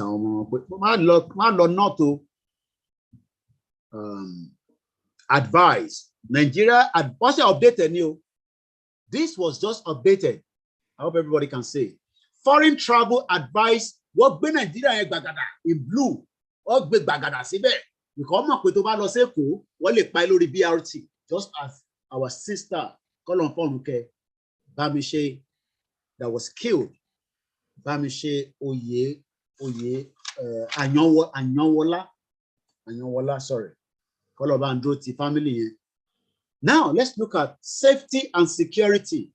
This is the British government now, the same British government that gave us this fraudulent amalgamation is now telling their citizens to shy away, not shy away, to make sure that you don't visit Nigeria and go to the north.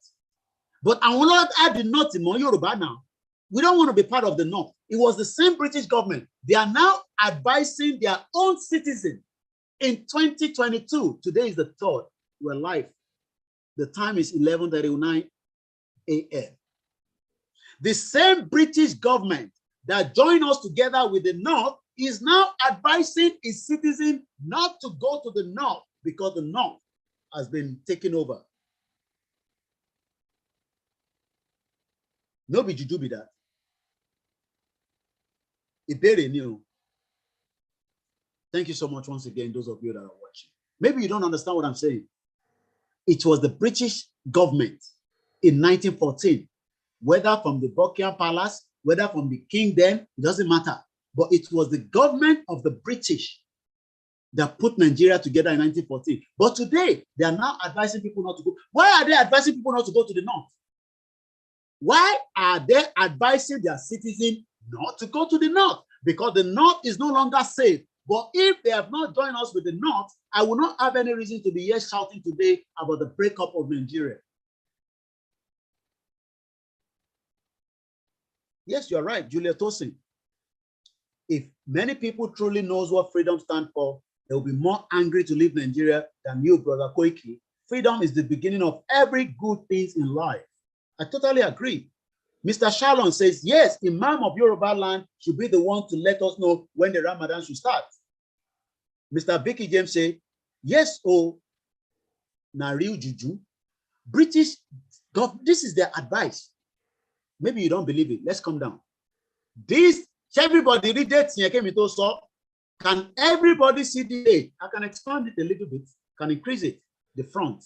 I don't have a problem with that. Can you see it? That this was updated even as of today, this morning. Oh, yes. The 3rd of, well, it was last updated, on the 29th of March, and it's still current. 29th of March was how many days ago? Mokimbe, Babawa, Ola, Dayo, Bello. Mufito, Kiyawa, Yetunde, Ekabo Surieto, Mukibu, Eti, Etiwa Lorikale, Princess, at DBC, at Tobe, Kalaro, Komoyo, Lori Nibiba, or Moto, Big Kokoda, Daniwa, Mokimbe, Babawa, Musba, Akiyami Kolapo, Oladipo, I speak, Mokenya, Bomi, Mokenya, Burumi, Mokenya, Jumilo, Mokenya, and Bawa, Tio, Yigbilo, I won't comment, but on do up with, ó jẹ́ kí Nàìjíríà má fún wa ní stage by káfíń má fi sọ̀rọ̀ because Nigeria táwọn ọmọ yẹn was a good country but it lost it completely because if Nigeria ṣé wọn pé Scotland bó ṣe ń jẹ jọmjọm báyìí wọ́n sì náà fẹ́ lọ so kí ni ìwọ tí ẹ jẹ jọmjọm ó bẹ́tà ká lọ ṣọdọ àwọn tó jẹ jọmjọm àwọn tó bí in the 60s gbogbo wọn nísìnyí lọ sọ pé kí Nigeria má break majority of them àwọn fẹ́ play politics ìgbègìrì àtẹwédú ti ṣe máa ń sọ politics ẹ̀bà politics ìgbègìrì àtẹwédú politics chop and chop politics tí kò ran gbogbo ọmọ ìlú ló ń ṣe politics ṣe ọmọ Ṣèyí Mákindé ẹni tó bá ọmọ Ṣèyí Mákindé dáràn politics ṣe ọmọ Dàpọ̀ Abíọ́dún politics ṣe ọmọ commissioner politics ṣe ọmọ this ṣe ọmọ that èèyàn kan mo rí lórí ìlànà à ń padà bọ̀ lórí bíbá yo mo rí lórí Twitter feed ìlànà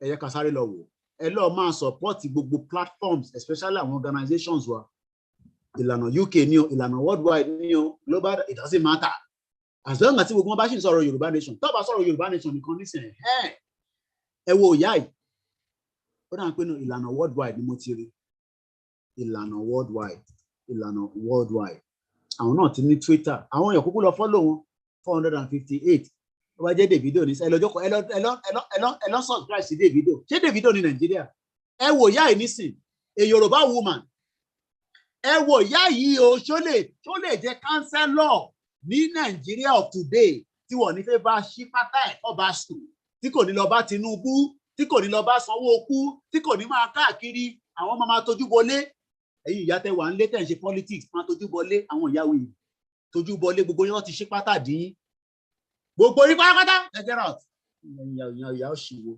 support APC gbogbo yín lọ ti gbà sí fún pẹ̀lú ẹ̀ náà ọ̀ọ́bì yín wọ̀ fún àwọn ọmọ yín ní access kan lọ sí Saudi lọ kàwé wọ̀ fún wọn access kan lọ sí Morocco lọ kàwé wọ̀ fún wọn access kan lọ sí Jamaica tẹ̀lá àwọn ọmọ yóò ní access láti private school tó wà nílẹ̀ Yorùbá ẹ wò yá yìí nísìn ṣé gbogbo yín lẹ̀ ń rí àbí kí àbẹ́ rí ṣé gbogbo yín lẹ̀ ń rí a Yoruba lady ìyàwó Ayétúndé Ẹlẹ́bùìbọn yesterday won the councillorship by election for Whittle Hills and Intake Ward in Doncaster in UK, a polling unit with 823 votes to defeat her opponent Mike Ognos of the Conservative with a poll of 426. Nobody do with that.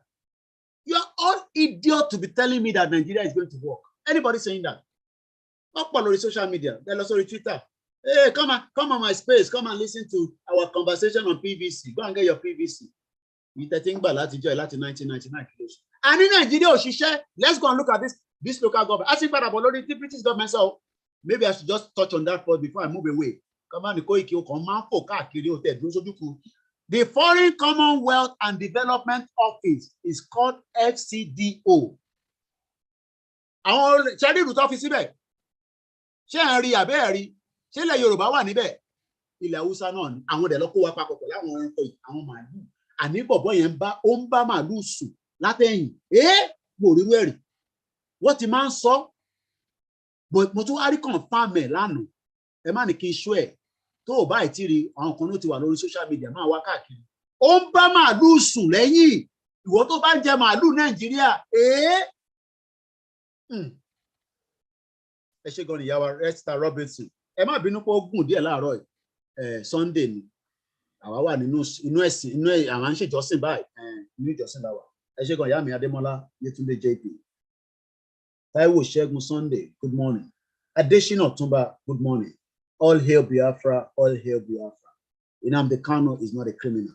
The Foreign and Commonwealth Development Office here in the United Kingdom ibi tèmi ń gbé yìí wọ́n advice ní Ọláyọmí Kóìkì pé tó bá lọ Borno kò sí tó kàn àwọn bó bá lọ Yobe state problem tiẹ̀ ni bó bá lọ Adamawa nílùú tí Àtíkù ò lọ fix Adamawa ó rò pé fix Nàìjíríà olórí burúkú ọmọ àlè tó jí ó jí gbogbo owó Ọbásanjọ́ kan sọ pé bẹ́ẹ̀ bá rà Àtíkù kẹ́ lé gidi kẹ́ sọ̀kò pa because nígbà tó wà lábẹ́ Ọbásanjọ́ gbogbo contract ló consign ló ń kówó jẹ olórí burúkú ní sórí ìwé politician yẹn ogun máa wọnú ilé agbègbè yín dànù ni lọ fix Adamawa má fix ilẹ̀ Yorùbá fáwa jẹ́ kí ilẹ̀ Yorùbá lẹ̀ fáwa àwa máa dín pẹ̀lú àwọn politician tiwa British government ní kí n má lọ Gombe state tí bá lọ problem tèmi nìyẹn torí pé bíbá ilé mi gbé wọ́n ní kí n má lọ Kaduna mùjẹmùjẹ bó bá mọ̀ ohun tó ṣẹlẹ̀ ní Kaduna olórí burúkú Amechi ọmọ àlè ọmọ Ìgbò ọmọ àlè ẹ̀gbọ́n tó sọ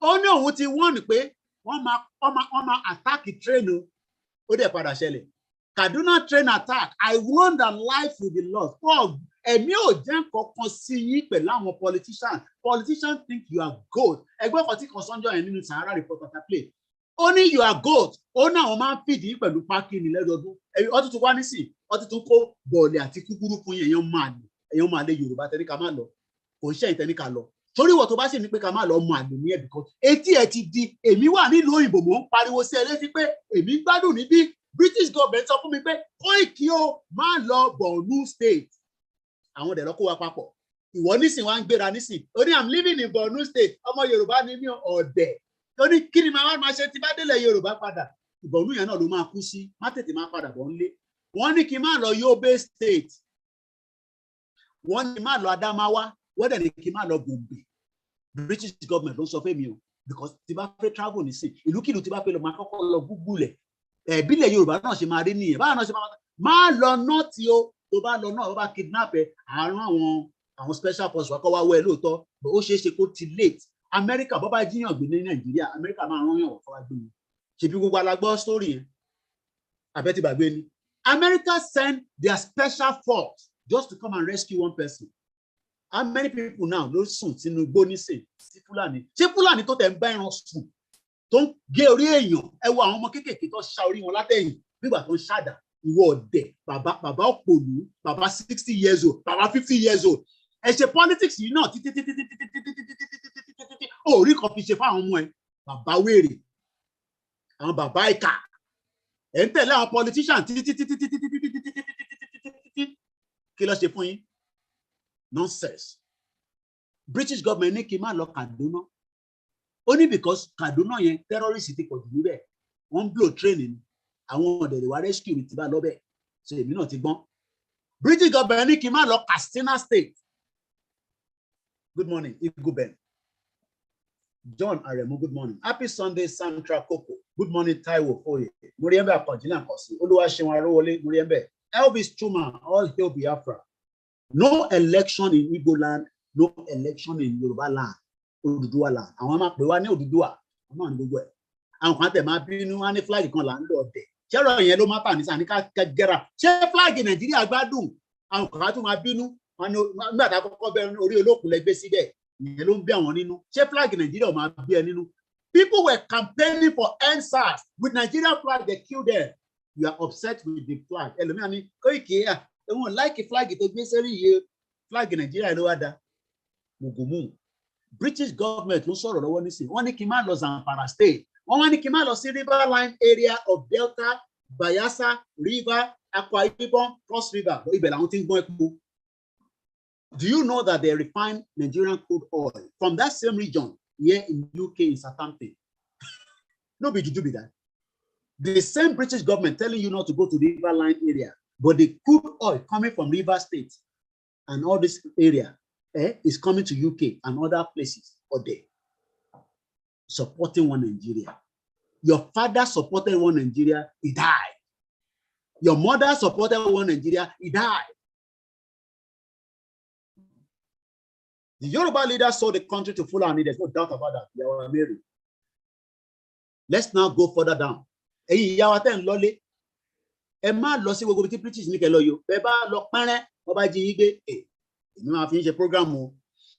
FCDO also advised against all but essential travel to Bauchi State, Kano State, Jigawa State, Niger State, Sokoto State, even Kogi State. Within 20 kilometers of the border with Niger in Kebbi State, Abia State, no riverline area of Delta State. And the same British government put us together in 1914. No be juju be that. No be juju be that. Yes, you are right. Oluwa Yomi says Nigeria is a crime against humanity. And you think Amnesty International was Amnesty International that David Odoye told us, go and read this article. Amnesty International is now working with Nigerian government. You don't have anybody for you. So our best option is to make sure that we dissolve Nigeria so that every one of us can now come back with a normal sense. Because at the moment now, nobody has normal sense in Nigeria. All the money circulating in Nigeria now voodoo money, they go like that, they come like that, they go like that. Sometimes you go, somebody go give you money, go to look for the money again. Because you no clean money in Nigeria. Everybody, no clean money. Everybody wants to drive Rolls Royce.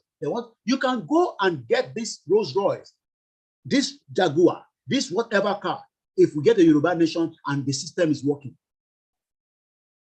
Good morning, Mr. Ayo Lawrence. Thank you so much. Nigeria is a failed nation. End Nigeria now to save life. They don't want to end it, but British government is advising us not to go to these places. So, as you can see, that is the advice, and it has all the right up there. You can see on the 26th of March, this is what I'm reading. In case you say you don't see it. On the 26th of March, 2022, an attack against Kaduna Airport killed at least one airport official in the latest in the series of attacks. I don't even know why they've not updated it again and put the Kaduna train bomb. Because this one occurred and there's been multiple more after this, but they've not updated it. Good morning, David Wahab. Sikiru Ogundipe, good morning. Assis Olami, good morning. Ogun killed all the politicians. Even Mr. Ogunwano, I know he's in France, but it's been a while. Has anybody watched his video, any latest of his video? I hope he's fine. Mr. Ogun, Ogun killed them. Thank you so much, Mr. Taiwo. Mokimbe, Mr. Gbenga. Mokibo Pastor. All hail Biafra, prosper and reason. They must free Mazi Nnamdi Kanu. They free him Wahala. They don't free him na Wahala. See, hey, they say sit at home on Monday. Sit at home. Yoruba people where they Southeast. Sit at home on Monday. Sit at home. When they say sit at home, you sit at home. If you don't want to sit at home, travel tonight, come to Yoruba land so that you can do your business. Then Tuesday, you go back to Southeast. Sit at home, now sit at home. Because I'm seeing articles say they say there's no more sit at home. But what I know is they say sit at home, sit at home. Sit at home is sit at home.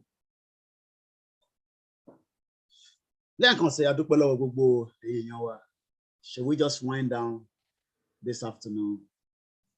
Let me just show this again. This is we've talked about so many reasons why different countries are very, very beautiful to visit. Let's watch a little bit more of this. Mauritius is a very popular destination for many from other African countries looking for a getaway without going too far from home. Hey, 1.4 million people a year cannot be wrong. So let's jump into our list of the 10 reasons we think you should visit Mauritius now. Number 10, food. If you love food, you will love your time in Mauritius. Trust me, it's delicious. Mauritian cuisine is one of the most diverse in the world. Food, we have food in Yoruba land. Oh my God, if we package all our food, Oyibo people, all we just have to do is just reduce the content of the spice. That's all. Everybody, you will see Oyibo, they eat begiri and they will. If we package it properly. It is all packaging. You cannot beat the UK government for PR. They are the best when it comes to PR.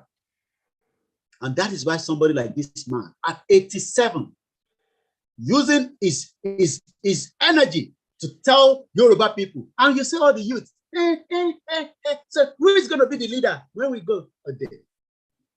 Who is the leader of this woman? All she did was join a political party. Let me go and Google that properly. I want to find out which party she contested under, whether it's Labour Party and sometimes independent. Look at her there. Look at her. Let's go and look at the news up. Labour. Look at her. Labour wins Doncaster. She will never be given that same opportunity in that shit old country called Nigeria. Doncaster. How many is the population of Doncaster? Labour wins Doncaster by election following the resignation of a councillor on drug allegations. Do you now? Oh, shut up for this. Bring you some of the main headlines here in our town today. Hell yeah. South Yorkshire Police have launched a fresh manhunt for an absconded prisoner. Nazir Ali has been on the run from Hatfield Prison since October. What's in Wiley? Being held on murder and firearms. Okay, sorry, Lori. Thank you so much. This free press. There's no free press in Nigeria. This woman, the first person. Now let's talk about. Hey, how many of these your politicians they've smoked? That they do. Look at Wike. They don't want to take drug now. They don't want that support. But Wike they take drug. Look at Tinubu. It go to look like that. They don't have to tell you that those guys don't take drug. But look at it now. A Labour has retained its seat in a by-election call after the sitting councillor was forced to resign on drug allegation. How many of your politicians now?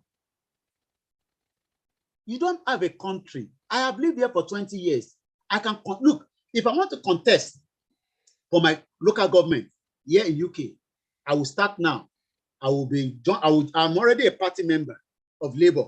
Then I will be doing those things. I'll be going for the meetings. They will know me. Then one day I will just say, if I want to be councillor, they will vet me. They will think I can do it. And bam, I'll go. I don't need to go and see I don't need to go and see the Labour leader. You now, you want to become councillor. And to endorse it. But sisters were beautiful sisters. And listen, Siwa. Sherry, oh my boom, oh my expand in large quantity. Imagine in your own state, about 1.4 million visitors is coming there. Oh my sharing. Because anybody that travels wants to explore. Purpose of traveling here, traveling is what they call experience. Mama wasile Yoruba, Emma come. I'm not to my one bed. For sure, my wallet here, my pan wall, Nigeria, never roll you, Emma Gilori. Nigeria, but you will see them in their beautiful, skin pepe. What about the pepe one? No, I don't know. How many man? No, I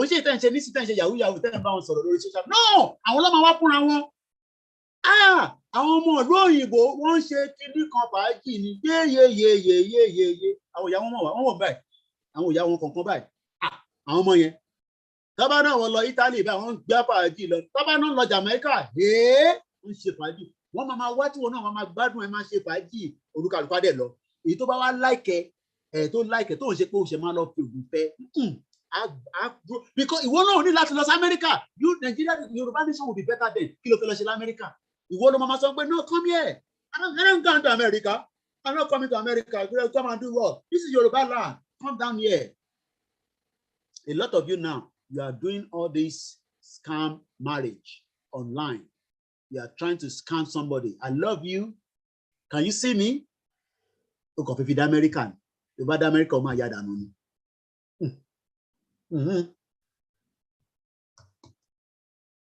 Don't call me straight. What do you mean you're calling me straight? I say only what's up. What do you mean you're calling me straight? Say money can put me straight. Why are you trying to call me straight? Still put me straight. Money what's up? You are calling straight. Are you for real? Oh, she follow on the program. Get out.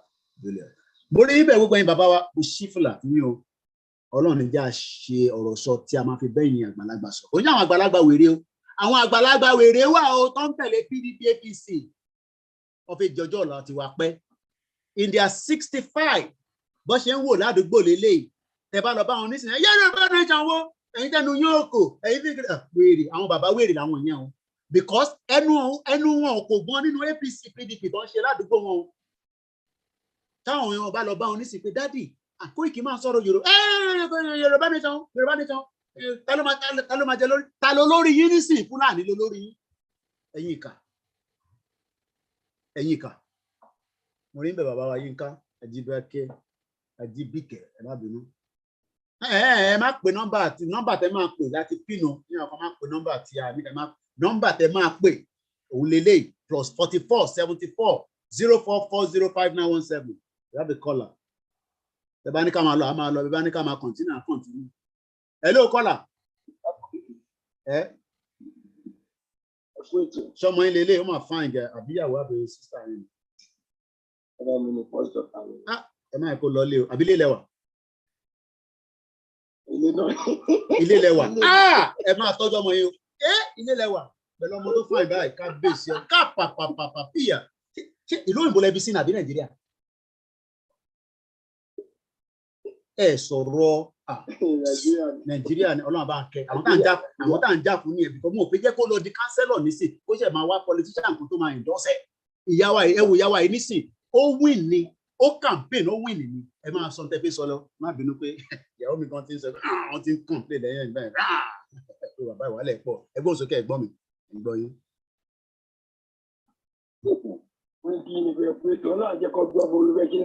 Àkọ́ máa gbọ́.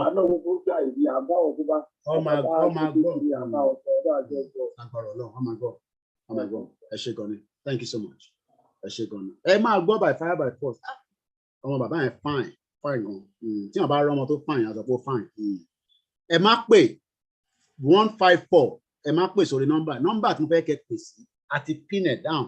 Òun dẹ̀ ló ń scroll lókè yẹn +44 74 0440 5917. Ẹ wò ìyá wa yìí nísìn ìyá alálùbáríkà yìí ó lọ win ní eléyìí kánsẹ́lọ̀ kan mú drug allegation sí ní tọ́ba nìkan allegation ó láti prove ẹ̀ ní court ó lè win case yẹn ní court but for now allegation ni so ó láti step down. Wọ́n wá sọ pé ìyá wa Yétúndé Ẹlẹ́bùúbọn was victorious in yesterday both in Whitley Hills and intake ward. Although the turnout was drastically down on the May 2021 when Daniel Byward was elected. Nígbà yẹn, ìyàwó ìwà win. Kò nídìí nǹkan kan tó máa ṣe máa lọ bá máa ká skẹ́ẹ̀tì sókè. Kò ní disrespect àwọn obìnrin wa nílé àtọmọdé àtàgbàlagbà. Àwọn politician àwọn ìgbúgbú dá kankan mọ́ ní tiwọn. Àtọmọdé àtàgbàlagbà lọ. Àwọn politician yamayama ṣíwọ́. Àwọn politician tó ní value. Wọ́n ọmọdé wọ́n àgbàlagbà. Ìyàwó àìwá win. Ó campaign. Ó máa ẹ̀wù fáìwọ̀ ẹ̀wù ìyàwó àì. Ẹ̀wù ìyàwó àì nísìn. Look at her. Ìyàwó àìwá win.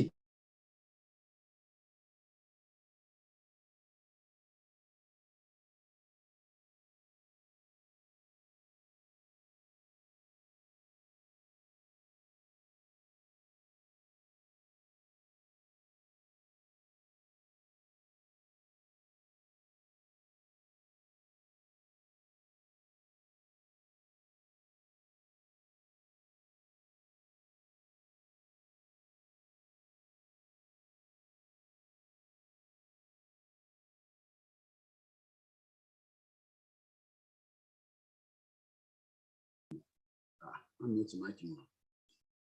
So let's share the screen again. Let's share our screen again.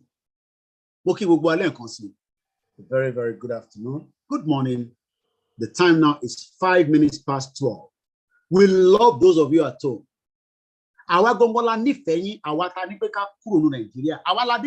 Because we know that you are in pain. We can see the pain in your eyes. We can see the pain in your community. We can see the pain in your environment. We can smell it from here. Mo bá yàrá kan sọ̀rọ̀ lánàá. Wọ́n nígbà táwọn wà lé fún 1 month. Wọ́n ní gbogbo ara wọn gbogbo nǹkan. Wọ́n nígbà táwọn dẹ̀ débi tí wọ́n wà padà padà pọ̀ lóye. Wọ́n ní àlàáfíà dẹ̀ padà sí gbogbo ara wọn.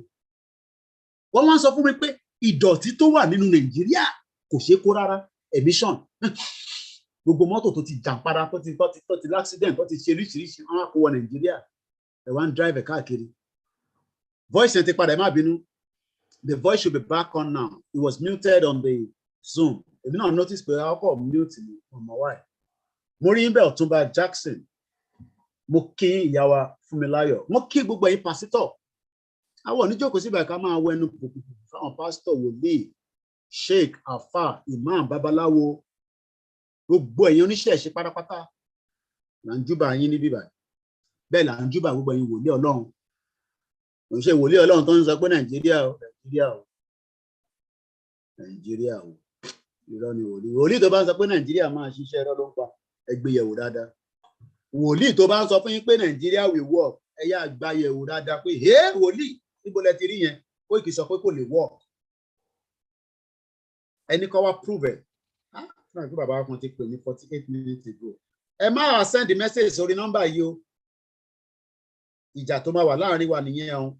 Ẹ má send the message síbẹ̀ mú bẹ́yìn ni o. Gbogbo message tẹ́ bá fẹ́ send orí the other number ẹni kẹ́ send ẹ̀ sí o. I'm pleading. Àṣàkọ o. So that kẹ́ má sọ pé Koiki mo send message sí ẹ. Ẹ̀yin tẹ́ bá dẹ̀ send message, it might take some time. I will get to that message. Mo lè máa ka message lórí phone méjèèjì. This is just to receive calls only. Calls only. Kódà even after the show, you can call on it and I'll pick it up as well. But can you send the message? Because I'm not going to read it. So, check out my law. Because she my follow. And they were like Koiki po. Then, mo fẹ́ kí etí kó là dáadáa pé ìyà lẹ ń jẹ. Look at her. Labour lo join. Ìyá ẹ wo ẹ̀yin náà ẹ wo wonders of Dubai. Ẹ wo ilé ni o. Everybody should call palm tree. Yeah. But I'm funny, there was even some mistakes around it as well. But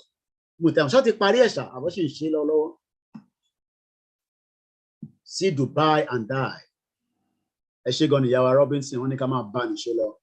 Okay, Eshegoni. Mr. Koiki, don't go here to make my work fast. But I'm Baba Walati. I want Dubai Lele. Abibeko. Hello, White Lion. Mojeri, I go to I mute the background. Yeah, brother. Sir. Yes, I'm okay. You know, Juba. Yeah, mo fẹ́ dá sí àwọn ọ̀rọ̀ kan tó ń jẹ́ bóyá jẹta. Ẹ̀gbọ́n sókè. Yeah, mo rí pé ó dà yẹn pé àwọn onítíátà yẹn wọ́n ṣọ̀fọ̀ èèyàn kan. Èmi náà rí bẹ́ẹ̀. Wọ́n pè máa yẹn ní dẹ̀jọ́. Kọ́lọ̀ fọ́ọ̀nù kẹ́. Yeah, kọ́lọ̀ fọ́ọ̀nù kẹ́ yà. Kẹ́rí olórí burúkú ayé àtọ̀run làwọn onítíátà yẹn.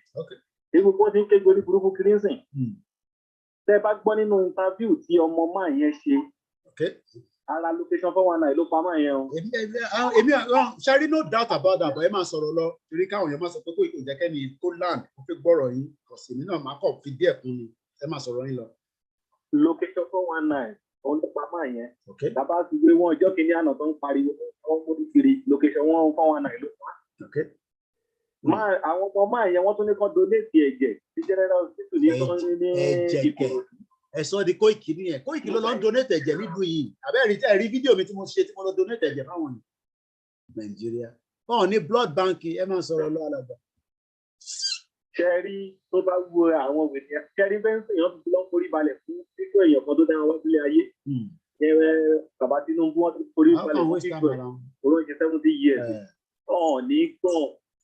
Ààrẹ ló máa pa gbogbo wọn lẹ́yọ̀ kọ̀ọ̀kan ìbára wo ní ìbalẹ̀. Èmi ò ṣépè fún wọn torí pé àwọn náà mọ nǹkan tó ń jẹ́ ní ìtù wọn ṣe. Hospital. Kíkú lè máa dédé pààyàn. Kíkú máa dédé pààyàn láì ṣe wípé ipò àtọ̀dọ̀ Ọlọ́run ni ìbáṣì. Hospital. Àwọn ọmọ máa yé dẹ̀ ń sọ̀rọ̀ omi dẹ̀ ń jábọ́ lójú ọdún dẹ̀ ń jábọ́ lójú èmi náà tó jẹ́ ẹsẹ̀ fún ọ̀hún pé ọ̀nà hospital ló pa máa wọn ọ̀nà hospital ló pa máa wọn ọ̀nà because ọ̀nà poor treatment náà fún wọn. Kí lẹ fẹ́ kí ẹ fún wọn tẹ́lẹ̀? Kí lẹ fẹ́ kọ́ fún wọn tẹ́lẹ̀? Ṣé Nàìjíríà mọ ẹni tó ń jẹ́ actor àbí actress ni? Ṣé Nàìjíríà mọ ẹni tó ń jẹ́ actor àbí actress ni? Hello bàbá mi mú wa lórí ẹ̀kún àwọn lórí program. Ṣé ká sọ̀rọ̀ létà mú wa lórí program? Ṣé bọ́ máa tó máa gbé kàǹtì kiri ẹ̀jẹ̀ tó máa gbé kàǹtì kiri. Nọ́mbà tẹ fẹ́ pèsè kọ́ lélẹ́yìn. Nọ́mbà kejì ẹni tẹ pèsè káwọn lè bọ̀ yín. Ẹ má pèsè lélẹ̀. Nọ́mbà kejì ẹni tẹ pèsè tó ń sọ. Mo ń gbádùn yín bàbá mi, ẹ má bínú sọ̀rọ̀ ẹni tó ń pè mí lọ interfere pẹ̀lú ọ̀rọ̀ yìí. Mo ń gbádùn ọ̀rọ̀ yìí sọ̀rọ̀ ẹ má sọ̀rọ̀ lọ. Ẹ má sọ̀rọ̀ lọ alàgbà. Mo ń gbọ́ yẹn má sọ̀rọ̀ lọ. Mo ń gbádùn ọ̀rọ̀ yín. Ẹ má sọ̀rọ̀ lọ sà. Ọ̀rọ̀ yìí ti kọjá àkọsí ọ̀lẹ́ ètò.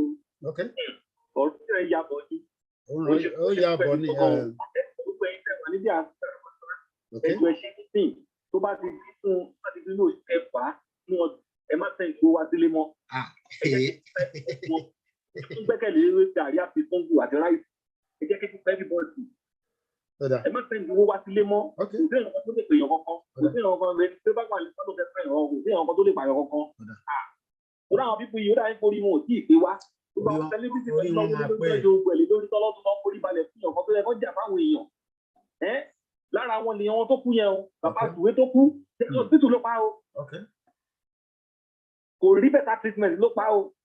Gbogbo tọ́jú wọn ní kẹlọ́mọ. Imagine tí iná ọ̀rẹ́ tó ṣe tẹ́lẹ̀ Tinubu kiri ọlọ́run forí balẹ̀ fún picture torí lóun ò ṣe celebrity òun ò ṣe celebrity wèrè kan. Tó ń gbé tírèdì tí ó ní àṣẹ torí tírèdì táwọn ẹbí wọn tó bọ́ǹbù dànù.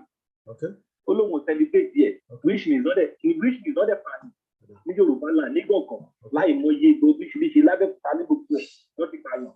Kò lóun imagine ọmọ ọ̀rọ̀ yìí tó ní gan ìgbé parọ́ fún yín o ọ̀dọ̀ Yorùbá ṣe. Ìfimọ̀ ọ̀kan tí ọ̀ma ṣe sọ̀rọ̀ wọn. Ìfimọ̀ ọ̀kan tí ọ̀ma ṣe sọ̀rọ̀ wọn rárá. Nàìjíríà ò gbọdọ̀. Nigeria must no continue. Lọ́rọ̀ yìí.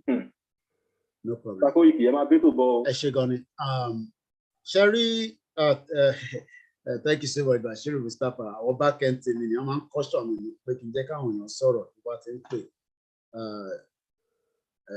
Ẹ̀yin tẹ́ bá fẹ́ pè nọ́mbà tá a fi síta yẹn is just for the calling alone. Sherry, the other number tí gbogbo yín mọ̀ yẹn, I still use that number. But tabako wà lórí program pé kò fi bá wa sọ̀rọ̀ àbí bí a ta bá ṣe program kan it's just for that purpose. Ẹ má send message sórí ẹ̀ because ó máa tó di gbàgbó tí message máa pọ̀ lórí ẹ̀. So tẹ́ bá ṣe ń send message I might not have the opportunity to respond to it. Thank you so much. Àwọn back end team máa ń control mi gan lẹ́yìn. Thank you so much Bashiru Mustapha. Sherry healthcare ó ṣe pàtàkì gan ní ilé ayé ọmọdé àgbàlagbà àtọmọdé àtàrúgbó. Kò sígbà tí àárẹ̀ ò lè dé bá yàn àwọn ọ̀dẹ̀ ń fi àárẹ̀ àfin yọ̀yàn kò yẹ yín nísìn because people get sick but they need to be treated. The only difference in Nigeria is you don't have that standard. Ẹ̀gbọ́n mi Awofẹ́sọ, don't be surprised there is no good health service again since the Action Group Party was in power in the whole Western region. This is one hospital website, or not one. One in Newham Hospital, one in Mile End Hospital, one in St. Bartholomew Hospital, one in Whipps Cross Hospital, the Royal London Hospital. So all these are there to support the people within the community.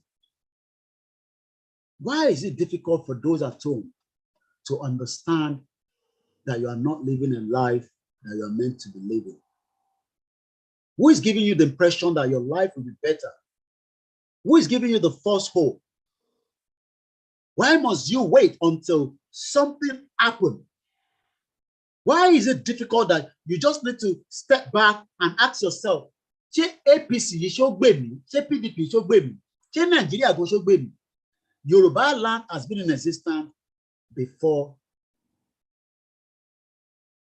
Okay, why is it not coming up? The London hospital. Mo fẹ́ fi lo video hospital kan. Let's watch this. Once again, this is Cambridge University Hospital. Moriembe Omotata. Eshegon Baba mi no so retain. Mo kí gbogbo ẹ̀yin engineer wa tẹ́ wà nílé. Ah, ẹ má ríṣẹ́ ṣe o. Tí Yorùbá land bá dá dúró tán. Everybody ló máa busy. Ṣé ló ràn pa àwọn èèyàn kan feel pé ẹ ń fi impression Nigeria. Ẹ̀yin náà wo tí bàbá Aliyu sọ ní bíbá. Ẹ ká padà sí bíbá yẹn again. Ẹ kò imagine how many kini lele nísìn mo fẹ́ wo gbogbo ẹ̀. Ẹ wo akatẹ̀sí dúró sórí eléyìí nìkan. Immigration, port, education. Do you know how many people can be employed in this sector alone?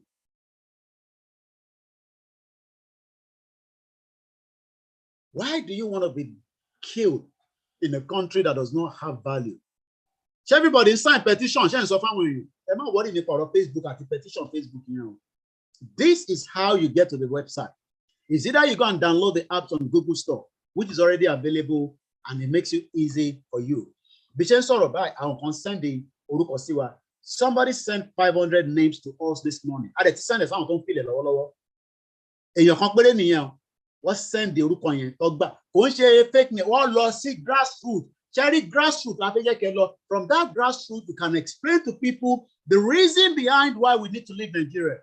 And some of the reason is what Dr. Aliu explained yesterday. And talk about program maybe what I'll do is I might just rerun it again when I complete this program. I don't have a problem with that. Internet is what I have a program. I already let him run 24 hours. Could have been the program. I will make sure the program is sorrow. And you can support Koiki. Well, no, you know, yeah. I become a supporting him. Lossy Guardian newspaper and it's in Tibashi typing Guardian newspaper.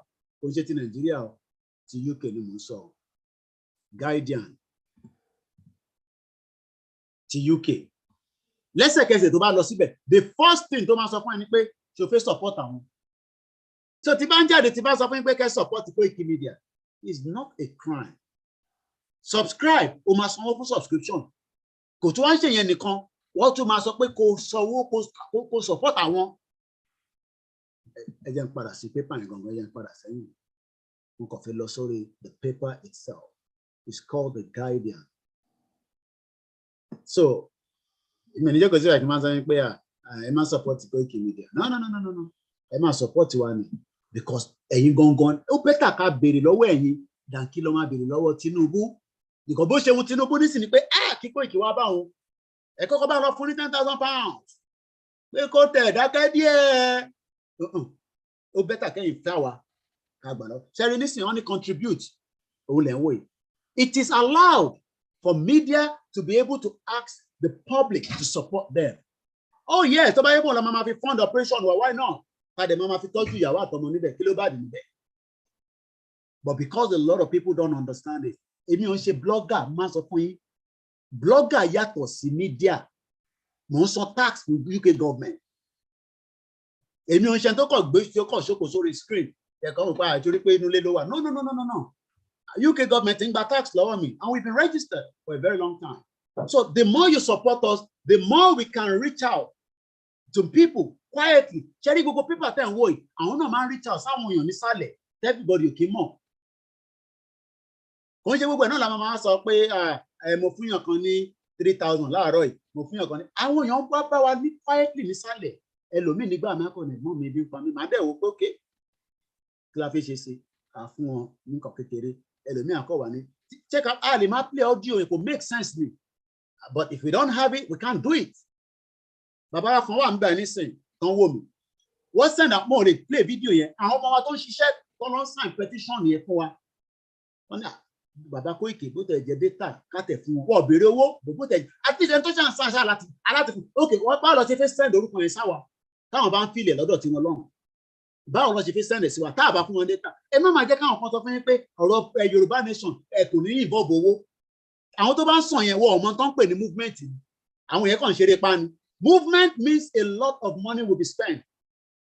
Anybody that is telling you pé à ń ṣe Yorùbá nation owó wo ló ń lò ló fẹ́ fowó ṣe ẹ lọ béèrè pé ló ní UK government iná nígbà tó fẹ́ kúrò nínú EU ẹ lọ béèrè pé ló ní Scotland iná fún advert. So now tẹ́ bá click lórí eléyìí nísìn pé mo fẹ́ contribute ṣẹ́rí kí ló gbé jáde yẹn ṣe fẹ́ san single ni àbí monthly and we appreciate those of you wọ́n sọ pé okay Koiki £10 every month a máa fi support a máa fi ràn ẹ́ lọ́wọ́. But the thing is, it's never too much because media is a vast job. Tentacle media láti máa spread in BBC ò sometimes on nísìn, Sky News ò sometimes on nísìn, Facebook ń bá wa jà nísìn, báwo la ṣe fẹ́ bá Facebook jà? So once again, yes, you're right, Baba wa Levy. Money run things. Only need £8 per month, £12 per month, £18, £22 per month, or order. O lè ṣe ní àwọn eléyò paper British lélẹ̀ eléyò rẹ̀ sọ̀rọ̀ Yorùbá nation nísìn but wọ́n deliver news fún content àwọn ọmọ ìlú wọn ẹ bá lọ wo nísìn kí ló ń sọ̀rọ̀ lé lórí nísìn ẹ jẹ́ ká lọ wo headline gbogbo tó fọ́kọ̀ ṣé n tó ń ṣẹlẹ̀ ní ilẹ̀ Igbo nísìn kò jẹ́ kí paper ìgbé síwájú pé there is genocide happening in Igbo land there is killing even in the north ẹ wo headline wọn nísìn ọ̀rọ̀ Ukraine lọ gbé síwájú. And people are funding them because as far as they're concerned, in time of money. So in time you pay money, they not share fund you. And you will tell about any funding that our website will be running fully with a lot of team at the back end. Owó tó ń rí nothing employ staff tó ń ṣiṣẹ́ fún wọn. Staff kọ̀ọ̀kan ní ṣiṣẹ́ lọ́fẹ̀ẹ́ fún Guardian newspaper nílùú Ìláyé orí kíni. Staff kọ̀ọ̀kan, good afternoon, Tony Edges.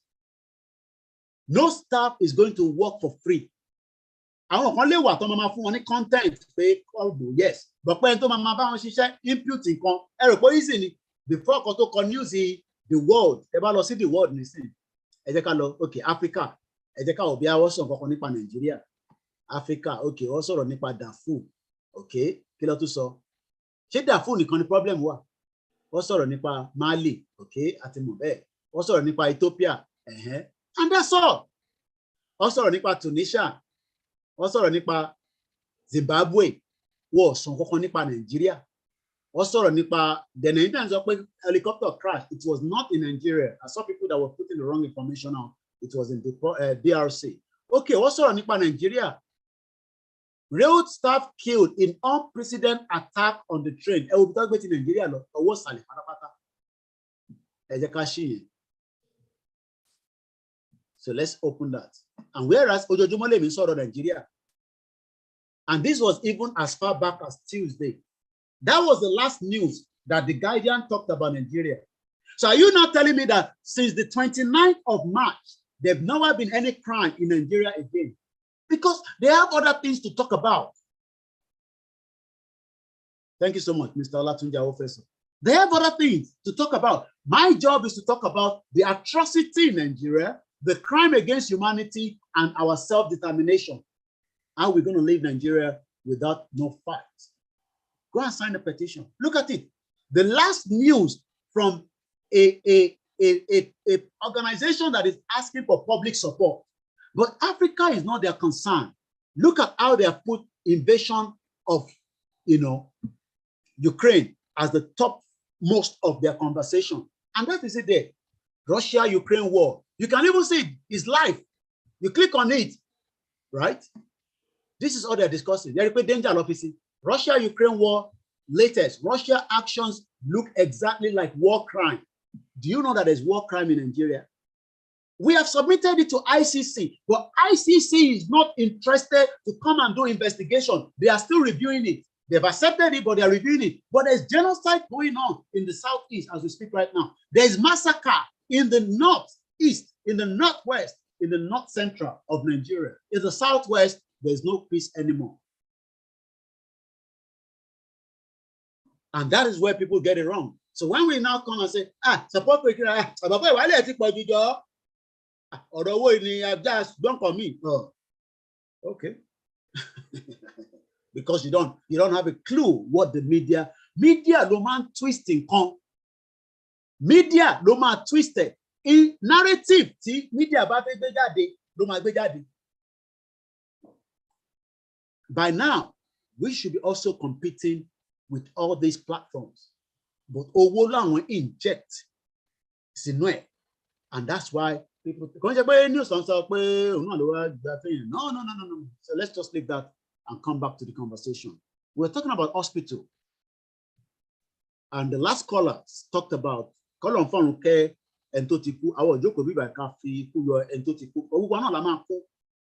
imagine if this last death of that person has been campaigning for the bad hospital in all their movies, but they were not interested.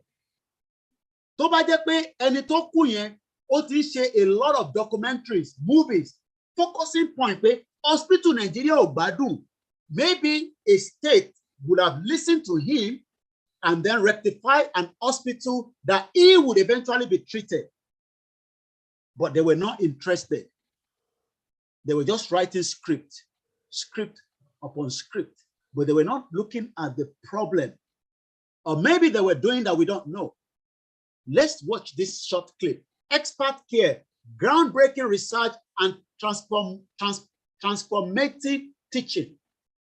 Cambridge University Hospital, Emagbo, is a family of hospitals comprising Addo Brooks and the Rosie as part of the NHS. NHS stands for the National Health Service. We will also have what they call the Yoruba Health Service, where everybody's life will matter. It doesn't matter wherever you are in Yoruba land. The Nigeria of today, your life doesn't matter to them. They were able to kill people during the NSAS.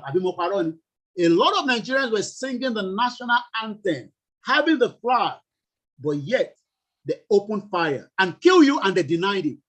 And they've now also gone back and reopened that same position of the Lekki toll gate. What an insult to the dead. And you are now open and thinking that you will go and do PVC to chase Tinubu away, or to chase Atiku away, or chase Dele Momodu away, or bring in Showore, or bring in Kingsley Moghalu, or go and bring in the 419 central bank governor that we've just started seeing is very cool, packed somewhere, branded. These guys have stolen so much from you, they could not even give you the basic things of life, which is healthcare. Thank you so much, one of our fans, Ola Ramos. Anybody that ever pay green here, these are members that are paying us every month. And when they come in, we cite them, we must welcome them into the program. Olatunji Awofeso, my brother, my uncle, says, the 4 nations within UK have their own national health service. Robert Bryan said, UK BRICS exit. I could remember they have been talking about it for ages, but a set of politicians in power weren't interested at all. Pressure become too much for the agitator, Farage and Boris. Let's watch this small clip, just to remind us that millions of you now have small illness. Even if prayer will solve it, why not just go to the hospital and let them scan? No, you just need to go and check first. Yes, we know that people do spiritual attack and all that, but you have put everything on spiritual attack rather than going into the hospital and they will probably tell you that that junction is so polluted and dirty. It should have been taken off that complete area, but nobody's talking. Everywhere is smelly, polluted. But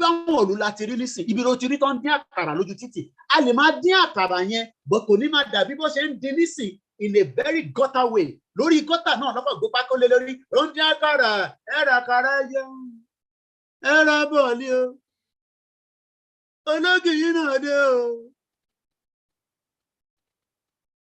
Shit old country. For 61 years, they were unable to use the wealth from the resources of the Yoruba land, the Igbo land, and even in the north to develop Nigeria.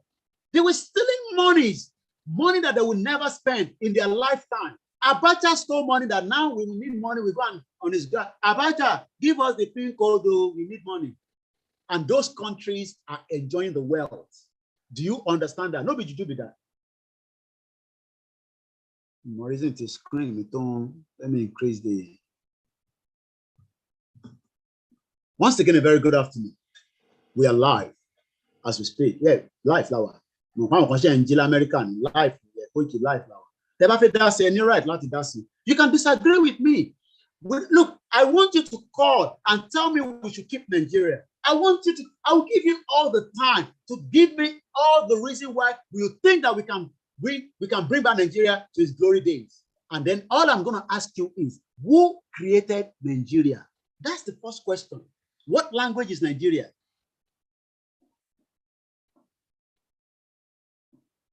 Thank you very much. This refresh 123. Prince Abimbola Bugbawo, Prince. When somebody is called Prince, he's a prince.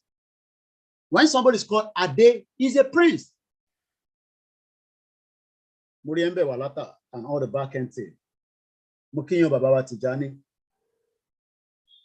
Thank you so much, Bashiru Mustafa. We are not here to curse anybody. We are not here, to disrupt Nigeria. Nigeria has already disrupted our life.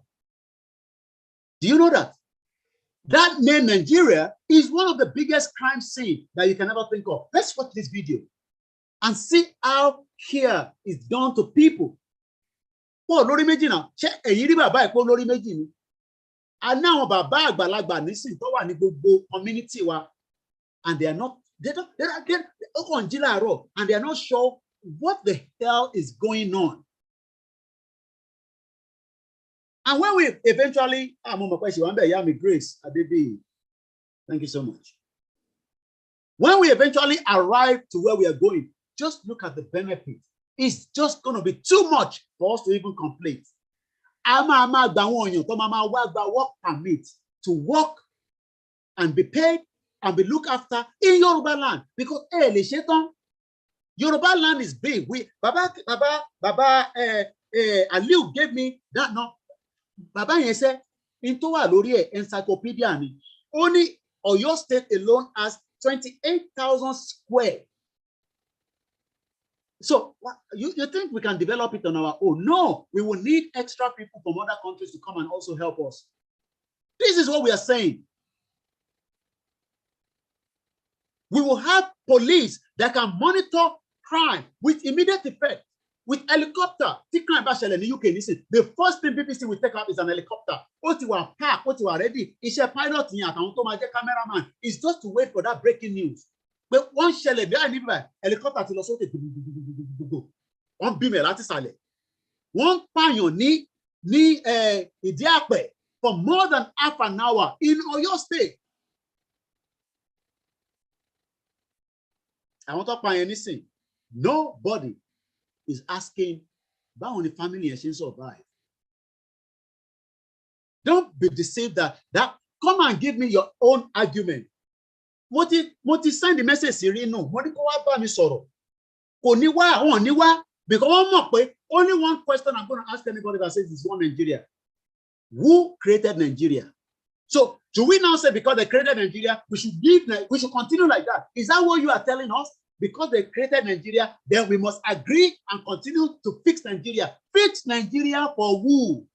Listen to me. Who are you trying to fix Nigeria for? Who? Tell me. I have all the time. Call. Tell me. If you want to come on the Skype, if you want me to send you the Zoom link, I want those that still believe in one Nigeria. Send me a message. Write it down in the comment. Thank you very much for the super chat. Green for God News. Thank you so much. We love you all for all your support. We don't hate anybody. We are not animals like the Nigerian politicians. Let's watch that video. Have you signed the petition?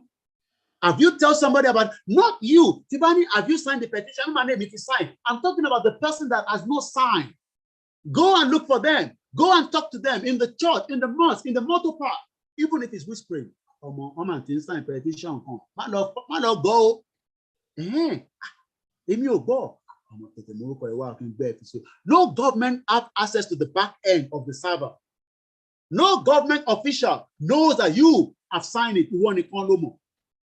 And your name will be part of the first 5 million.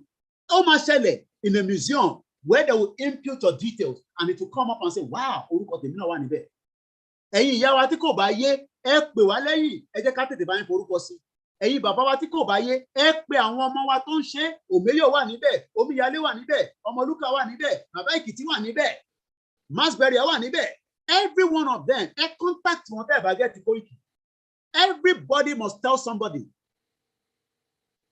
the first 5 million ó ṣe kókó gan is what is something that will make history la make lọ́wọ́lọ́wọ́ ẹ̀ ṣe lẹ́yìn tẹ́ ń dá ọ̀ tẹ́ ń tó pé ẹ lè bá Nigerian government kọ́kàn jà àwọn afẹ́ lọ ní kíní kan apá là ń bá Nigerian government a kò máa defend ilẹ̀ wa ni that's all èmi ò sọ pé a fẹ́ jà mo náà fẹ́ defend ilẹ̀ wa ni because a ní dúró kọ́ invade wa ká má ṣe nǹkan kan kò possible ebi ń pa àwọn èèyàn lè jẹun gbogbo yẹn ó máa dìtàn nílẹ̀ Yorùbá oúnjẹ mo gbọ́ tí ìjayà oúnjẹ ṣe lè wọ́n ju aṣọ lọ kò make sense now oúnjẹ tíyàn ń jẹ ó ṣe lè wọ́n ju aṣọ lọ wọ́n mọ̀ wọ́n ṣe jàǹbá fún wa wọ́n kó terrorist wọ́n sọ wọ́n di herdsmen ó ń bá màálù sùn abẹ́ẹ̀rí fídíò yẹn ni èyí tẹ́ máa ń jẹ ẹran màálù ẹ máa wọ́ ga o ẹran tẹ́ ń jẹ yẹn ẹ ti wọ́ ga o ká ló tí rí fídíò yẹn èmi ò ní ṣọ́ ẹ̀ fún yín ẹ lọ wá ni mo máa sọ ó ń bá màálù sùn ó lẹ́tẹ̀ yìí ni ó dẹ̀ ń gbàsí fún màálù yẹn lọ́sàn-án gan láì ṣalẹ́ ẹ wá imagine tọmọ kí ló máa ṣe lálẹ́ náà if these bastard criminals are operating like that in Yoruba land sleeping with a cow what do you think they will be doing in the night pẹ̀lú àwọn màálù yẹn adẹ̀ ń sọ fún yẹn náà fẹ́ gbọ́ ilé ìhùn sọ̀rọ̀ pé I hate Tinubu kò sí tó kàn mí pẹ̀lú Tinubu knows himself that he's just playing. Let's watch the video. Mo ti sọ bí ẹ̀mẹ́rin ní sáà bí ẹ má bínú kí ló ṣe kẹ̀ wọ́n ní video not available okay àwa mi ìmí máa wà ń bẹ̀ lórí YouTube they are close ele àlọ́wà mi wọ́n ti yọ̀ yẹn nìyẹn. I just want you to see what the hospital looks like. Ó pọ̀ ń bẹ́ ẹ̀já lọ́wọ́ eléyìí that hospital ẹ wo nurse bó ṣe wàá máa rí nurse inú àá máa dùn kó fẹ́ ṣe nurse. Mo rántí sister wa kan pè wá lórí program ní ìjọ tí mo lọ sọ́dọ̀ GP mi láti bí Ìkòròdú ìyàn kan tẹ̀ ẹ̀wú máa mọ̀ àwọn mọ́nú wa kan ní Dublin tẹ̀ ní pé ti bá rí nọ́mbà sister wa yẹn because ó dùn wọ́n gan pé kíyàn lọ ṣe nurse kó wá máa ṣe POS ṣó jẹ́ kí POS wà gbogbo kíní yẹn fraud ni ó jẹ́ kí cash machine wà ní gbogbo agbègbè ní bọ̀ nígbà tó ò sí náà báà lè ṣe fẹ́ gbé cash machine sínú abúlé wọ́n máa ń ṣe POS àwọn tó ń ṣe POS náà wọ́n ń ṣe fraud everything is just jagbajantis. Ẹ ṣe gan ni ìyá wa Bọ́lá bàbá mi Simon kí ló ń pa yín lẹ́rìn mo rí ń bẹ̀ bàbá mi Àjàyí ìyá wa Nọ́sífàt èèyàn kan ní I need your help irú help wo ni àlówó bàbá ti jọ́rọ̀ owó ẹ má gbọ́rọ̀ owó wá sí ọ̀dọ̀ Koiki o ẹnu ẹ̀tẹ̀ kúkú lọ sí yunifásitì nìsín tó fẹ́ sanwó school sí lọ́rọ̀ ẹ tó bá sọ fún pé òun fẹ́ sanwó school ẹni ẹ̀ ń parọ́ ni ọwọ́ on strike ẹni bá sọ fún yín pé òun fẹ́ sanwó school every one of them is on strike mo wo Joe Biden sí lórí kámẹ́rà mi báyìí àwọn future ọmọ Amẹ́ríkà tó ì tí sunrun wọn òun làwọn ṣiṣẹ́ fún báyìí. Let's watch this beautiful nurse. How old lẹ́rù pé girl yìí máa jẹ́ nísìn or this woman man and girl Zara Zaman she's a nurse. Ká tó play video yìí how old lẹ́rù pé ní máa jẹ́ how old ó ń lò lọ́wọ́ ẹ jẹ́ n close àwọn ilé mi fẹ́ kí broadcast lọ kó lọ ní kọlọ́fín. Go to koikimedia.com. We're still working on it. The more funding, we can do so much. But that about funding, we will do whatever we can do in our only tool.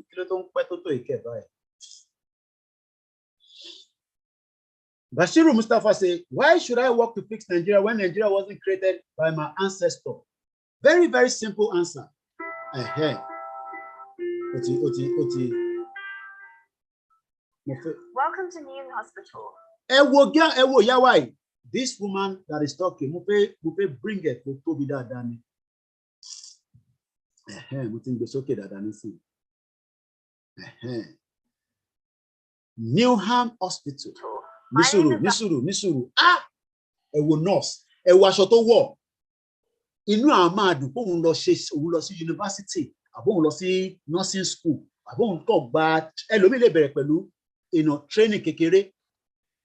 Wọ́n ní 24. Ó ti jí ní Adépọ̀jù ní ti Texas. Gbogbo Texas, ẹ má lọ sílẹ̀ Adékúnlé l'Amẹ́ríkà o. Jagamu wà níbẹ̀ o. Ó lè lọ yìnbọn ṣíyàn kọ́ lè rò pé wá jalè ní o. Amẹ́ríkà wọ́n ń gbébọn torí wọ́n ní license. Ó fi wọ́n mi ní Jagamu, ó wà nílé rẹpẹtẹ. Àbí Adéyé ẹ̀yin náà ẹ wo young sister wa tí wọn náà bá jọmọ Yorùbá ṣé náà wo bá sórí tèmi bá ń ṣọ nǹkan ẹ má wo ojú ẹ ń tẹ̀ ń wò yẹn ẹ má wo background ká bá lọ show hospital Nàìjíríà ní sí tó bá wo background ìbànújáde máa dé bẹ́ẹ̀. Always look at the background anytime tá a bá ń fi fídíò wọ̀nyí ní Nàìjíríà àti lílo òyìnbó ẹ̀yin máa smell the background yẹn. Mr. Robert said it's like a child begging his father or mother for financial assistance. Talking about it every day. He will not get it until his parents says yes. Ewo, this beautiful sister. Only my name is Zara Zaman. I am a registered nurse. Nurse abẹ́lé ló pọ̀ Nàìjíríà nìsí. Ọkàn gbọ́n àwọn èèyàn lábẹ́rẹ́ ní ẹlòmíì wá gun lábẹ́rẹ́ pọ̀ kú dànù ni. Nurse yẹn kọ́ ló máa take responsibility. Ṣèbẹ́yìn lẹ pé kó wá tọ́jú èèyàn nínú ilé. Ṣé wọ́n yẹ kó máa tọ́jú èèyàn nínú ilé? Tó jẹ́ kí nọ́ọ̀sì máa tọ́jú yín nínú ilé? Èbí ó jẹ́ kẹ́ lọ sí hospital ni. Kò sówó ni.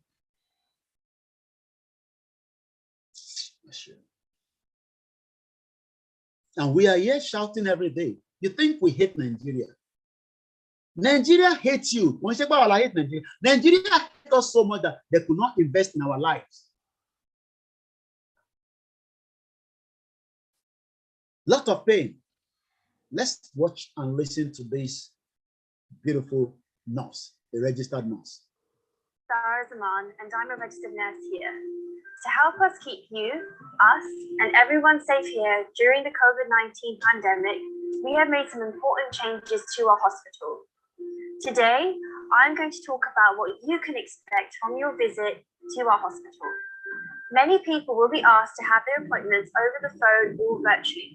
However, in some cases, we may ask you to come to the hospital, or you may need to attend A&E in the case of an emergency that is life-changing. If you are asked to come to the hospital, please bring your appointment letter with you. If you are attending an endoscopy or maternity appointment, you'll be asked to be screened in St. Andrew's Wing. For any other appointments, you will be screened within the department itself. The first thing you'll be asked to do when you enter the building is to wear a face covering. If you do not have one, you'll be given a face mask by a security team in St. Andrew's Wing. Hi, my name is Nadia, and I'm a member of the security team. If you don't have your face covered when you come in, you will be able to grab a mask from our entrance. Please place the face mask or face covering over your mouth. You must wear the face mask or face covering at all times whilst you're in the hospital. Visitors will be asked to wait outside except for partners or women in labour. Now we're ready to get you to your appointment. To protect you, us, and everyone who visits Neum Hospital, we have segregated the building into zones so that we can care for everyone safely. You will see that these areas are clearly signposted around the hospital. A green zone means that the area is coronavirus free. A blue zone means there are patients with coronavirus in the area. An amber zone means that we are testing patients for coronavirus within the area. Please look out for these signs before entering any of our clinical areas. If you are attending A&E, you can come in through our A&E entrance in Zone 12 of the hospital. If you are attending an antenatal appointment, please go to Larch Ward in Zone 2 of the hospital. If you are attending an outpatient appointment, please go to Health Central in Zone 6 of the hospital. If you are coming in for a surgical procedure or appointment, please go to the Gateway Surgical Centre. If you are coming in for a paediatric appointment, please go to the Rainbow Ward in Zone 10. If you are coming in for an imaging appointment, please go to the imaging department in Zone 8. Always remember to keep a 2-meter distance from others when you walk through the hospital. If you have any queries or concerns about your appointment, please contact us on 0217 476 4000. Just 3 minutes. But just look at the environment. All this thing is not magic. One need láti ṣe lọ pé babaláwo kan wá, ẹ wá bá wa ṣe, ẹ wá defy. No, one need láti lọ pé wòlíì kankan wá, one need láti lọ pé àfáà kankan wá. All they have to do is make sure that the system is there to support and work for the people. Check out our video. Welcome to our maternity service. Àti Ọlọ́run sọ pé àti ní àtàwọn tó fẹ́ sí àtẹ̀yìn tí ẹ wà nínú oyún báyìí àtàwọn tó ń retí ẹ jọ̀ọ́ ẹ jẹ́ kúrò ní Nàìjíríà. Nigeria is not for us. Welcome to our maternity service. Eléyìí ni Omartin Hospital Acne lè wà mo ti show ẹ̀sùn rí was àwọn ọ̀dẹ́ ní aláwọ̀ akáwọ̀ wọnú ilé, but you can see àwọn lè wọnú ilé kan show ẹ̀. But through our Nisibana Bafilo, Amalati Bayi and all that, and there's a lot of process and procedure. So you cannot just go with camera inside.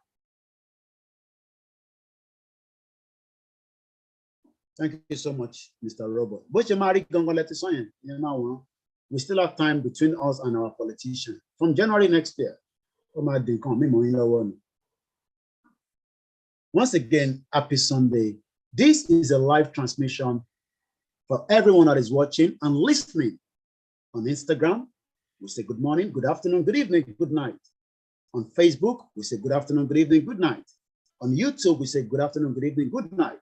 My name is Olami Koiki. As we continue to tell you the reason and we're listening at the benefit. So whatever you're watching now, this is going to be more than double what is coming to Yoruba land. Why you in Nigeria? Forget about Nigeria. 61 years, they could not give you the basic things of life. Yes, patients die with dignity in United Kingdom hospital. Nigeria, opposite. Eshigoni Yawa Mary. Real one, Moki Ogwentawa ni Saleku. Moki Ogwentawa ni Ondo, Lekiti, Kogiste, Yaya Belu. Ono ma transform Nigeria. Be Kogiste, Moni Kogi Wolonso. Se Kogi Loyin Bona, be Kogi. Mr. Taiwo, so when you go to foreign hospital, you will wish to sleep over there. But it is Nigeria hospital, you will be hurried to go home. Because in Nigeria hospital, only to quite on me, and your man quite on me by now. Charity ban sorrow. These things happen here as well, but they will always try to minimize and rectify it. That's only different. You are still watching a live broadcast. Yes, Kwara is part of us. Don Raphael, all hail Biafra. We don't fight any one of us. We are all asking for one thing, freedom to opt out for the dissolution of Nigeria.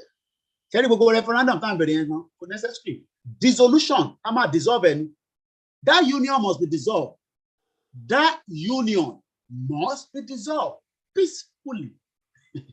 I know Mark, I know really peacefully.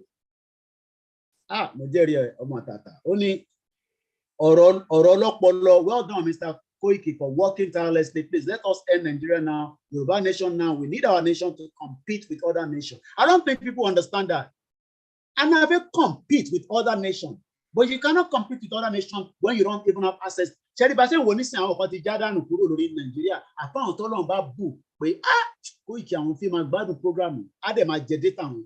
when the world is already moving beyond internet,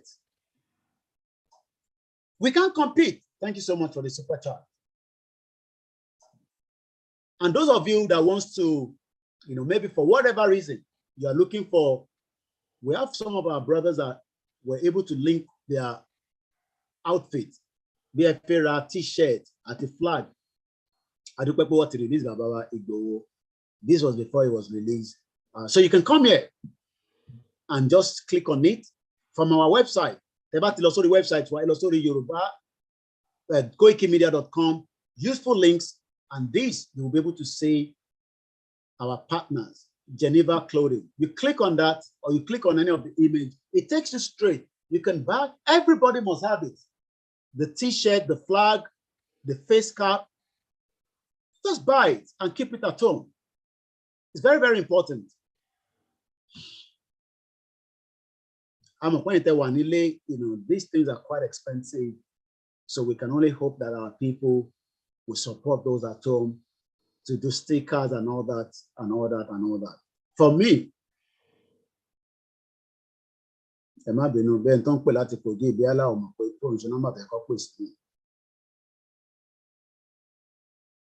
a call coming from Kogi State. Kogi Connect, Kogi State. Be officer already, Yaya Bello. Program. Hello. Check us. I've that's the program, but I've that's the number I call Emma Post the other number. But Chef that's the program, I beg of you, sorry.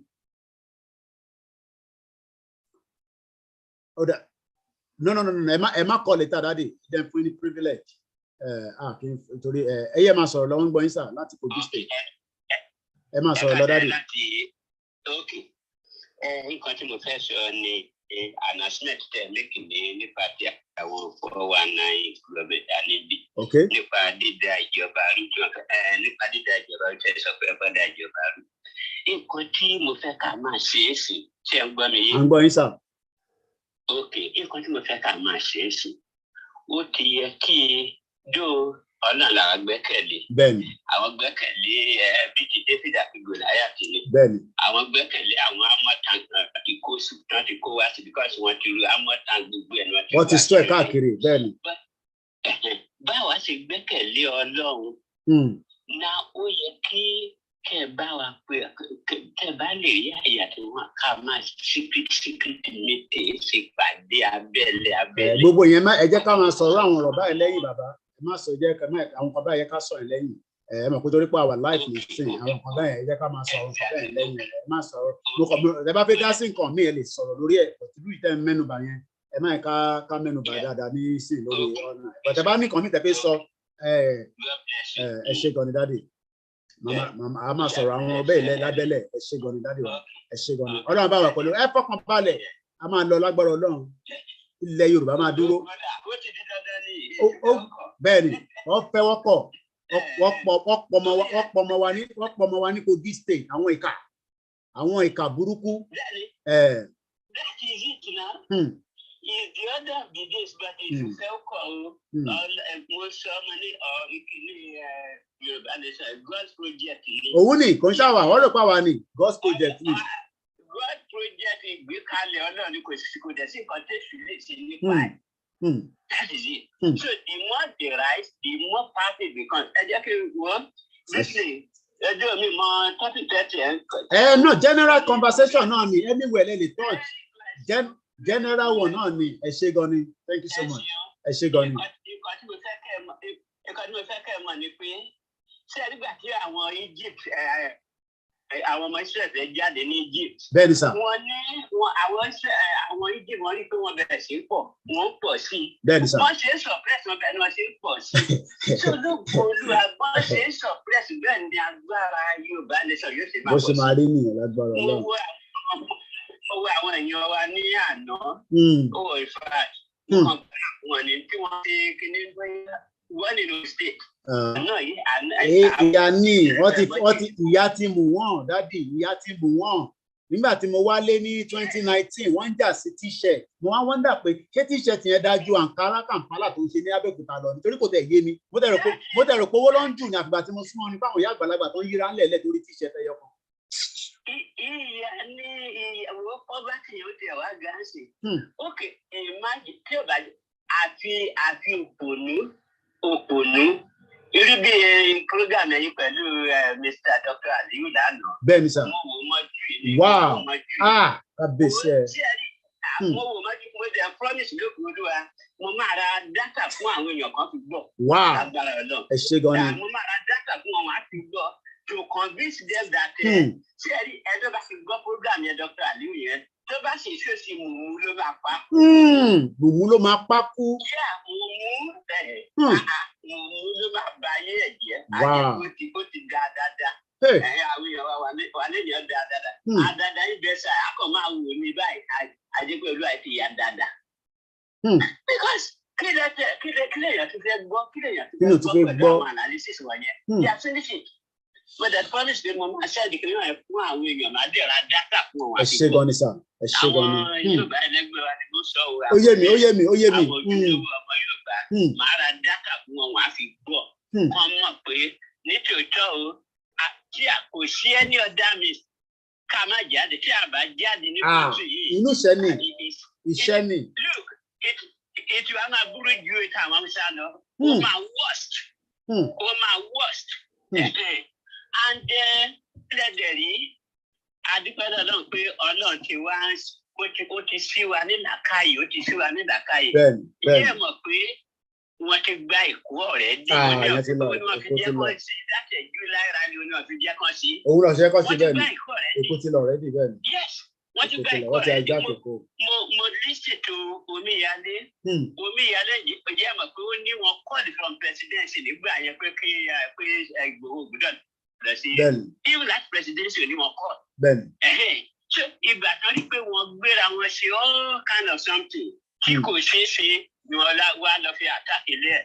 But what to thank God for this man gbogbo ẹ̀yin tẹ́ ń gbé tẹ́ tí tiraka yìí lógo Olúwa ẹ̀mí yín á gùn lágbára Ọlọ́run. Àmín ẹ ṣé gan ni sir. Ẹ á rí irin ọmọ yín lágbára Jésù. Àmín Jésù ẹ ṣé gan ni.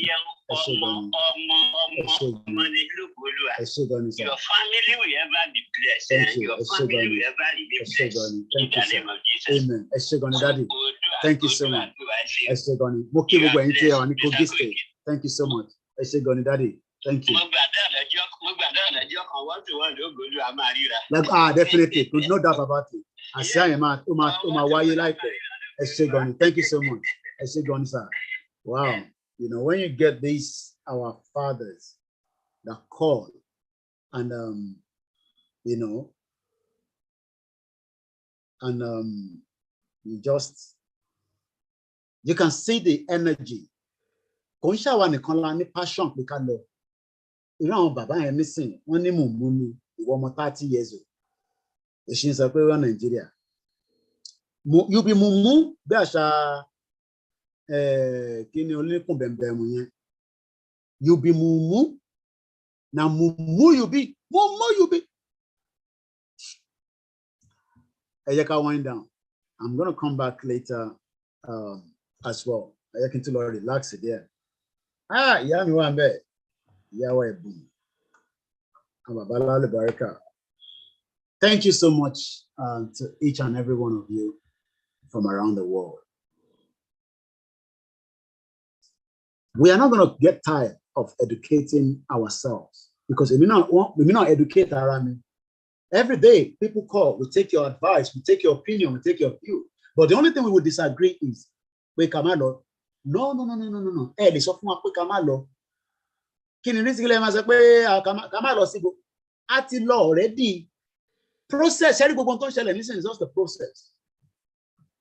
And we're just about to complete it. Mo kí gbogbo pátá. Yeah, Asari Dokubo. You are a mumu man, 70 years old man. Ó tẹ̀ ní kan tí Simon Ekpa play ní jẹta, mo rẹ́rìn. Ọ̀rọ̀ bọ̀ bí Simon Ekpa ti rí fídíò yẹn.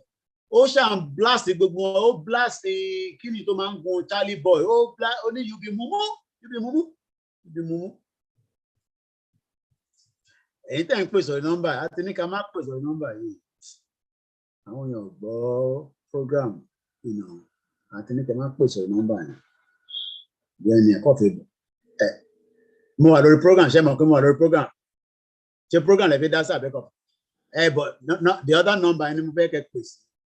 Ìyẹn kí o gbóyún kẹ́kọ̀ọ́ save ẹ̀. Ṣé rí nọ́mbà tó ń scroll lókè yẹn +44 yẹn 74 0. Okay, ẹ̀kọ́ sílẹ̀ ẹ̀kọ́ yẹn ló máa bẹ́ẹ̀ kẹ́ pèsè. mo kàn fún bàbá wa ní privilege lẹ́ǹkan lórí ẹ̀ kọ sílẹ̀ báyìí ẹ wá gbogbo yín kẹ́kọ̀ọ́ save yín as a studio line so that if I do ní kẹ́ pè ní program yẹn lẹ́nu máa pèsè eléyìí náà sì ṣiṣẹ́ ọ̀bọ̀ tìyẹn ní ká máa pèsè +44 kẹ́ save ẹ̀ kẹ́ wá pè mí sórí ẹ̀ 74 +44 74 04 40 59 17 so mama reti call in lórí so kẹwàá sí ẹkọ lè save as Koikimedia studio line so that ẹ lè mọ̀ pé studio line yes anytime tá bá ń ṣe program gbogbo yín náà all right so it will just make life easy for every one of us not anything more than that the other number is still working but it just make life easy for me Murimbe Yawa Kadejat Agunbiade thank you so much my brother Robert adúpẹ́lẹ́ bàbá wa Professor Banji Akintoye mo kí gbogbo ẹ̀yin elders of council tí ẹ bá wọn ṣiṣẹ́ Aki Yoruba Global Directorate Aki Yoruba Central Office Dr. Febion and all this team we greet YNN Sister Buki we greet those that are not even known to us and those that are known and probably for whatever reason it doesn't matter Aki you know even if we are not aligning together so that's all I can say. Esther, I'll just wait for that last caller and then we wind it down. Save number and then I'm sure it will call. It's just to encourage people to know that you can call on that number rather than let me save his number as well. But let me so Kawalo relax there and then I will then come back later as well. Number Mejilani Moveka mix it up. Studio line yẹn mo fẹ́ ká máa pèsè jù than the other number tí gbogbo yín mọ̀. It's just make life easy for me and for every one of us as well. So ẹ jẹ́ kí n yẹ tí bá save the number quickly.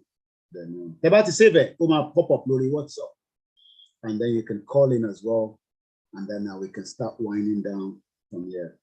Adúpẹ́lẹ́ gbogbo wa o. Ẹ má yẹ ká fòyà, ẹ má yẹ ká bẹ̀rù. Ẹgbẹ́ àwọn làwọn tẹ̀ ń gbójú wa síta ẹ̀yin ò ní láti bẹ̀rù ẹ fà wá tí wọ́n sílẹ̀ Ọlọ́run ló ní ìṣọ́ òun ló ń ṣọ́ àwa àwọn ò bẹ̀rù torí pé a ní láti bẹ̀rù anybody Ọlọ́run ọba tó dá wa nìkan là ń bẹ̀rù so Ọlọ́run dẹ̀ sọ pé ìntàgbé dání òun lòun kúkú tì wá lẹ́yìn kò dẹ̀ fi wá sílẹ̀ so òkè ọ̀dà nǹkan náà ló ń pè é so ẹ jẹ́ ká gbọ́ látọ̀dọ̀ wọn. Hello sir. Mo àwọn Facebook ó dẹ̀ gbọ́ àwa ni. Ẹ̀yin máa wòran tí abádébi táwọn là dé pẹ̀lú.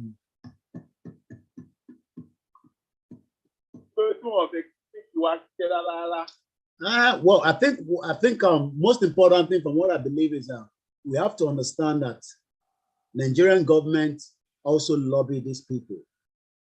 So they will not tell you that, but we know that the Nigerian government lobbies them, and then there are some keywords. See Facebook, we thought from Facebook. Ever type in Fulani, sorry, Facebook, you are probably to be sanctioned. Even though Fulani are killers, they are terrorists. But Facebook does not want you to put Fulani. Ever type Fulani, sometimes you could get rid of it, but the robots, in computer robot, because I want to show the system on the back end. And the same thing they've done with our link. Emma Sorosa.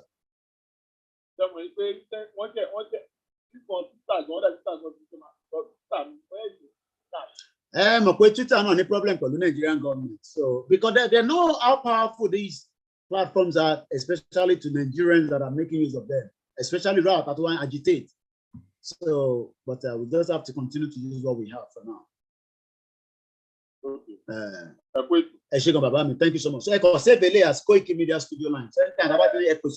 The other one not show, but any messages, I don't know share send a you know, never get me lori the other one. It also works when I'm not live.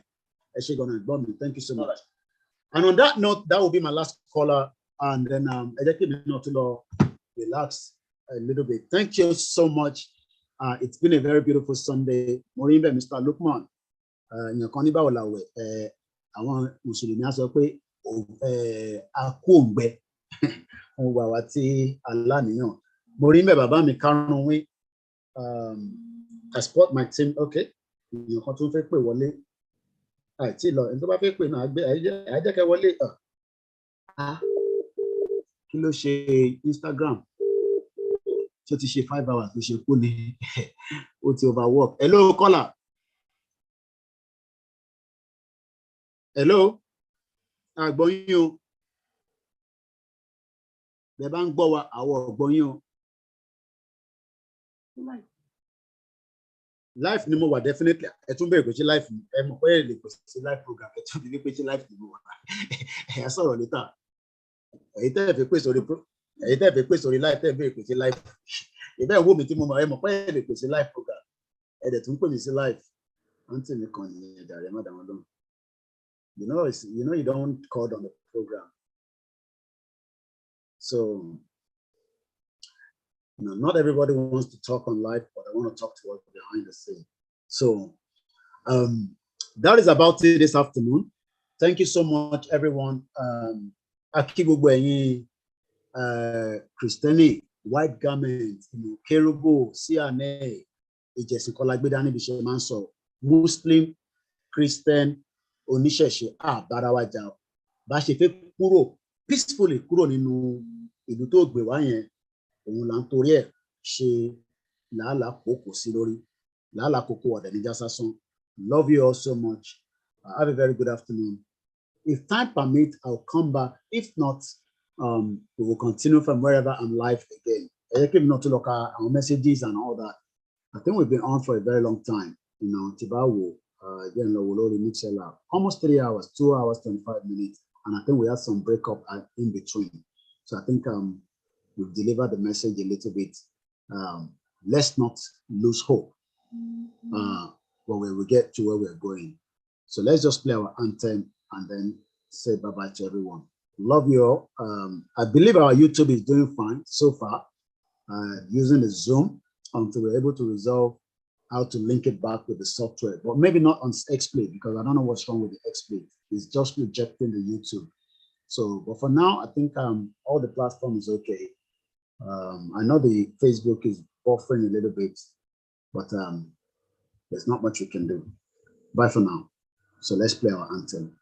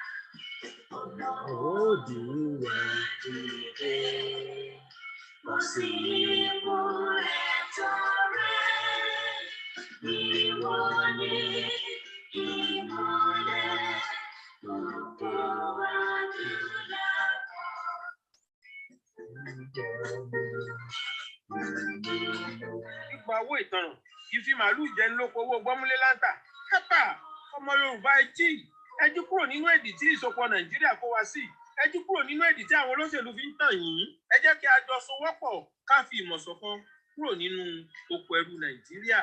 Ṣé ẹ̀yin olóṣèlú Yorùbá fẹ́ sọ Yorùbá dẹrú ní ilẹ̀ wa ni? Ṣé ẹ fẹ́ kí Yorùbá náà tún dàbí Haúsá ní ilẹ̀ ní wọn? Ètò àti ìfẹ́ Usman Dan Fodio náà ló sì wà lọ́wọ́ tí ìjọba Nàìjíríà tó ń gbèrò àti mú wá sí ìmúṣẹ pé kí gbogbo ilẹ̀ Nàìjíríà jẹ́ tàwọn. Ṣé àwọn mẹ́yà tí aláwò tí ìmọ̀ pariwo bẹ́ẹ̀? Ẹ̀yin ọmọ Yorùbá ẹ dìde ẹ ronú. Ẹ jẹ́ kí a jọ fọwọ́sowọ́pọ̀ ká jọ dé ilẹ̀ ògo wa. Nígbà tí àwọn Fúlàní gba ilẹ̀ àti ìlú àwọn Haúsá tán, tí wọ́n bá fi ara wọn jẹ olórí ìlú gbogbo. Àwọn ọmọ àti olùtẹ̀lé Dan Fodio ló sì ń lo ìgbàdòní ní ilẹ̀ Àrẹwà àti Nàìjíríà lápapọ̀. Tá a ṣe ń ké tantan pé ilé tiwa ti tó lọ àwa ń lọ nígbà tí Yorùbá kò ẹ̀yin gómìnà ṣé àmà orí adé gbogbo ẹ ò sì fúnra ewu ń bẹ nínú igbó Yorùbá gbogbo bẹ́ẹ̀ ni àwọn ọlọ́kadà tí ń bẹ ládùúgbò yín irinṣẹ́ ogun ni wọ́n àwọn ṣúṣàìnà ń kọ́ irinṣẹ́ ogun ni wọ́n àwọn mẹgáàdì yín gbogbo ọmọ Yorùbá irinṣẹ́ ogun ni wọ́n bí 20 ọdún sẹ́yìn ni mo ti ń ké tantan fún Yorùbá ẹ̀yin ẹ lọ ra àwọn rẹ́kọ̀dù mi gbogbo Orísun Yorùbá ìkíní ìkejì ìtànlú Ìlọrin ìbínú Odùduwà láti ẹnu Ìdòwú Adékọ̀gà Babárúrò Yorùbá yóò ní orílẹ̀-èdè tuntun kódà yẹ̀kí nìkan kò lè yẹ mo kí Ọbáfẹ́mi Awólọ́wọ̀ ọkọ Dídéolú mo kí Moshood Kásìmáwò Ọláwálé Abíọ́lá mo kí Cicero ti ìlú Ẹ̀sà Òkè ọ̀nkú Bọ́lá Ìgè mo kí ọmọ wọn ní Oǹdó Ẹ̀gì Àbígání ọmọ Fáwẹ̀hìnmí